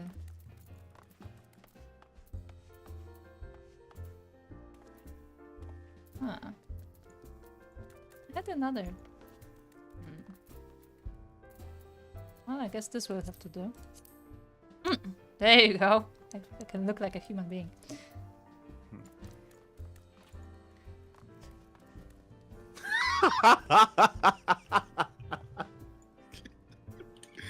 It's kind of fitting. Your pants are a little bit baggy. I thought I misplaced the other. I had ones that would fit better for this, but I can't find them. I don't think I have them on me.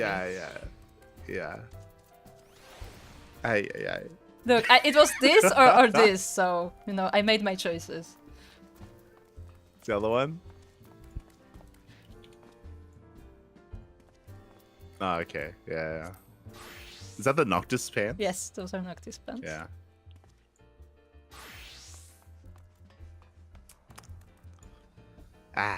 But yeah, when you're traveling, typically you do not want to travel in miniskirt. There are some situations maybe you do, but typically it's not the most convenient of clothes. All right, let's go back in. Let's Let's go back I'm in. staying like that. That's how I'm doing the rest of the quest. Ah, no. Yeah. Ah, With the no. monocle and everything. Ah, no. Except I'm dancer, so it will be a bit awkward, but hey. Not like this. Okay, who do we talk to? Alfred. Let's start with Tataru and go around. Okay, Tataru. How dare he mock the science like that? If I ever had to sew a set of traveling clothes for him, I just might forget to take out the pins. Wow, she's mad. Oh my god. You travel very fast in it because you are running fast away from dueling people. That's... Look, what I will say is that I'm hoping, even though this was disappointing, it's still very possible that what we just mentioned about that little making us close for the next expansion, that could still happen. They should That could still happen. They should It should. It Especially should because she happen. has our measurements. Yeah, it should happen. If it doesn't happen, I don't know what the hell the writers of Final Fantasy I don't think it does, but it should happen. It should. It should happen. Okay. You're giddy. Never did I think to hear Gosetsu's voice echo through these halls. Okay, go ahead, so. My blade shall carve a path through the Empire's ranks, as a scythe fells stalks of wheat. Okay. Alice. Truly, I had no idea Domas could be so loud. He and Yugiri could hardly be more different. Exactly. That's why she needs to be dead inside. She needs to be literally the polar opposite of this guy. And that'd be like a perfect like yin and yang. But sit. Oh, I think he's going to fit right in. Okay, Nero. The Mark 14 thermal coil boil master. Dear me, how risible must risible? Excuse me. He's got the raise. God. Oh God. Risible must the previous 13th iterations have been. I could design a more efficient water heater in the time it took that ill-conceived lump to become lukewarm. Have a boil off. Boil off. That's so wrong. Alfie? Alfie, no. Just the two unexpected guests. Just the two unexpected guests, then. Still, I suspect that each will prove useful in its own way. Alright, now let's go talk to the other people.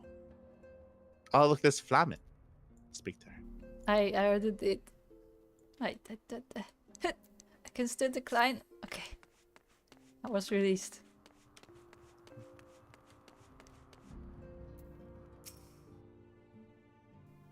Hoary Boulder and his companions left to continue reconnaissance on the beast tribes. They were adamant about shouldering what burdens they could, while the senior scions were occupied with the cocoon emergency. Tommy. The determination upon their faces. There is nothing more blinding than youth burning with purpose. Okay, guy. I like how Homie doesn't react to the guy running in. Shouldn't he know him? Maybe. Okay, Ida. Ida's eyes shine with rekindled determination.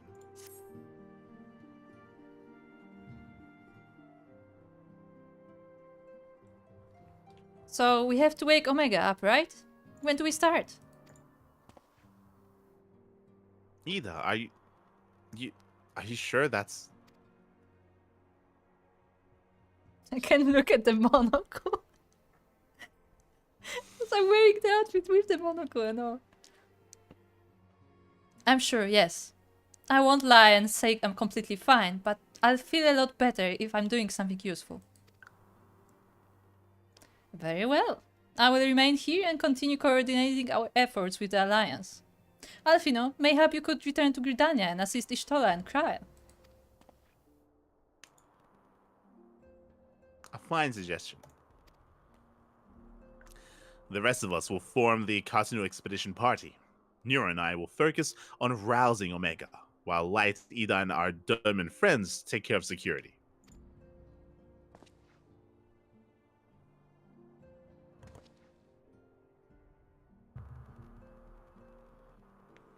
The Excelsior is by the lake just outside town. We'll leave as soon as everyone is ready. Where are Biggs and Wigs? They're working. They have a company now. Like, Sid basically gave them the company, so he doesn't have to do it anymore.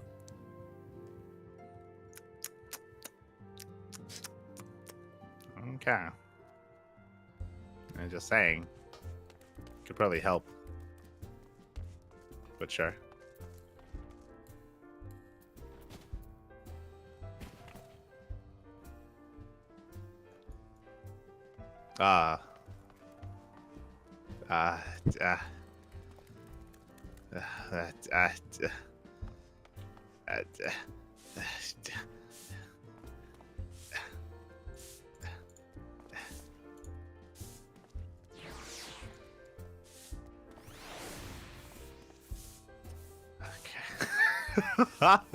Need some help with that. I'll get to work. I'll get to work.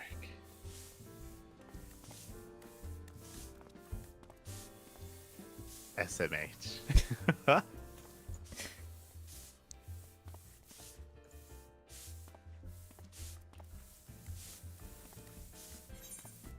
Okay, Koopa, let's go. Do we have to do any fighting? Because if not, I'm staying in this outfit. We're probably gonna unlock the duty. It's most likely what's gonna happen. Okay, I'm gonna take off the monocle because I can't take any cinematic seriously looking at the monocle. I can't see. The monocle is obscuring my vision. It is actually. Like I just panned over to the monocle and just started laughing. You're kidding. Kosetsu is an accomplished swordsman. Should it come to battle, he will prove a staunch ally. Would that I could say the same for Nero. Forget so. Will this contraption truly bear us through the skies? Your leader came here on a boat. Here.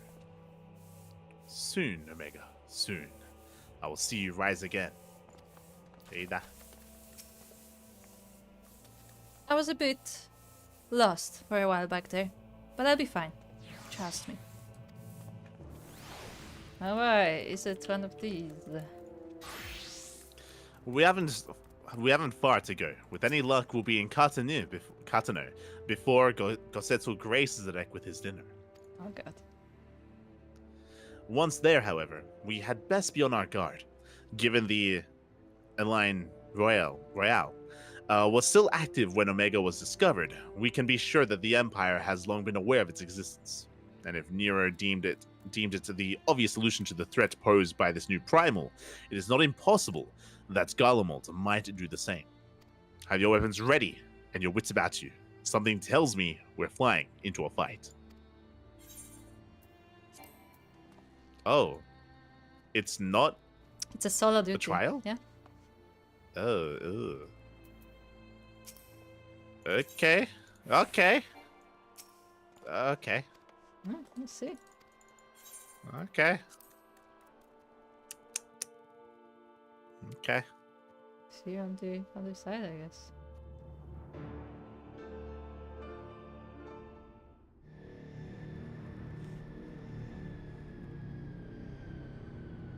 I feel like this would have been a pretty good, trial or raid. It would be.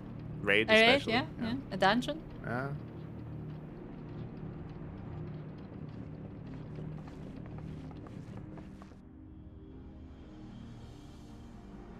Like a main scenario duty or something.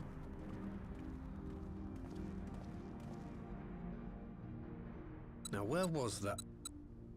Ah.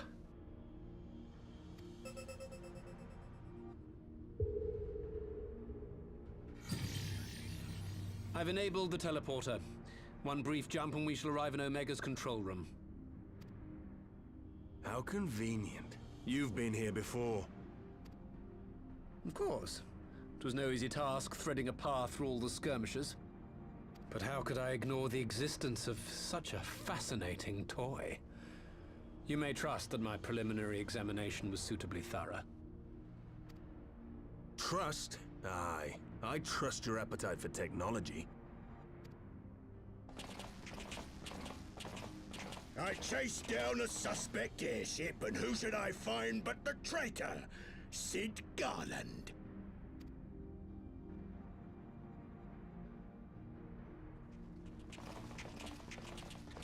Searching for something, engineer? Something big? It's close, isn't it?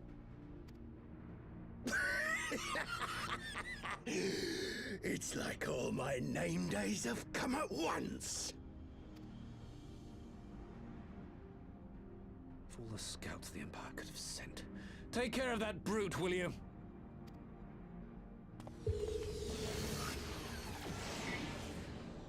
God damn it. Can't let Nero tinker around in there by himself. I'm sorry to leave you to it, but I dare say you'll manage without me. This clod has no idea who he's dealing with.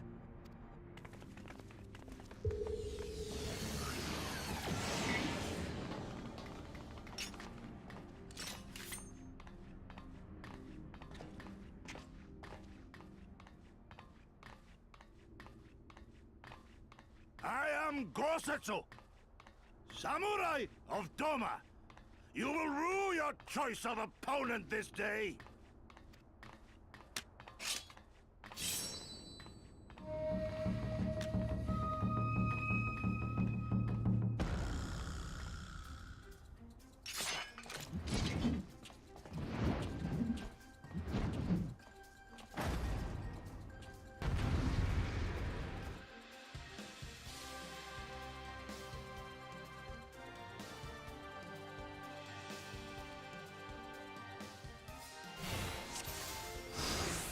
Let's see.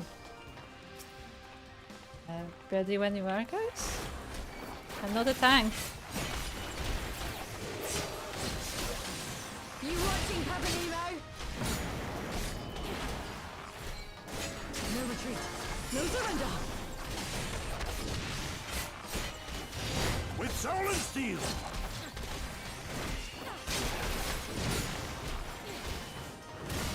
It's all over now.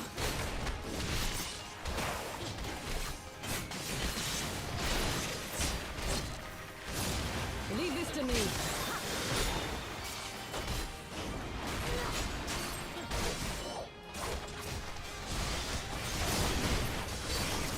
Look upon a samurai of Doma.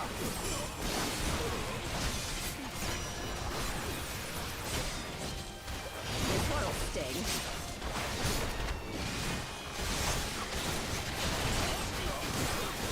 An opening.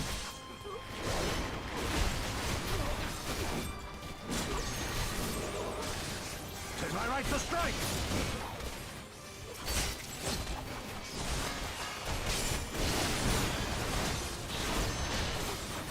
No holding back.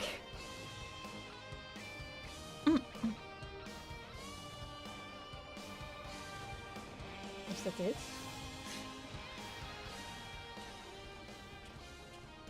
Are you up to the dialogue?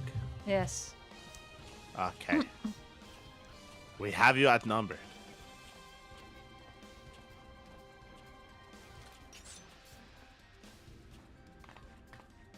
It does next. Wouldn't be the first time. Oh, link pair. Hold on, I need to pick up. Hold on, guys. 1 second. I need to pick. This is important. I need to pick this up. Hold on. I'm getting a call. Can you quiet. Excuse me, sir. Quiet. Excuse me, I'm picking. sir.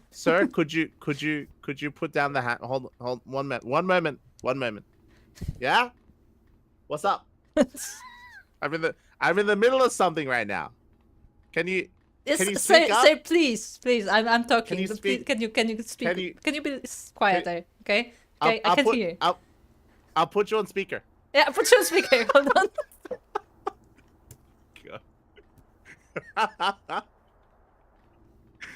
Oh God.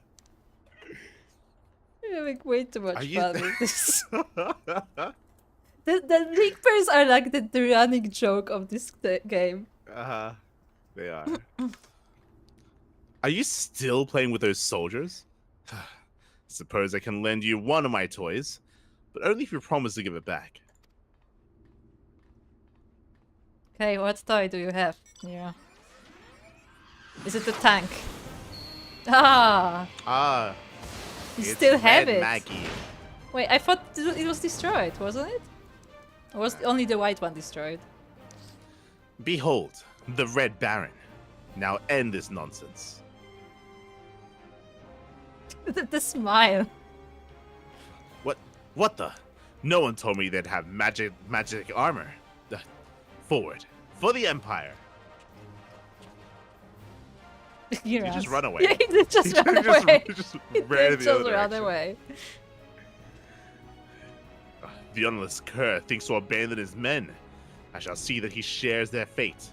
Pray attend to the rest of his minions. I was about to say, I think Gogetsu needs to kill the other guy here. Like Why? like this is his introduction, so he has to look impressive. Like But he hasn't so far. That's what I mean. He's literally chasing a guy running away. Oh, hold on, wait. He needed to have soloed everyone. Okay, what of the abilities do I have? I can use this, I guess? What does this do? Oh, okay, this is shooting. Tis my right to strike. That, okay. Oh, this is the big guns, okay.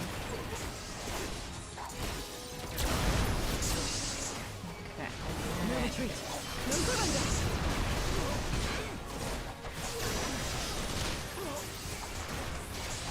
I have you.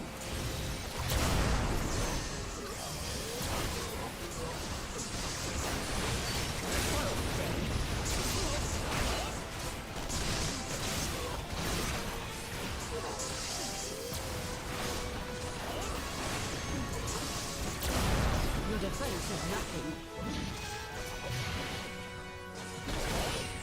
With soul and steel.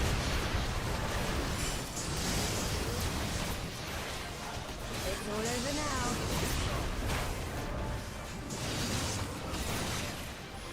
Leave this to me.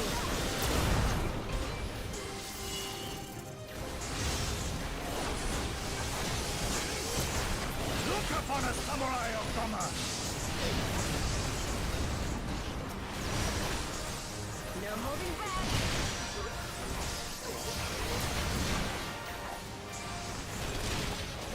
I don't need.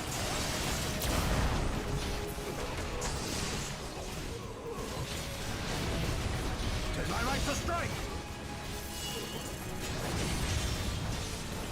You watching, Papanero?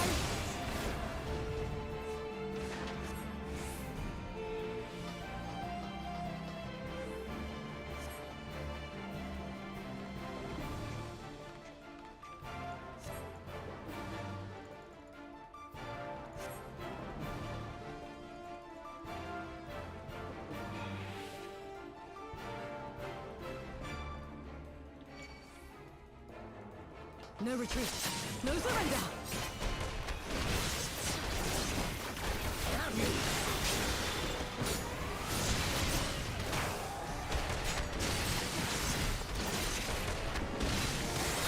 This one'll sting.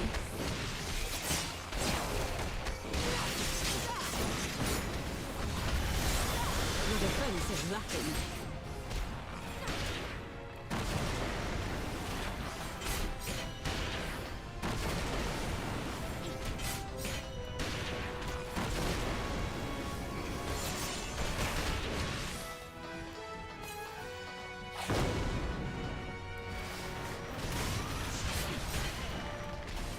With soul and steel.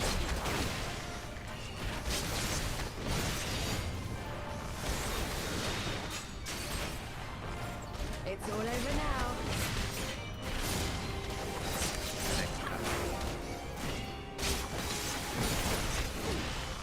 Leave this to me.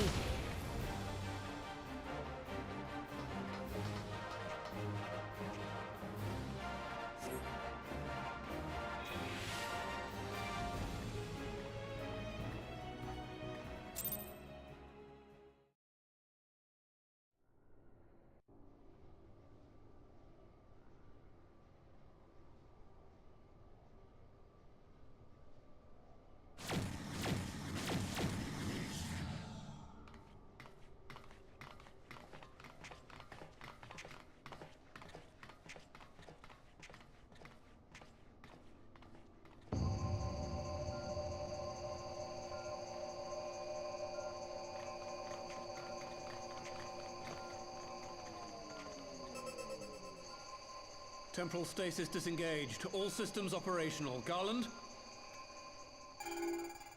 All clear on this side. It's waking up.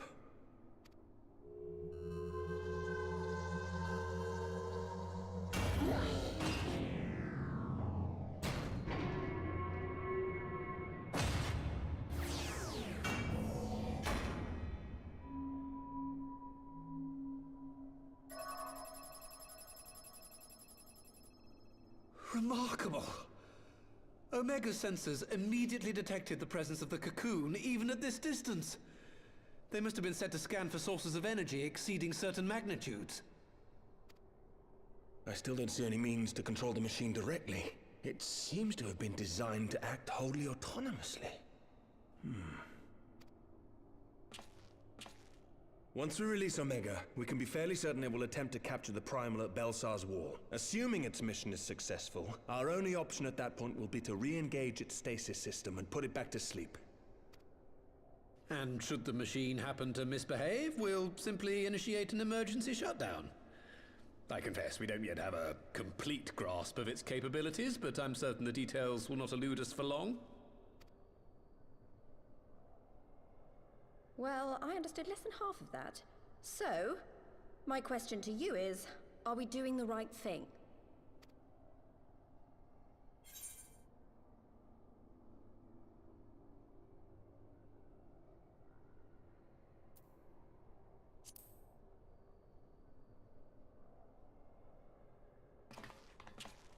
What do I think?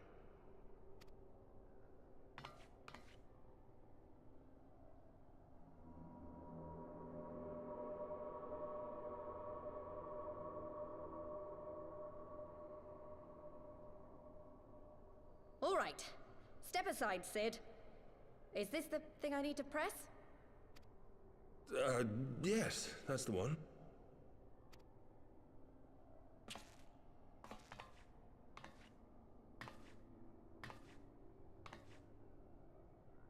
You gave too much for us to waste this chance, Papalimo. So this is for you. And me.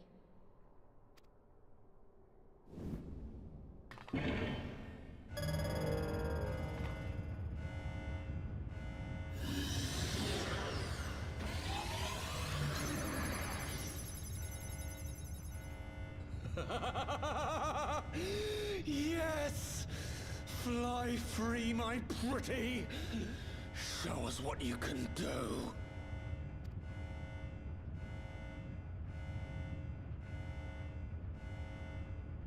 The launch sequence has begun.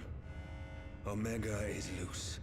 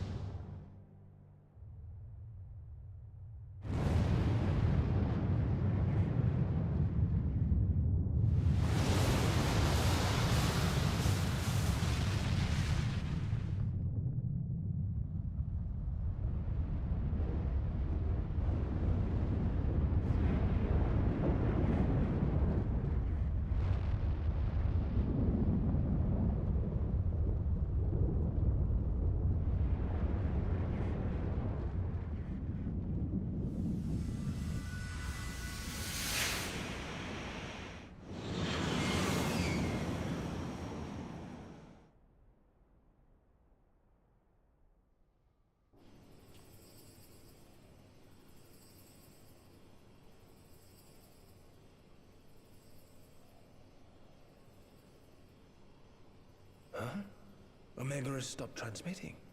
But that shouldn't be. I didn't engage the stasis system. And what does this signify? I have little understanding of these contrivances.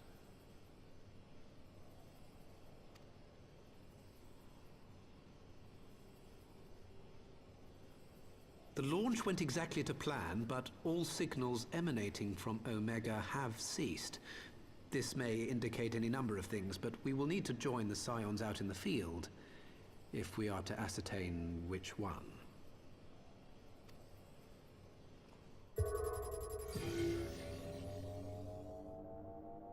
Right. I've ordered a malfunctioning beast to go to sleep. That should prevent any unfortunate mishaps. I suggest we make our way back to Gridania.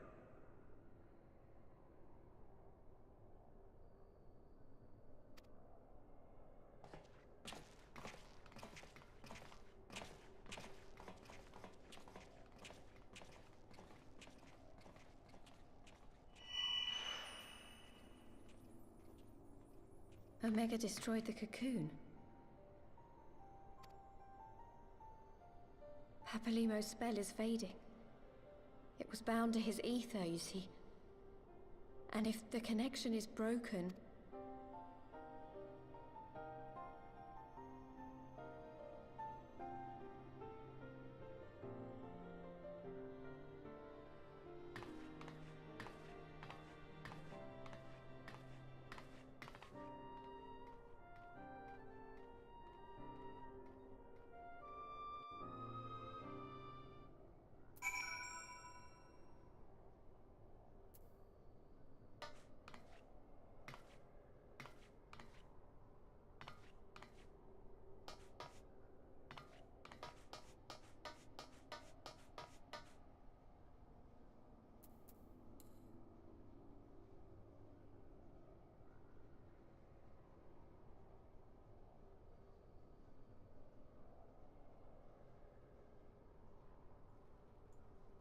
Are you done?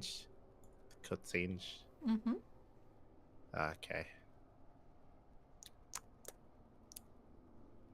Okay. Before you say anything, because I'm sure you have actual legit comments on this, I just love the idea that the Alagans knew. They were well aware that anybody who would want to launch such a big mech would love to have a big button to hit to launch it. I hope that she was gonna like put on her fists and punch the button and like break it or something. Yeah. Kind of like but she didn't like it. She wanted her to attack the button. Yeah, that's what I'm saying. But like you know, you have this like very advanced technology, and like they are literally not even touching any buttons. They are like using like their fingers to adjust it. But no, the launch button is this big button that you can hit. God damn it. So, there's a couple of things. One, if you remember, my biggest concern coming into this, if you recall, was that they were going to be wrapping up the Omega storyline by just introducing it and then getting rid of it here and now in the post patch. So that was my biggest concern coming in. But something that was really there was an odd decision that was made here. If you remember. I don't know if you remember this. One of the most impactful moments in the story of the Realm Reborn was the fight scene when the Ultima weapon was first revealed and it 1v3'd. Do you remember that? Do you remember it 3'd Garuda, Titan, and Ifrit? True. Like it fucked them up. Like it was crazy. Like it showed up. I think it broke Garuda's spine and stuff. It did. It was visceral what happened in that fight between Ultima and the three primals. It was crazy. Like that was such a big moment in the story, especially because like again it's supposed to it killed them and it absorbed them, and it's meant to like build up, and it's meant to build up the quote unquote like character or the being that was the Ultima weapon, right? And eventually, of course, we fight in the Praetorium and we destroy it. But like it's building up like how menacing and how powerful this thing is. And now we introduce the Omega weapon, which is meant to be as powerful, if not stronger, than the ultimate weapon. And it has like a nice cinematic fight here with whatever the fuck it's fighting. We didn't even know what it's fighting. To be fair, but, I think Omega is supposed to have a different purpose than Ultima. No, the implication was that it was actually stronger than the ultimate. Yeah, weapon. That was. Sure, I don't know. I got the sense that like it had different purpose. That like Ultima was more about like being the greatest weapon, and Omega was more about just containing the thing and doing something with it later. I'm pretty sure they had a line in the story, not today, but previously, which stated that the Omega weapon was actually stronger than the Ultima weapon. I'm pretty sure there was that line. I'll have to look it up later, sure. But I'm pretty sure that line was stated.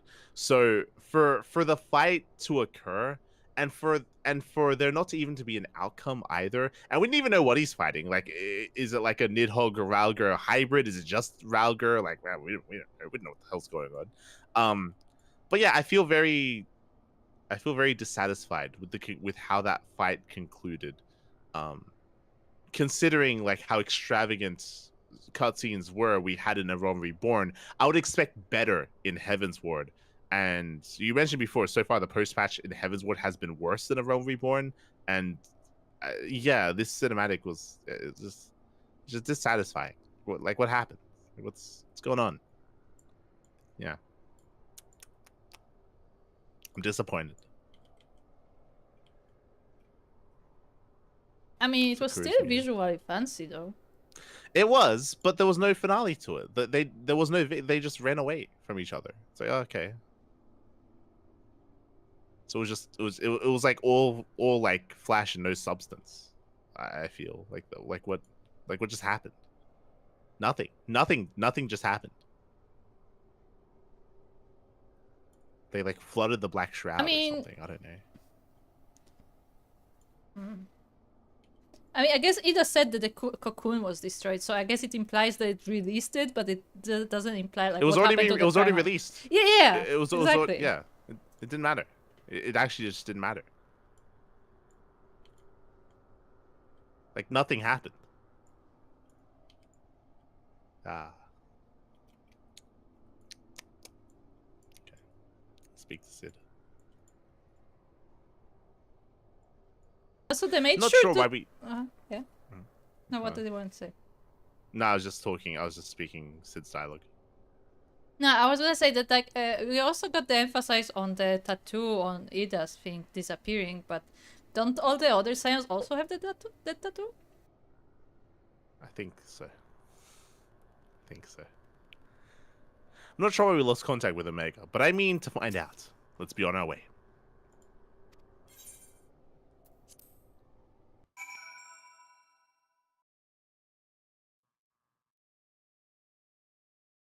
Also, we have not gotten a new main scenario duty in Heavensward, right? I don't know. I would not be able to remember. We haven't, because whenever we run the main scenario, we never get anything from Heavensward. That might be just depending on who's doing the duty roulettes, right?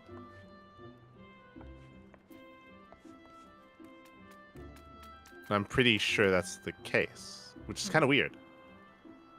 Those died in yeah, Kat is confirming. Yeah. I think my concern with that, like, I understand why they would remove it, but something that provided was story and was like these, you know, these more extravagant like cutscenes and stuff like that, and storytelling in general. I feel like that's now lacking.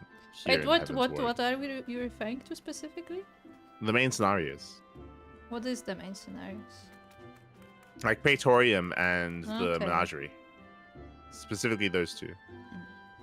Like, I don't think we've had an equivalent in Heavensward, have we? I don't think so. Like, obviously, there's no. We're confirming there's no main scenario, but like, I'm talking about like a. The vault. I don't know. I'm talking about like a big like quote unquote raid that progresses the story in a major way. Because yeah, we have like the side raid, the alliance raids of like, I don't know, like Alexander. That's like a side alliance raid. I'm talking like the vault when we're storming the vault in Ishgard, I guess. Yeah, but that's a duty though, isn't it? Isn't it like just a 5-player duty? But it's part of the main story. Like something. It is. I'm referring to like a bigger, like the equivalent of like, I don't know, like the Crystal Tower, or yeah, the Praetorium, the Menagerie, like these like bigger story like event raids. We just yeah.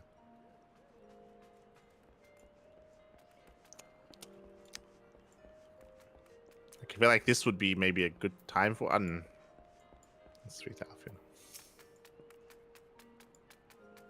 I came as soon as I heard the Excelsior. The Excelsior had been spotted on its approach.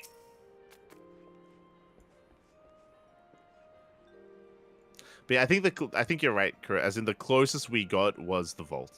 Like that is the closest thing so far, I think. One moment everything was functioning perfectly, and the next it wasn't. Makes no sense. We need to see what happened to for ourselves, and soon. Now we got music. Alfredo looks like he has news for us. I almost dread to ask. Alfredo has the look of a man with much to say. How does that look?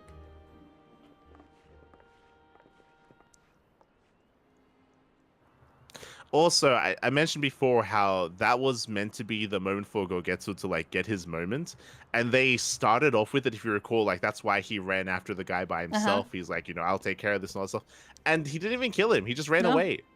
Yeah. So it's like, what? And what was we the had point to of fight that? him in the end anyway.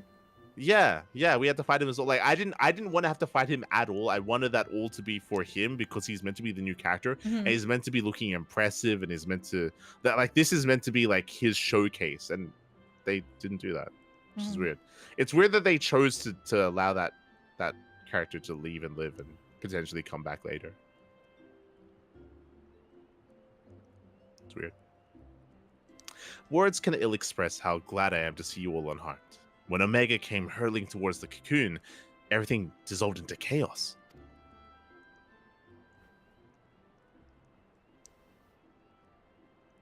I have to see it. I have to see it with my own eyes.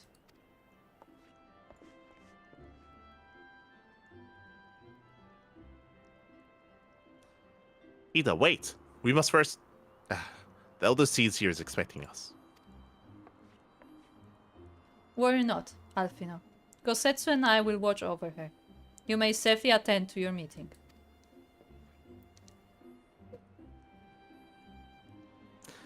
My thanks, Uki.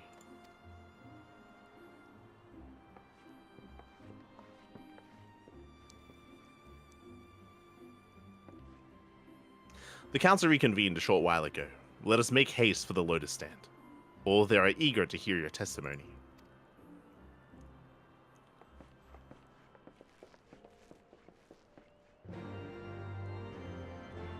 So honestly, I didn't expect Omega to be so easily functional, to put it that way. I thought this is gonna take time.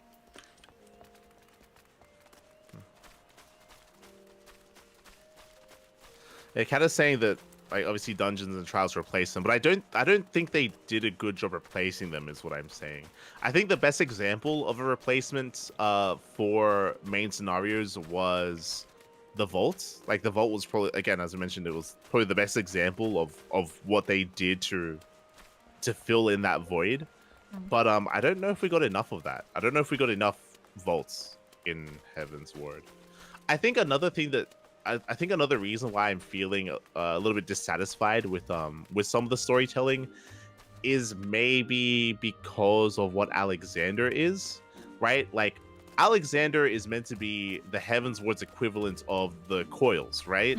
And the Coils felt very much so connected to the main story, right? It did feel like straight up like a continuation, like a progression of the MSQ, going through Alessay, finding out more about Louis Soir, right? It's like just discovering more about like the events of the start of the game, and of course what happens to the continuation, right? The introduction of the Phoenix, like it all furthers the main story.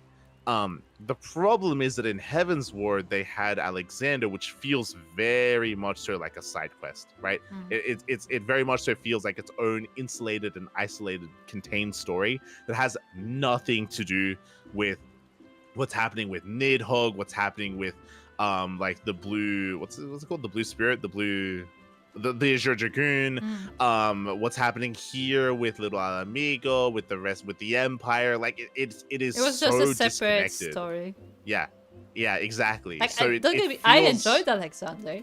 Mostly I enjoyed the music in Alexander, but it was fun to play. Yeah, but like narratively for the rest of Heavensward, like it's why I feel like it's lacking. Just because it's missing that additional content that could have otherwise furthered anything. I guess once again it adds to what we were talking about before, that there was no direction post patch. Post expansion. Exactly. Because the people that worked on the story and the creation of Alexander, they had literally, again, like it would make sense for them to have just to be completely isolated and have no knowledge of what everyone else is working on when it comes to the greater story of Final Fantasy, right? It was completely contained. Which is kind of weird that they devoted like that entire raid to that. Technically, Circus Tower was also contained. True. It was more similar to that. Yeah, exactly. But that was just like Circus Tower was like a line of raids. So was Alexander. No, the Alexander was the coils, is what I'm saying. Okay. Like Circus Tower was separate from that. It was different. So the equivalent to the Circus Tower, from my understanding, in Heavensward was Dunscaith, right? Like that's what that is. Like the Dunscaith was that equivalent, which is also self-contained. And so the third thing, but which is fine because that's meant to be like what the Circus Tower was, except with a less compelling story. Do you remember what Dunscaith was about? No. What's Dunscaith? It's didn't it have to do with the jester, right? Remember the demon? The demon came back? No? Absolutely zero. Okay. Right? Show me a picture. Hold on.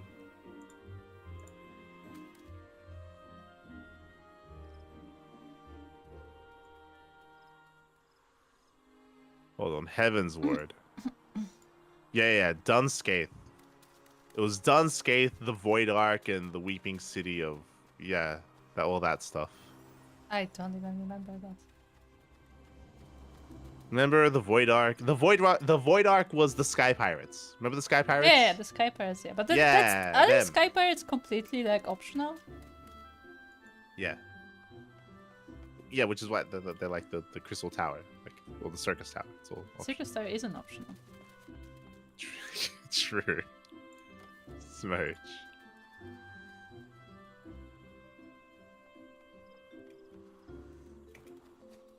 Dunscaith was when I say demon, it was Diabolos. Remember he came back. Remember? Oh, that. Okay. Yeah, now I remember. Yeah. With the like demoness that didn't turn out to be any important and stuff. Yeah. Didn't she die at the end? Yeah, she did. As in, I don't think we even killed her. Didn't he kill her? Unceremoniously, she died. Yeah. Remember that? Yeah, I kinda do now. Oh, yeah. I blocked it out. Yeah. Anyway. Just remember the Realm Reborn through the end of Soulwalker is one big story. Yeah, that's not an excuse though, because This is a problem. Because we're approaching them expansion by expansion, and so far, Realm Reborn, at least post patch, has been better than Heavensward. Yeah, like the expansions have their story arc, but like the post patch, the between expansion is missing their own like not even story, but like just cohesion. Like it's just squeezing in stories that are not related to each other.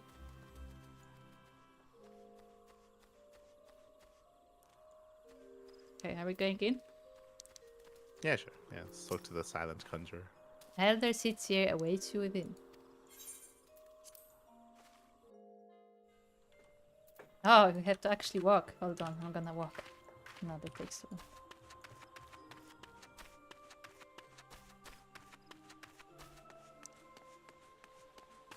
Who do we talk to?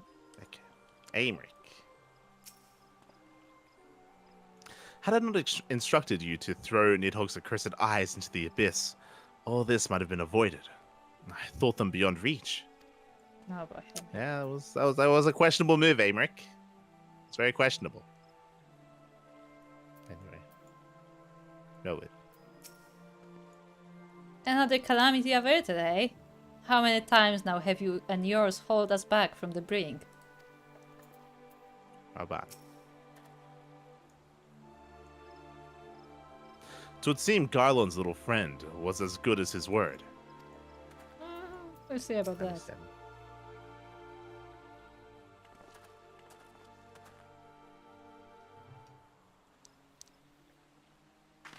My friends, full eagerly have we awaited your return.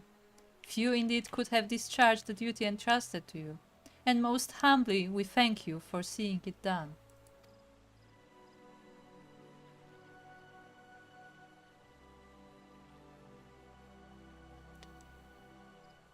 You are too kind, Elder Seeds here.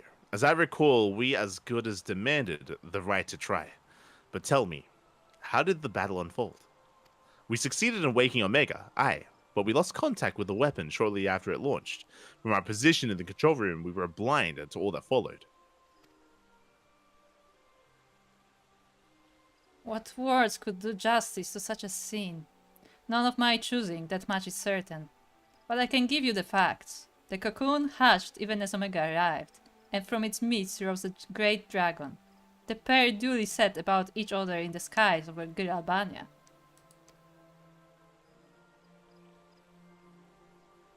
The primal's might defied belief. It seemed the very heavens would be rent asunder by the force of its blows, and it wielded such magics as I have never seen, and I hope never to see again. The battle raged on with no end in sight, until both combatants were engulfed in a blinding flash of light. When the radiance faded, I saw the pair fall motionless from the sky, coming to rest somewhere on Alamegan's soil. I will not speak for the rest, but to my eye it seemed that each had landed a fatal blow upon the other. While most among us could think only of Bahamut when looking upon the Prima's form, the Domans were heard to whisper the name Shinryu. It would appear that the being resembles a creature of Far Eastern legend, and we have found it convenient to refer to it as such. Wait. Mhm. Did that primal just fly to the next expansion? Is that what It just did. happened? Yeah. No shot. Also, I want to say when I saw like the beams flying away, I thought this is like, you know, like Dragon Balls. They're just gonna spread across the. But yeah, it got ejected to the expansion. Is that what's gonna bring us to the next expansion? It just in the cutscene it just flew over to Stormblood. Yes. No. It got yeeted to Stormblood. No shot. Wait, does that mean there's no trial then? There's no dungeon? There's no duty? I don't think there is. No. What? We see, but I don't think there is, unless we're gonna go and try to look for the body.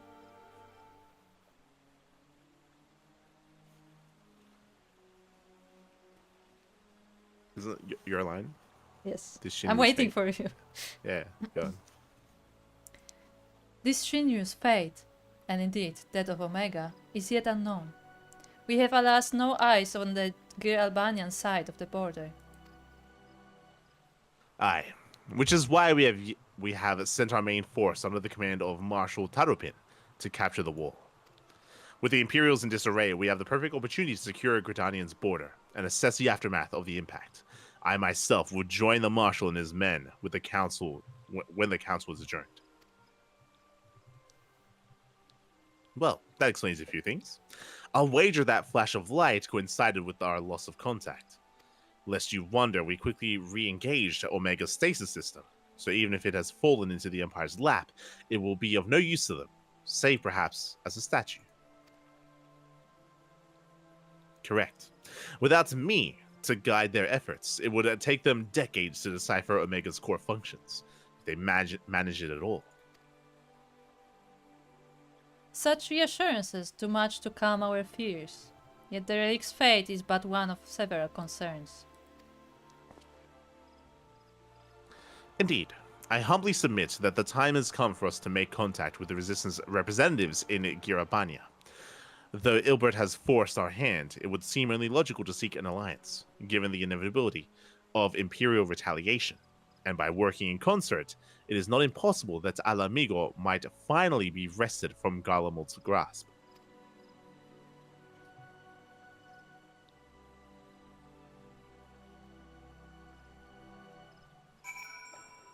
Do we talk to her now? Heinrich.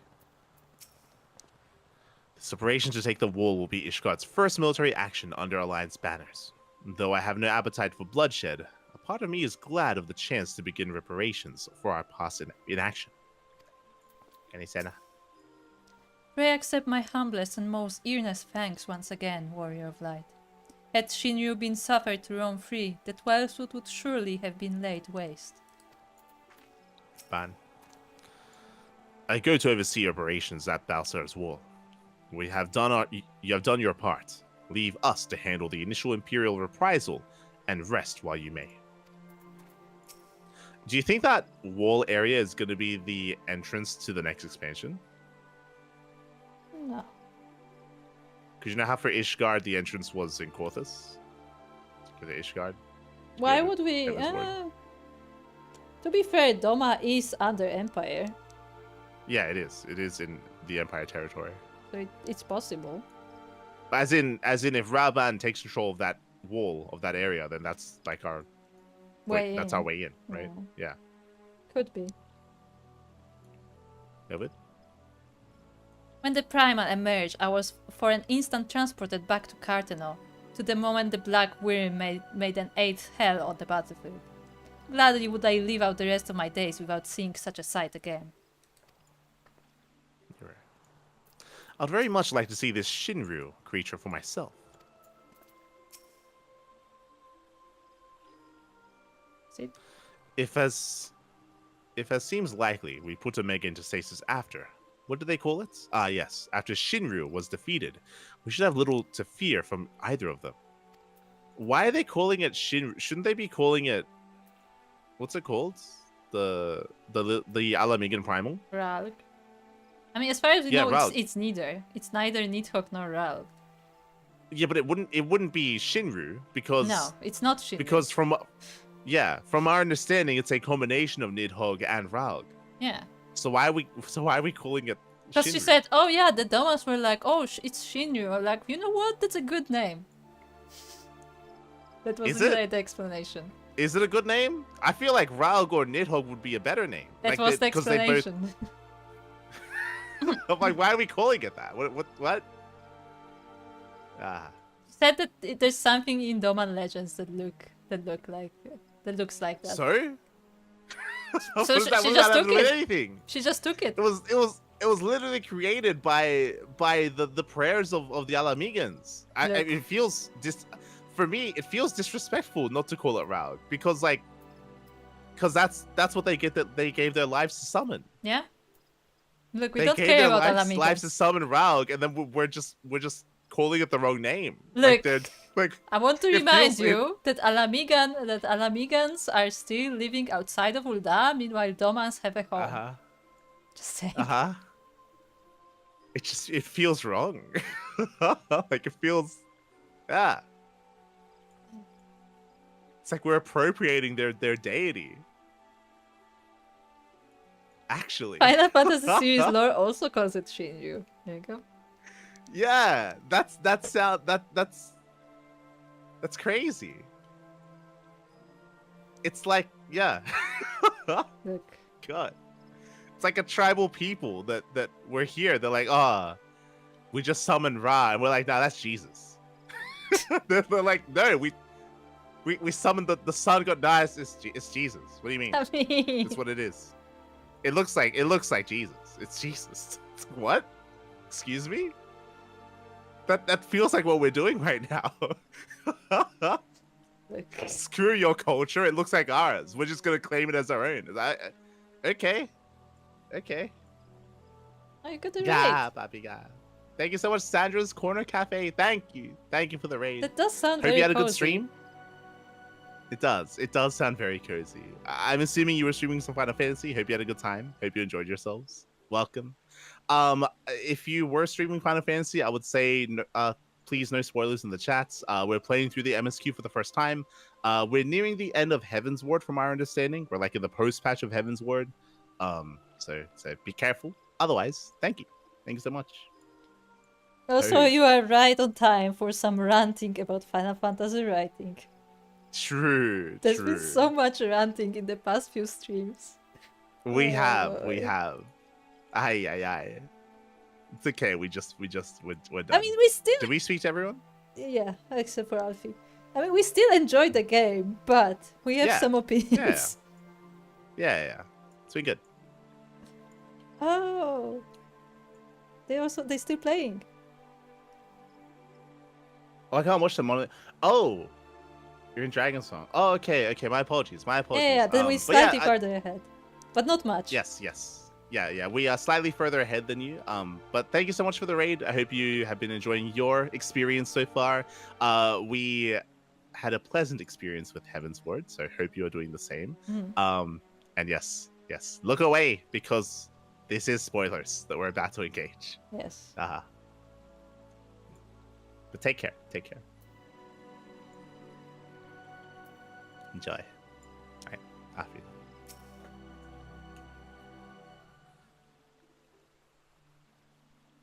You must be exhausted.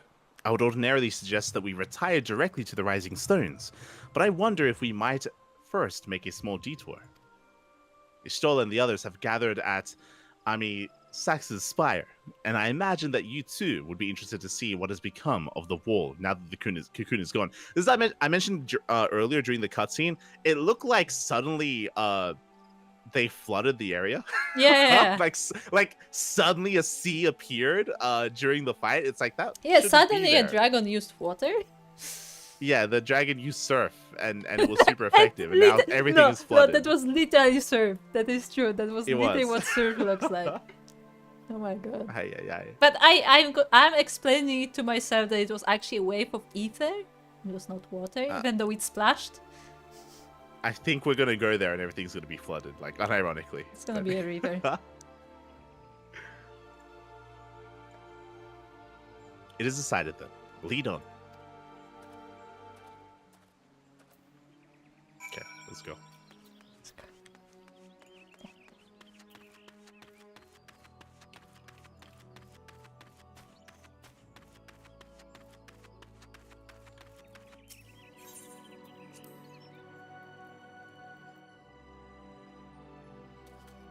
Another element episode over ether. Yeah. Welcome to the lore of this world. Also, we're not in party. We are not in party. But there still might be a final dungeon or a final raid of us fighting to take over the wall. That would make sense. So there's still potentially one final duty for us. We'll see.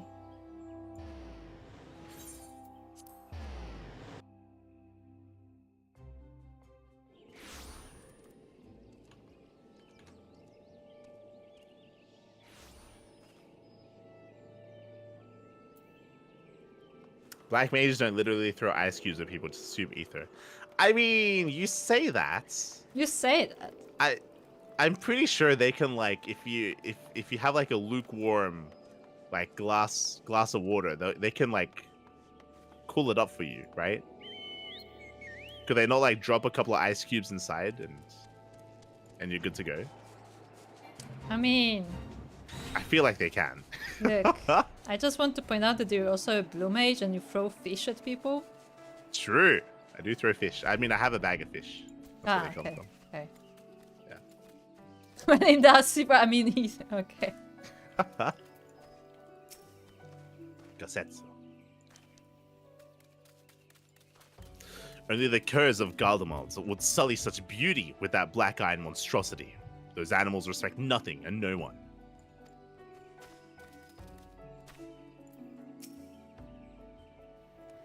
Ida is there atop the spire. She has done naught but gaze silently at the wall for some time now.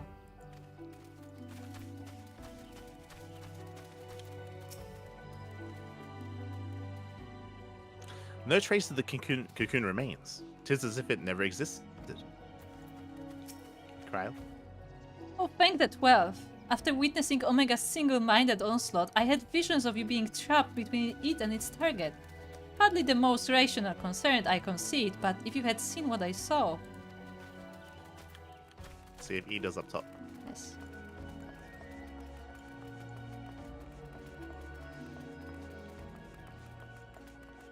She is.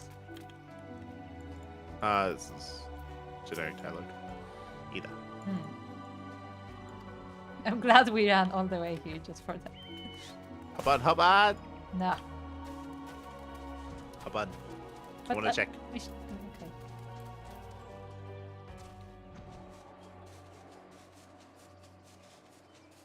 Nothing's changed. Okay. There could be now a sea of water on the other side of the wall, but we can't see anything here. Okay. It's okay, he just used surf.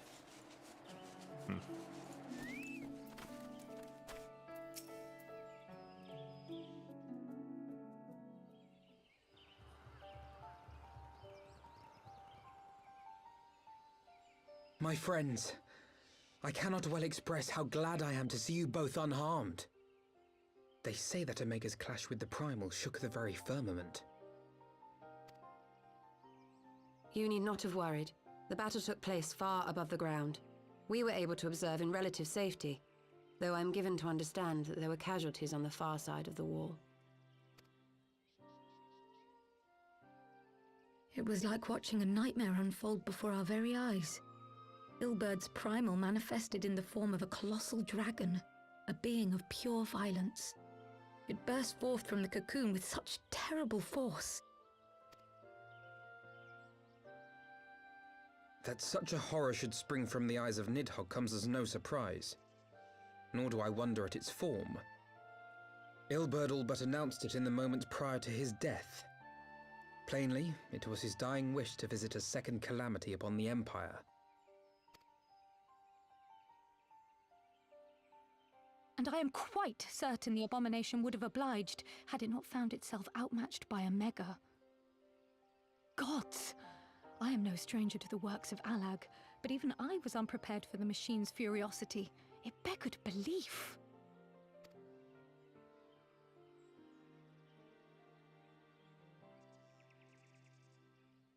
And how fares poor Ida in the midst of all this? Have you spoken with her? She's up on the platform, lost in thought. We deemed it best not to disturb her, but mayhaps she would welcome some company after all. Shall we?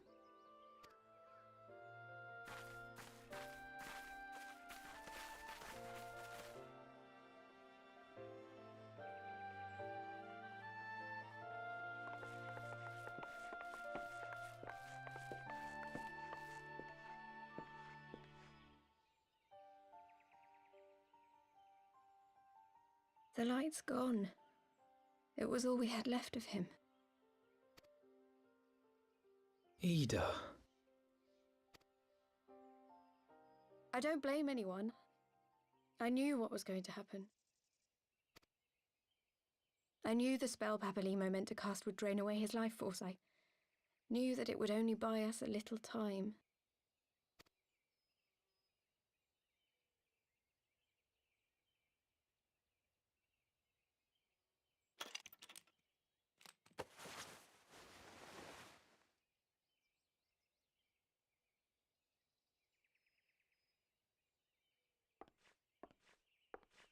Ida, there is no need to explain.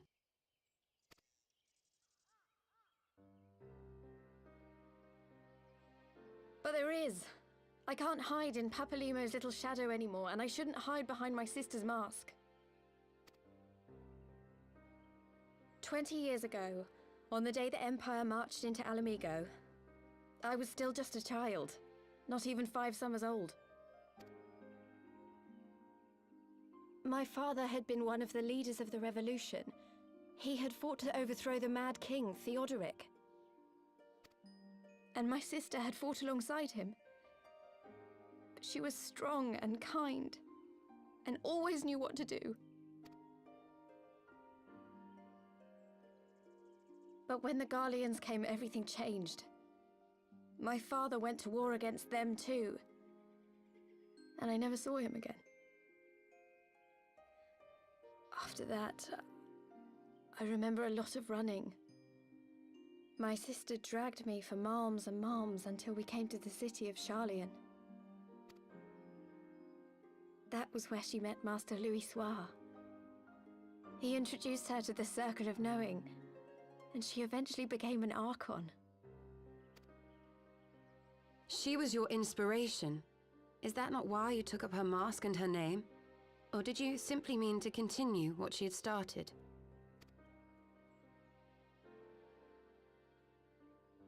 You've known all along, haven't you?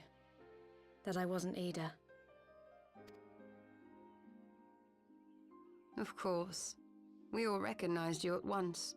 'Twas Papalimo who persuaded us to maintain the charade. It was silly to think I could fool you. I knew that even then, but I sort of decided not to know.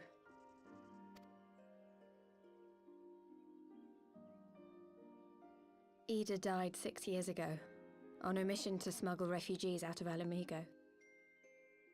They say she was overwhelmed by Imperial soldiers when she stayed behind to save a little girl. She was so strong. There must have been a lot of them.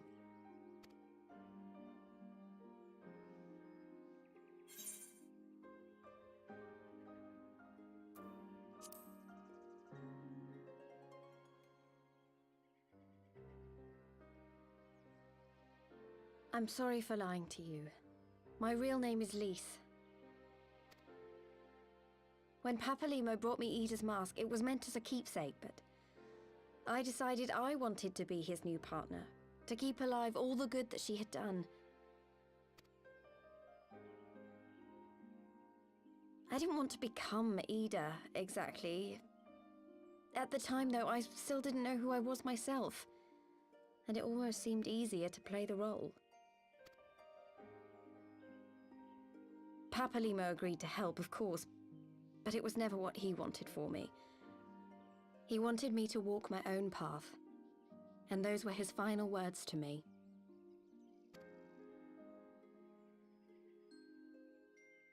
The Archon's mark he gave me is faded, and my last excuse along with it.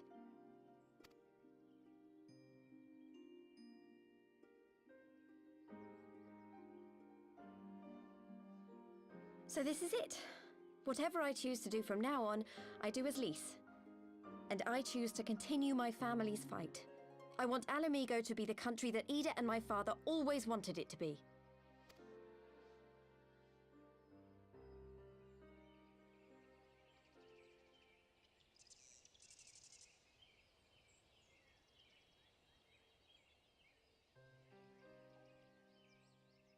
War is upon us once more.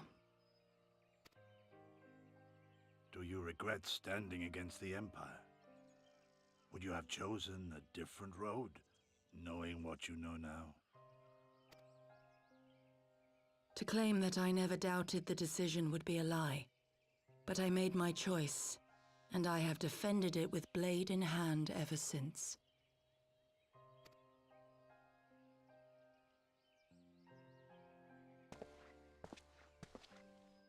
The battle continues, and our steel is needed. Come, Shadow Walker, we leave for the east, for Doma.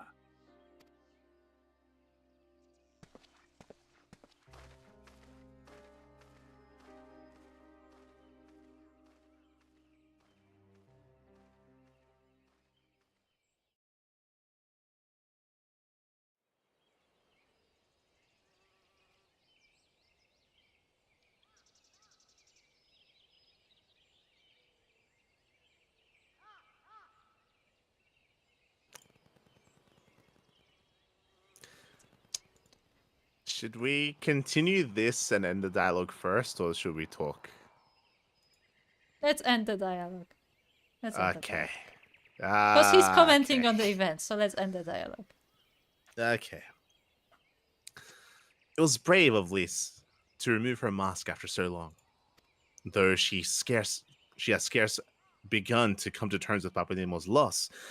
That one act might made plain her determination to move forward. And should she ever falter, we shall be there to support her on this road she has resolved to walk.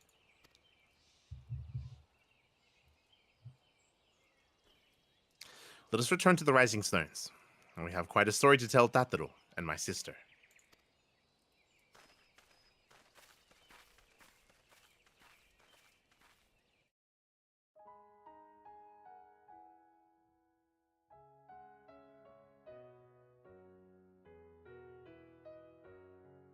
Are we about to get credits? No, shut! Oh, God. Okay.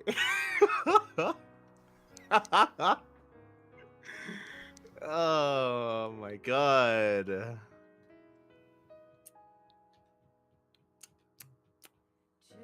Well, I like the song. Yeah. Just weird place to finish, but sure. Very weird place to finish. You're not wrong. I guess it is kind of like to be continued kind of thing, but... Kinda. This is why earlier Kata said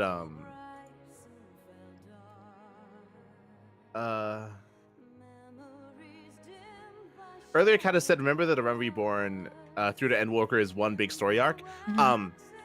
That is the case after the fact.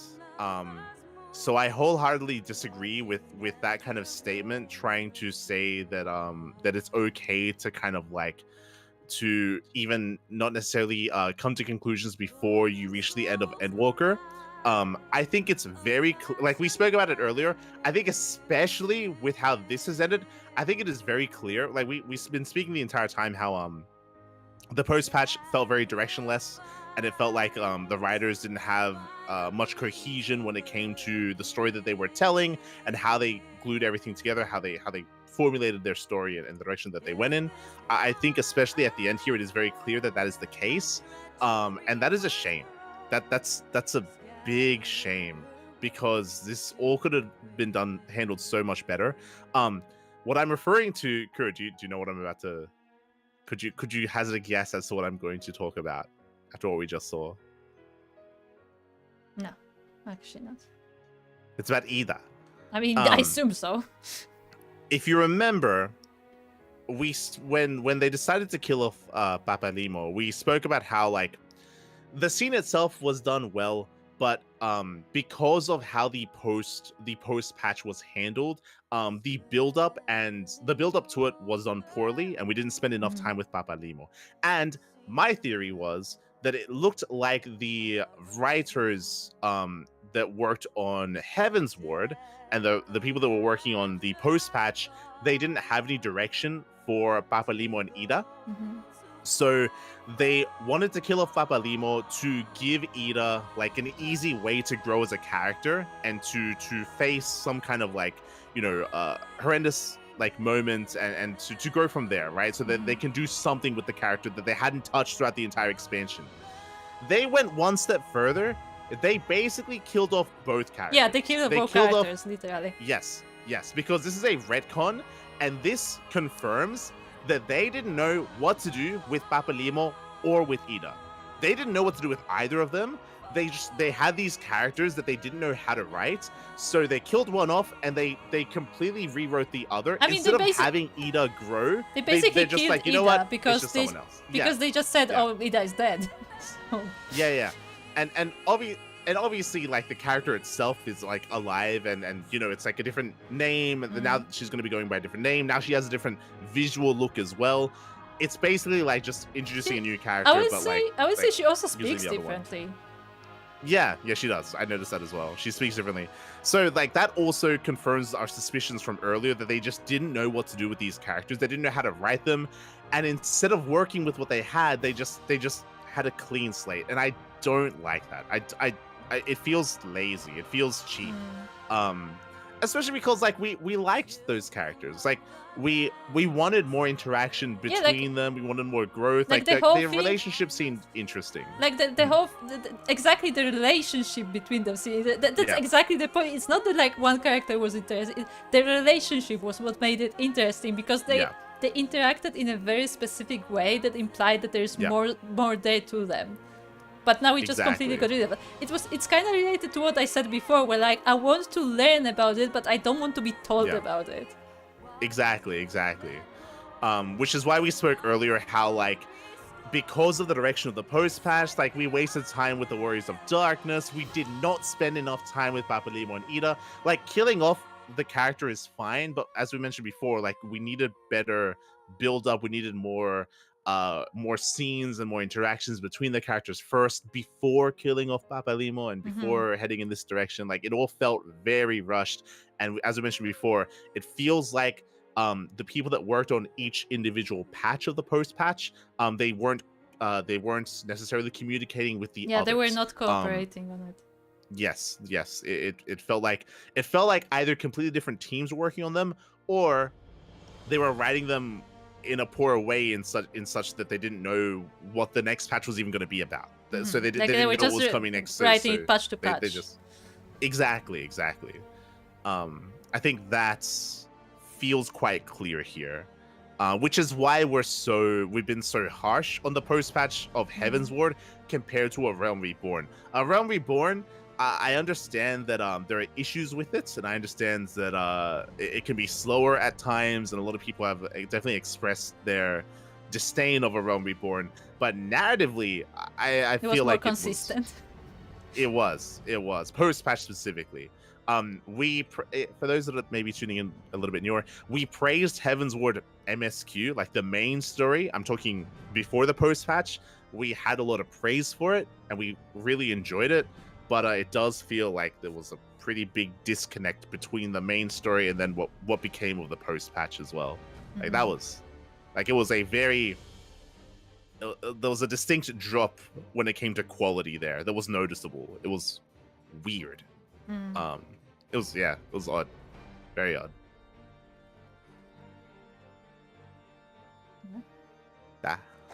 Yeah, I mean, I agree. Like that because that's basically what it is. It's not that like the stories are bad. It's just that they were very disconnected from each other, and because of that, they had to be like squeezed in, and none of them had the time to be actually investigated.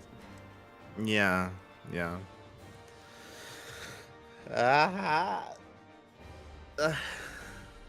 Which is disappointing. When it comes to what comes in Stormblood, I mean, clearly it looks like it looks like these two, the Omega and the Railsger. What's it called? Shinryu. Nah. What's the Alamegan Primal? No, what's the Alamegan Primal called? Raug. It looks like Raug, and it looks like Omega. They flew over to the next expansion, so we're probably gonna meet them there. So we'll see what happens with those story beats at least, but with what we got here, it's disappointing.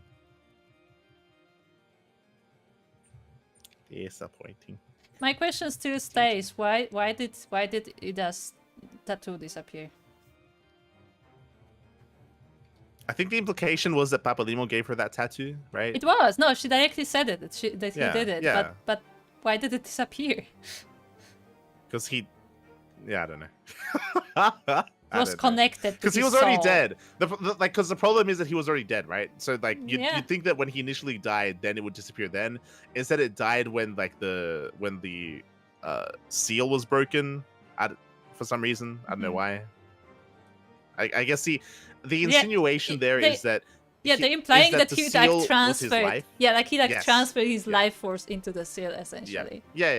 Yeah, basically. But at this point, is it even him anymore? I mean, it was, I guess. I guess so, yeah. Yeah. We learned. It's the implication. He dead. Okay. Yeah. This is Ether. So yeah, I think that was a really weird way to end the expansion, and just a really odd decision to end Ida's character as well. Because again, like, because it almost like it started getting interesting, like she actually started developing. Yeah, and obviously, like, they're still going to use that character, and they can still work on her relationship with Papalima. Obviously, that's still there, but it still feels like just. It's not the same when you only have like one side of it, you know, one side of the story essentially. And again, I don't think, I'll be honest, I don't think they want to rely on that too much either. Like, to me, it feels like, again, like they basically just want to wipe the slate clean. They want to create a new character while using an old one as a bit of a crutch. And I think they want to move away from her relationship with Papalimo. They want to write their own story. I mean, they just introduced her father and her sister. She literally just said that Ida is dead and I'm now gonna use my own name.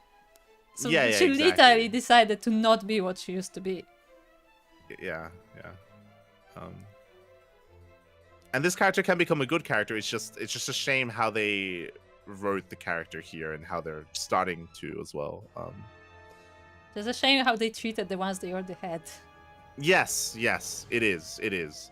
They did the same thing with, if you remember, they did the same thing with the Sultana. They did the same thing with Raban. They did the same thing with a lot of what was left over from A Realm Reborn.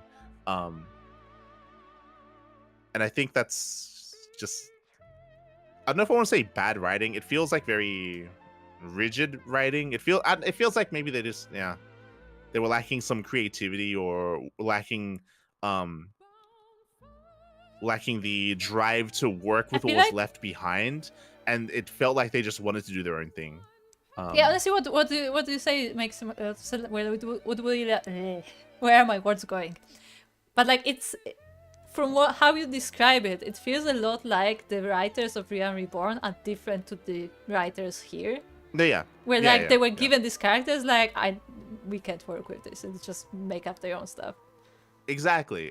Which I'm pretty sure that is what happened. Is that basically the new team comes in, they were left this kind of foundation and they didn't like it, so instead of using it and being creative and being a little bit more malleable and more versatile with how they wanted to like redirect the characters in what they wanted to do, they kind of like just retconned and got rid of a bunch of stuff instead, just so that they can start clean themselves with what they want. And again, that just, it's just a really weird approach that they took.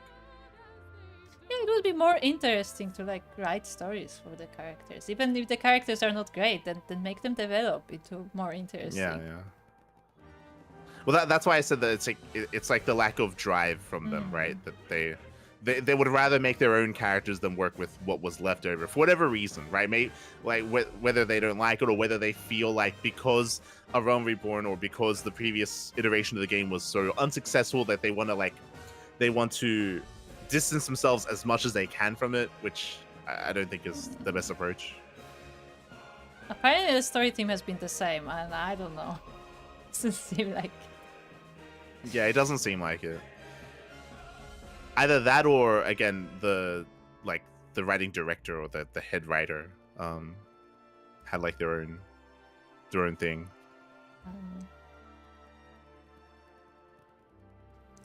Yeah, I cannot.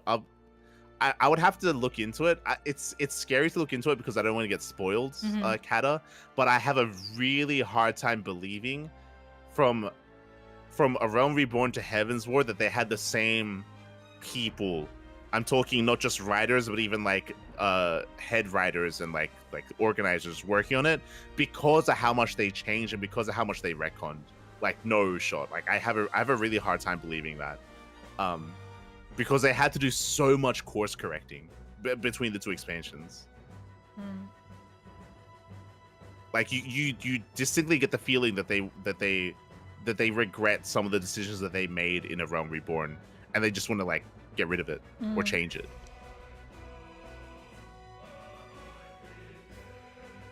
Which is crazy. Yeah, I mean, to be fair, they didn't know if the whole like reboot of Final Fantasy will work. Like, maybe they thought that this would be like one and done, and then we'll see what happens. But even then, like, you made this. Yeah, that's like I always That's- say that as an artist, like as somebody who has created my own characters, I just don't see myself like not doing well by the characters I created. Like they're my creation. that is the distinct feeling that I get, is that from patch to patch, the reason why there's so little cohesion between them is because they were very short-sighted, because they weren't necessarily thinking of like a greater picture or a grander story, because they didn't know if it would continue. I do get that kind of vibe from post-patch Heavensward, but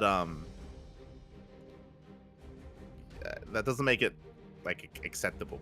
You know, like it doesn't make it any better. Is what I should say.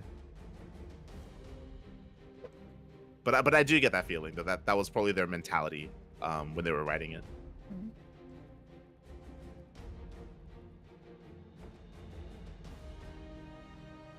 Every Final Fantasy game is the final. True. True.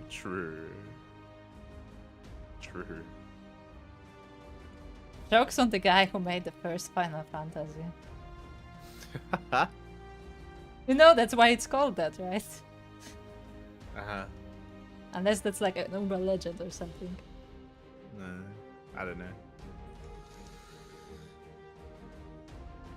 But yeah, I'd be really curious to look up stuff like that. I don't know if that exists, but like more like behind the scenes, like investigation of what was happening in the creation of Heavensward, to hear and to see like if any of this was like based in reality here, where we're like yeah, like they wanted to move past it. They had these regrets from earlier as well. Like we spoke about Minfilia, that was another big thing. Like the Sultana. There's just so much. There's so much that was just retconned and just redirected. Yeah.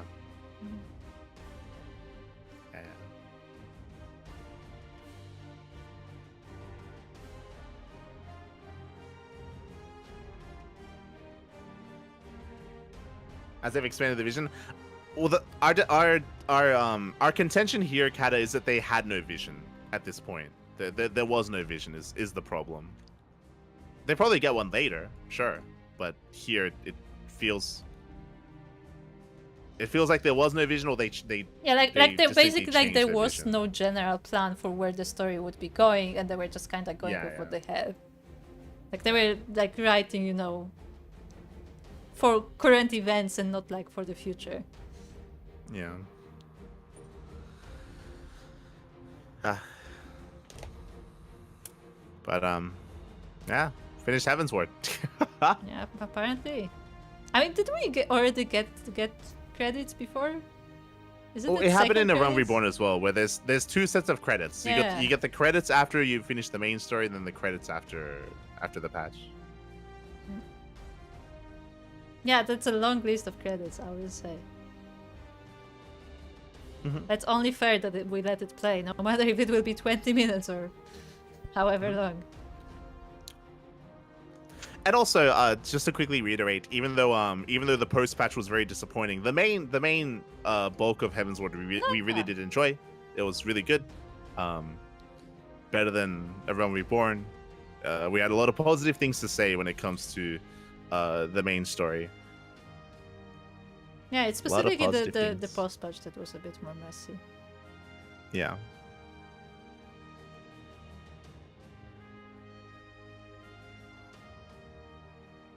For sure. So Aistan, when are you playing? I see you in the chat a lot. Just saying, Aistan, when are you joining us? Crack open the Final Fantasies.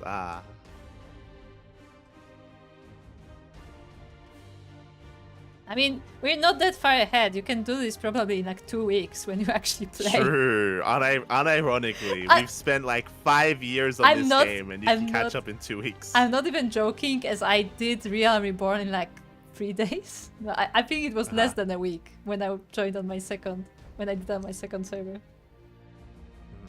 So you can totally catch up to us if you want to. I think the main issue with post patches is they have to wrap up introducing the story beats in 40-50 quests and doesn't feel like enough time sometimes. That is why we related it to the post patch of A Realm Reborn, and they did a much better job in A Realm Reborn when it came to the post patch. Yeah, but that's why earlier we were saying how there was a lot more. You say that, but again, we were talking about it before, that like it felt like they introduced too many stories post-patch. Like it was already post the main story of Heavensward when they introduced a bunch of stories that didn't need to be there. Yeah, like earlier we spoke about how instead of introducing 3 or 4 different things, which they did do in the post-patch with the Warriors of Darkness, with Little Alamigo, with the Omega, with bringing all of this with all of that, that's why we keep saying that it does feel directionless, because they could have focused on purely Little Alamigo and the Omega and all that stuff, and they could have focused the entirety of the post patch on that instead of jumping around. Yeah, like in the end, like the Warriors of Darkness didn't matter at all to current events. Yeah. For what we know right now. Yeah, it was. So they could have been a waste put of in there time. later. Yeah. That could have been saved for later. That could have been saved for Stormblood, which is why we kept saying it was directionless, because like the from post patch to post patch to post patch, it just felt like it didn't flow well.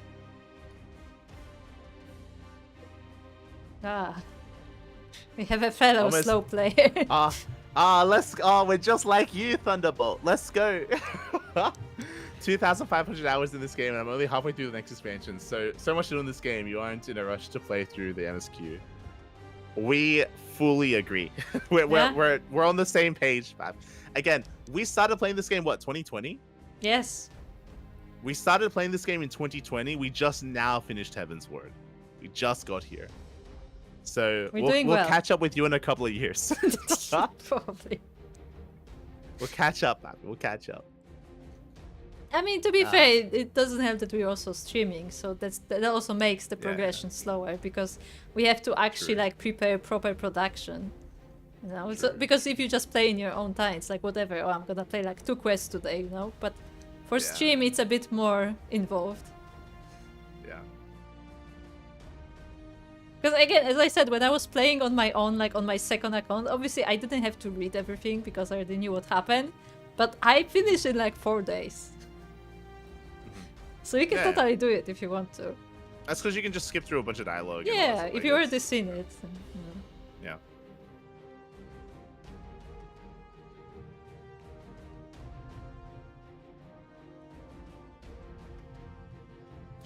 When it comes to some of the positive things about this post patch,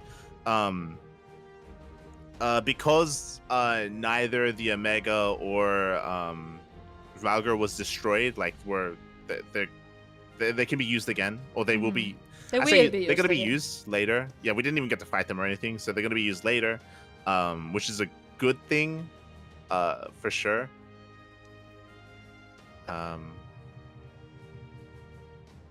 Also, now like delving into Yugiri, like I was gonna say earlier that I feel like we haven't spent enough time with the Domans and with Yugiri since they were introduced. Like it feels like there's a lot missing there, so shifting focus to her is probably a good thing.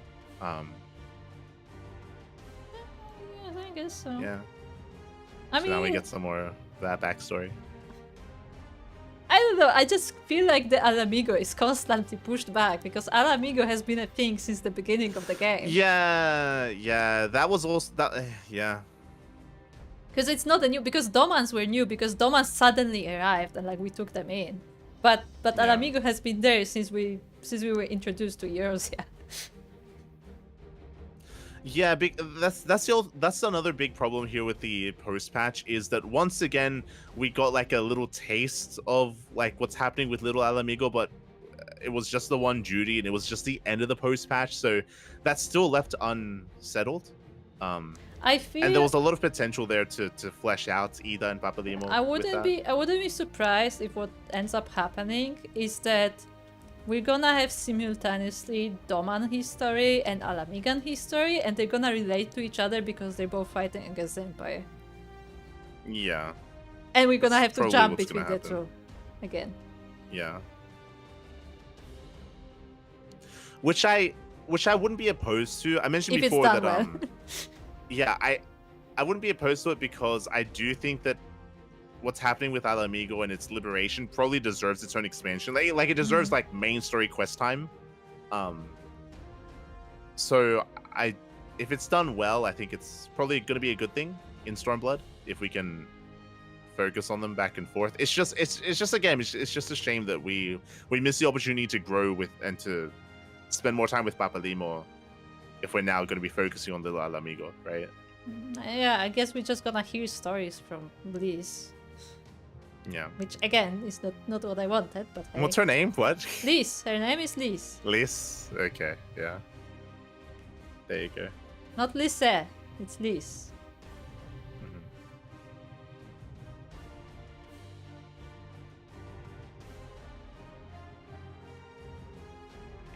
Also, they never explain why she was wearing the mask. As in, like, not why she specifically, but what was the purpose of the mask? Originally. Well, it sounded like she wore it one to hide herself to pretend to be a sister. No, but I mean, why her sister wore it? Oh. I don't know if that needs a story. It's just her sister's mask. Yeah, but just why?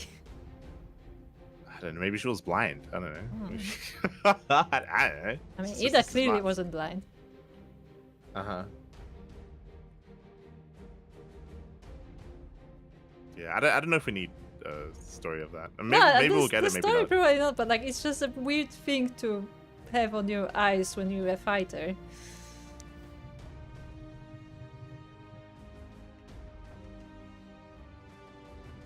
You say that, but I'm pretty sure we've encountered NPCs that also do the same thing. Yeah, I know.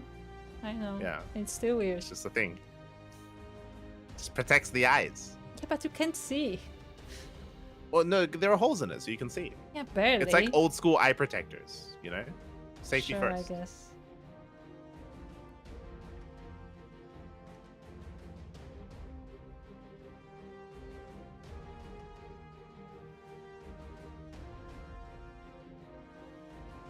Also, I didn't quite get it. So her father died when she was how old? I don't know. She was young. Because she said that the Empire attacked when she was like 4. Yeah. So her father died first, and then her sister died during the calamity, I believe. I don't know about that. She said 6 Didn't years she ago. say that her... Not during the calamity. She said 6 years ago. Okay. But her sister was like a part of she died because she was trying to get refugees out of Alamigo. Yeah, there you go. But what I meant more because like I didn't get if her father died in the initial attack or if it was like much later. I didn't quite catch that.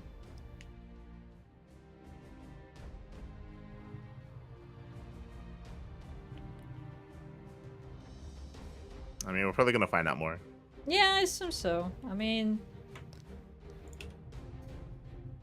I'm not gonna say anything, but I got some spoilers from, funny thing, from the store. So that's all I'm gonna say. Okay. Oh, we have post-credit scene? No. No? But we can talk to people. No? Who do we talk to? Oh, the people are back. Let's speak to Homie.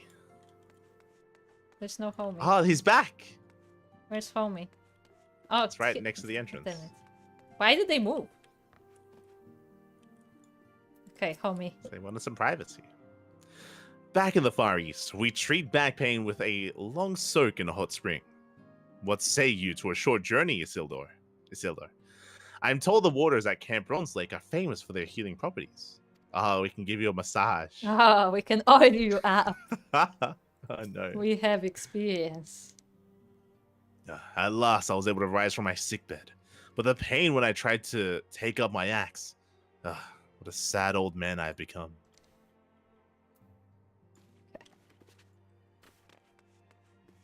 FME? Okay, now first. You should have seen the look on Tataru's face when I recounted Lisa's... I realized in retrospect that I should perhaps have waited for you to return. Also told Alise. Apologies. God damn it, Alfie. Okay, Tataru. Where's Tataru? Where do you see all these people? It's right there, right next to the entrance, opposite to where the old man was. Oh, there. God damn. They're all hiding.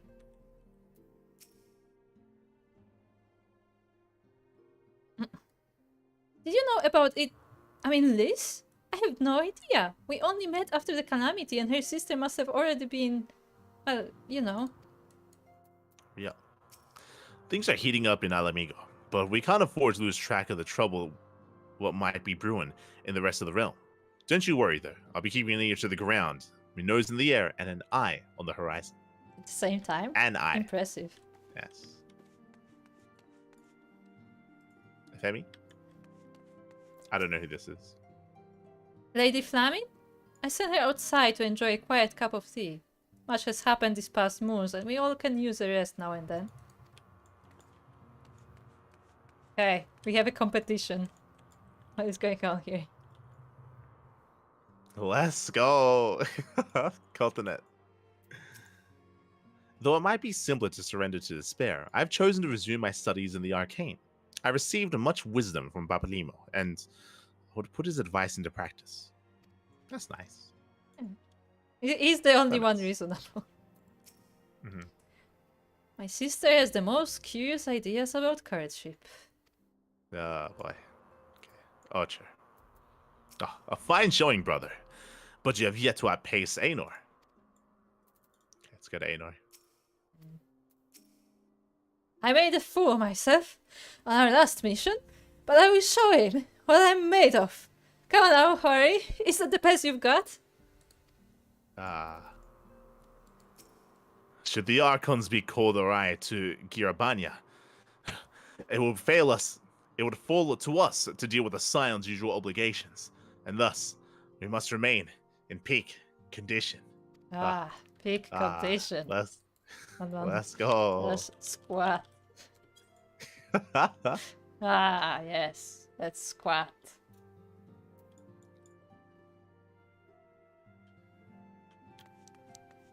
Okay. I'm done. I'm good. Alise. You may have mentioned, but Alfino has apprised me of all that came to pass in Gridania. Your only task is now to rest. This is the calm before the storm. Liz has chosen her path, and as friends we must do what we can to support her choice. We are fated to join the conflict in any case. Once the Alliance has taken the wall and opened the way to Gir Albania, we will have little choice but to fight. Which is not to say the cause is unworthy. After all, ignoring the plight of those whom one might conceivably save is not wisdom but indolence, correct? I, for one, look forward to joining hands with the Alamigans and striking a blow against the tyranny of the Empire, as I rather expect to you.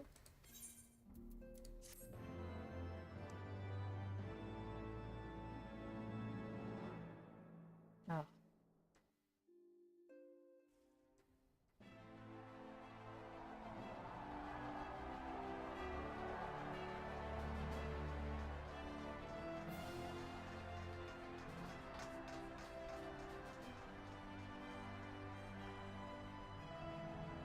Quick march. The Imperials will soon come to their senses, and we must be ready to face their retribution.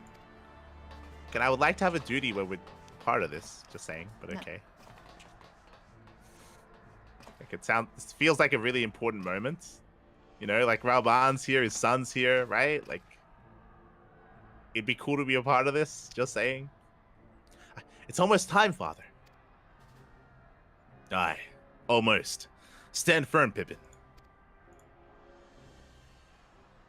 I learned to brace myself against the charge of the Bull of Alamigo. No foe will dislodge me.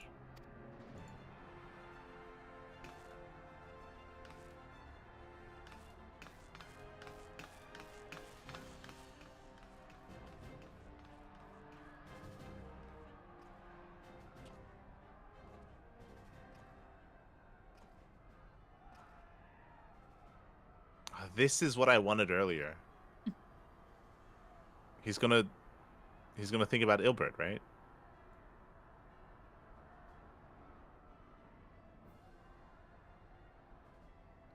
Very well, Wilbert.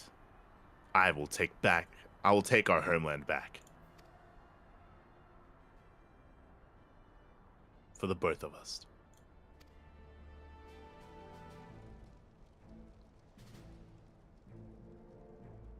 We got something. I appreciate it. And it is as you said, they are opening the way. Yeah. Yeah, that felt clear. Remember the Empire? Remember the Empire.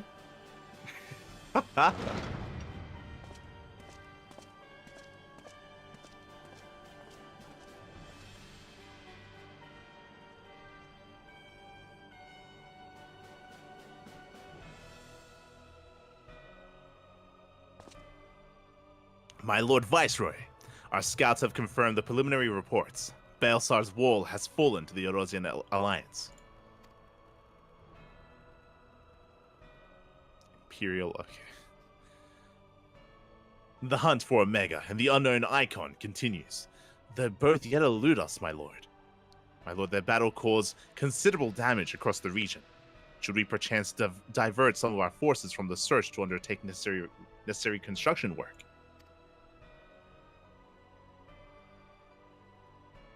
My God, what's wrong with your face?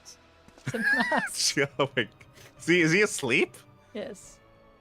Is he like with his eyes closed behind the He is mask? asleep. 100%. Forgive me, my lord. I did not intend. Your will be done. Your will be. Your will be done. He is asleep. There was like emphasis on the your for some reason. No, it was an emphasis on the whole thing. Okay. Unknown? My spies tell me the Domans call it Shinryu, and that it proved a match for Omega. Yes, the coming days promise to be most interesting. Most interesting.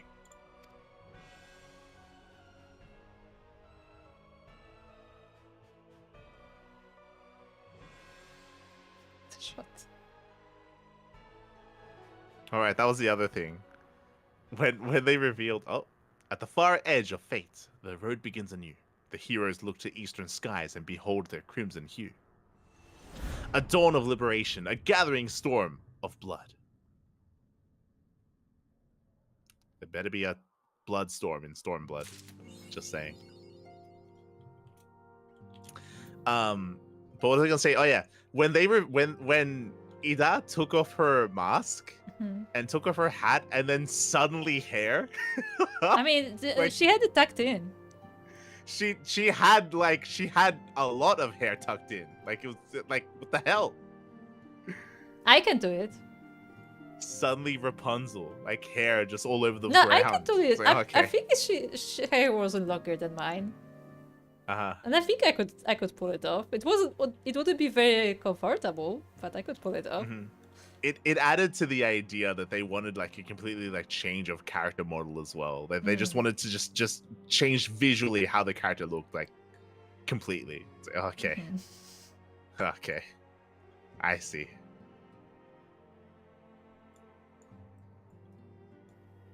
Okay, we should probably not take that quest, right?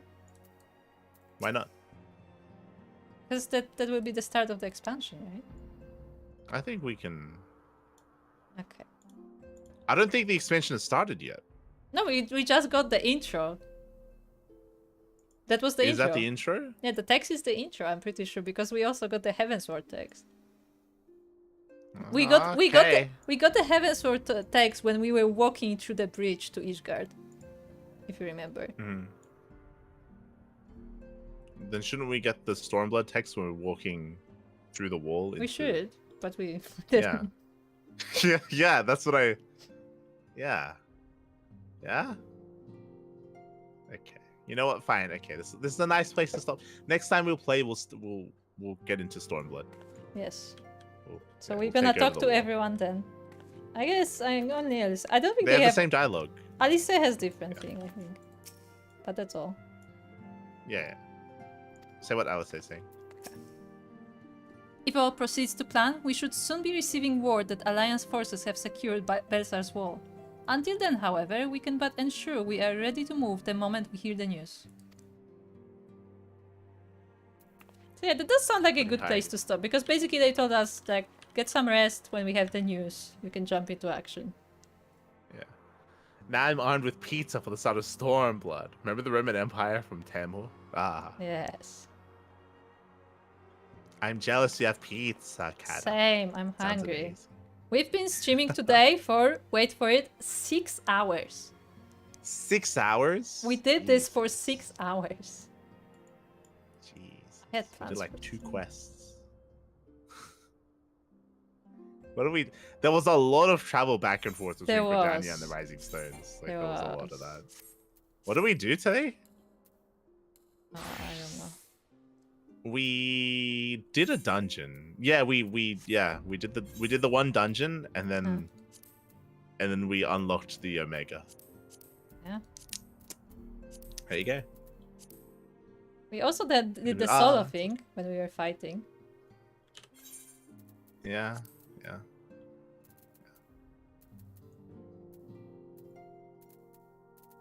All right, let's step out. Okay. Are there any side quests? Oh no. Ah. We did sloppy, true. We did.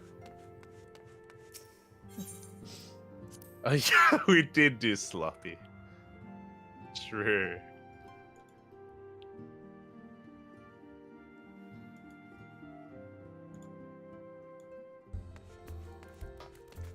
I'm very anxious about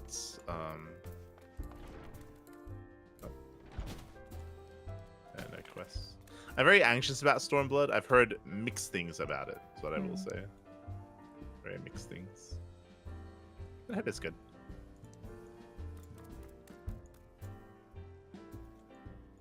Yeah, can only hope that it's good.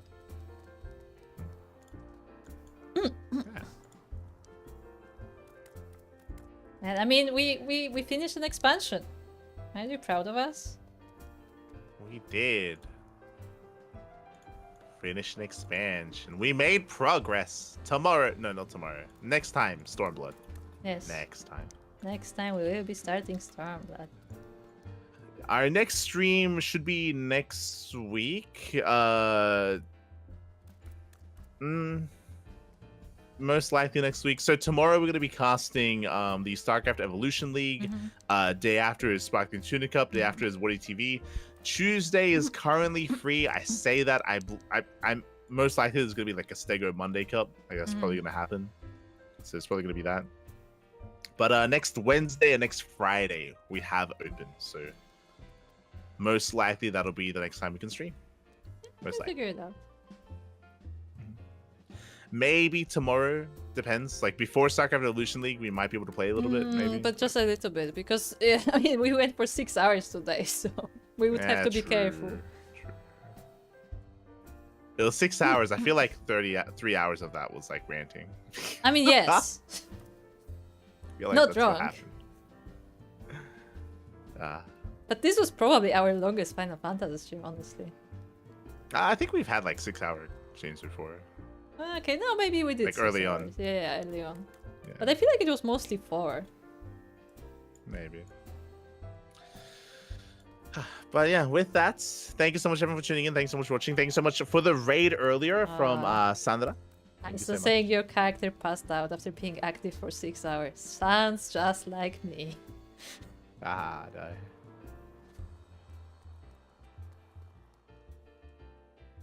Hold on. I didn't notice. Hold on. I need to fit in with the crowd. Hold on, I'm on it. Oh, wait, do you have a quest here? Where? Outside. In the middle of the Rising Stones. There's a quest. Beyond the Great Wall. Primal Focus. Never mind. No. It's a Red Mage quest. Okay. There, I fixed it. Oh my god. Oh god. I get to work. We're having a sleepover. Uh-huh. Everybody got their best PGs. Uh-huh. I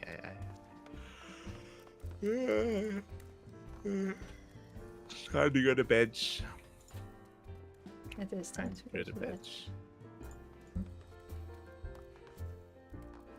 But yeah, thanks for watching, everyone. Thanks for the support. We appreciate it. And we'll be back next time. We'll be back next week. We usually do cast StarCraft. We cast StarCraft Esports over on the Cranky Ducklings on our other channel. Here on this channel, at least on Live VIP, I do some like ladder sessions for StarCraft or Final Fantasy 14. But our Final Fantasy streams are very sparse, scarce even. Just because we focus mainly on casting and creating other content. It's only in our free time that we're able to play some Final Fantasy. And looking at our calendar, our next kind of free day should be Wednesday and Friday. So next week, Friday and Wednesday. So if I have time, I will eventually play some other games on my channel as well. Because again, I have a whole list of games I have to go through and I have not started. So I will get to that eventually. But other than that, make sure to join our Discord because Light and me have a common Discord. The two of us have our Discord. That's where we share our Final Fantasy stuff. So if you're interested in discussing that or in screenshots and have whatnot, then make sure to join the Discord. Yes, make sure to join. Souko is there as well, and Kata is there as well. Yes, they are there to look after us. Yes. In Final Fantasy. Come on Discord I'm now, just it's looking unique. for-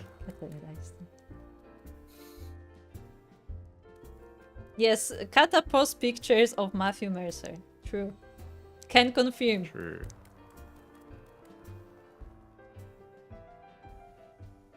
I'm trying to find someone to rate, but Can there's a lot of other confirm. language streams. And I can't find anyone.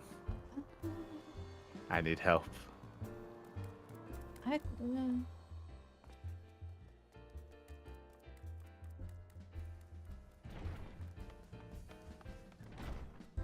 want to find like another like MSQ progression stream. Okay. I'm scared to click on the Final Fantasy category because someone will have spoilers. Yeah. A lot of them are like progressing elsewhere. Yeah, so I don't want to go into that. Join today. I provide free pajama pics of. God damn it. Yeah, if anybody wants pics of Matthew Mercer in his pajamas, then make sure to join our Discord. It's not what you think. Oh my god. I think I found someone. Oh.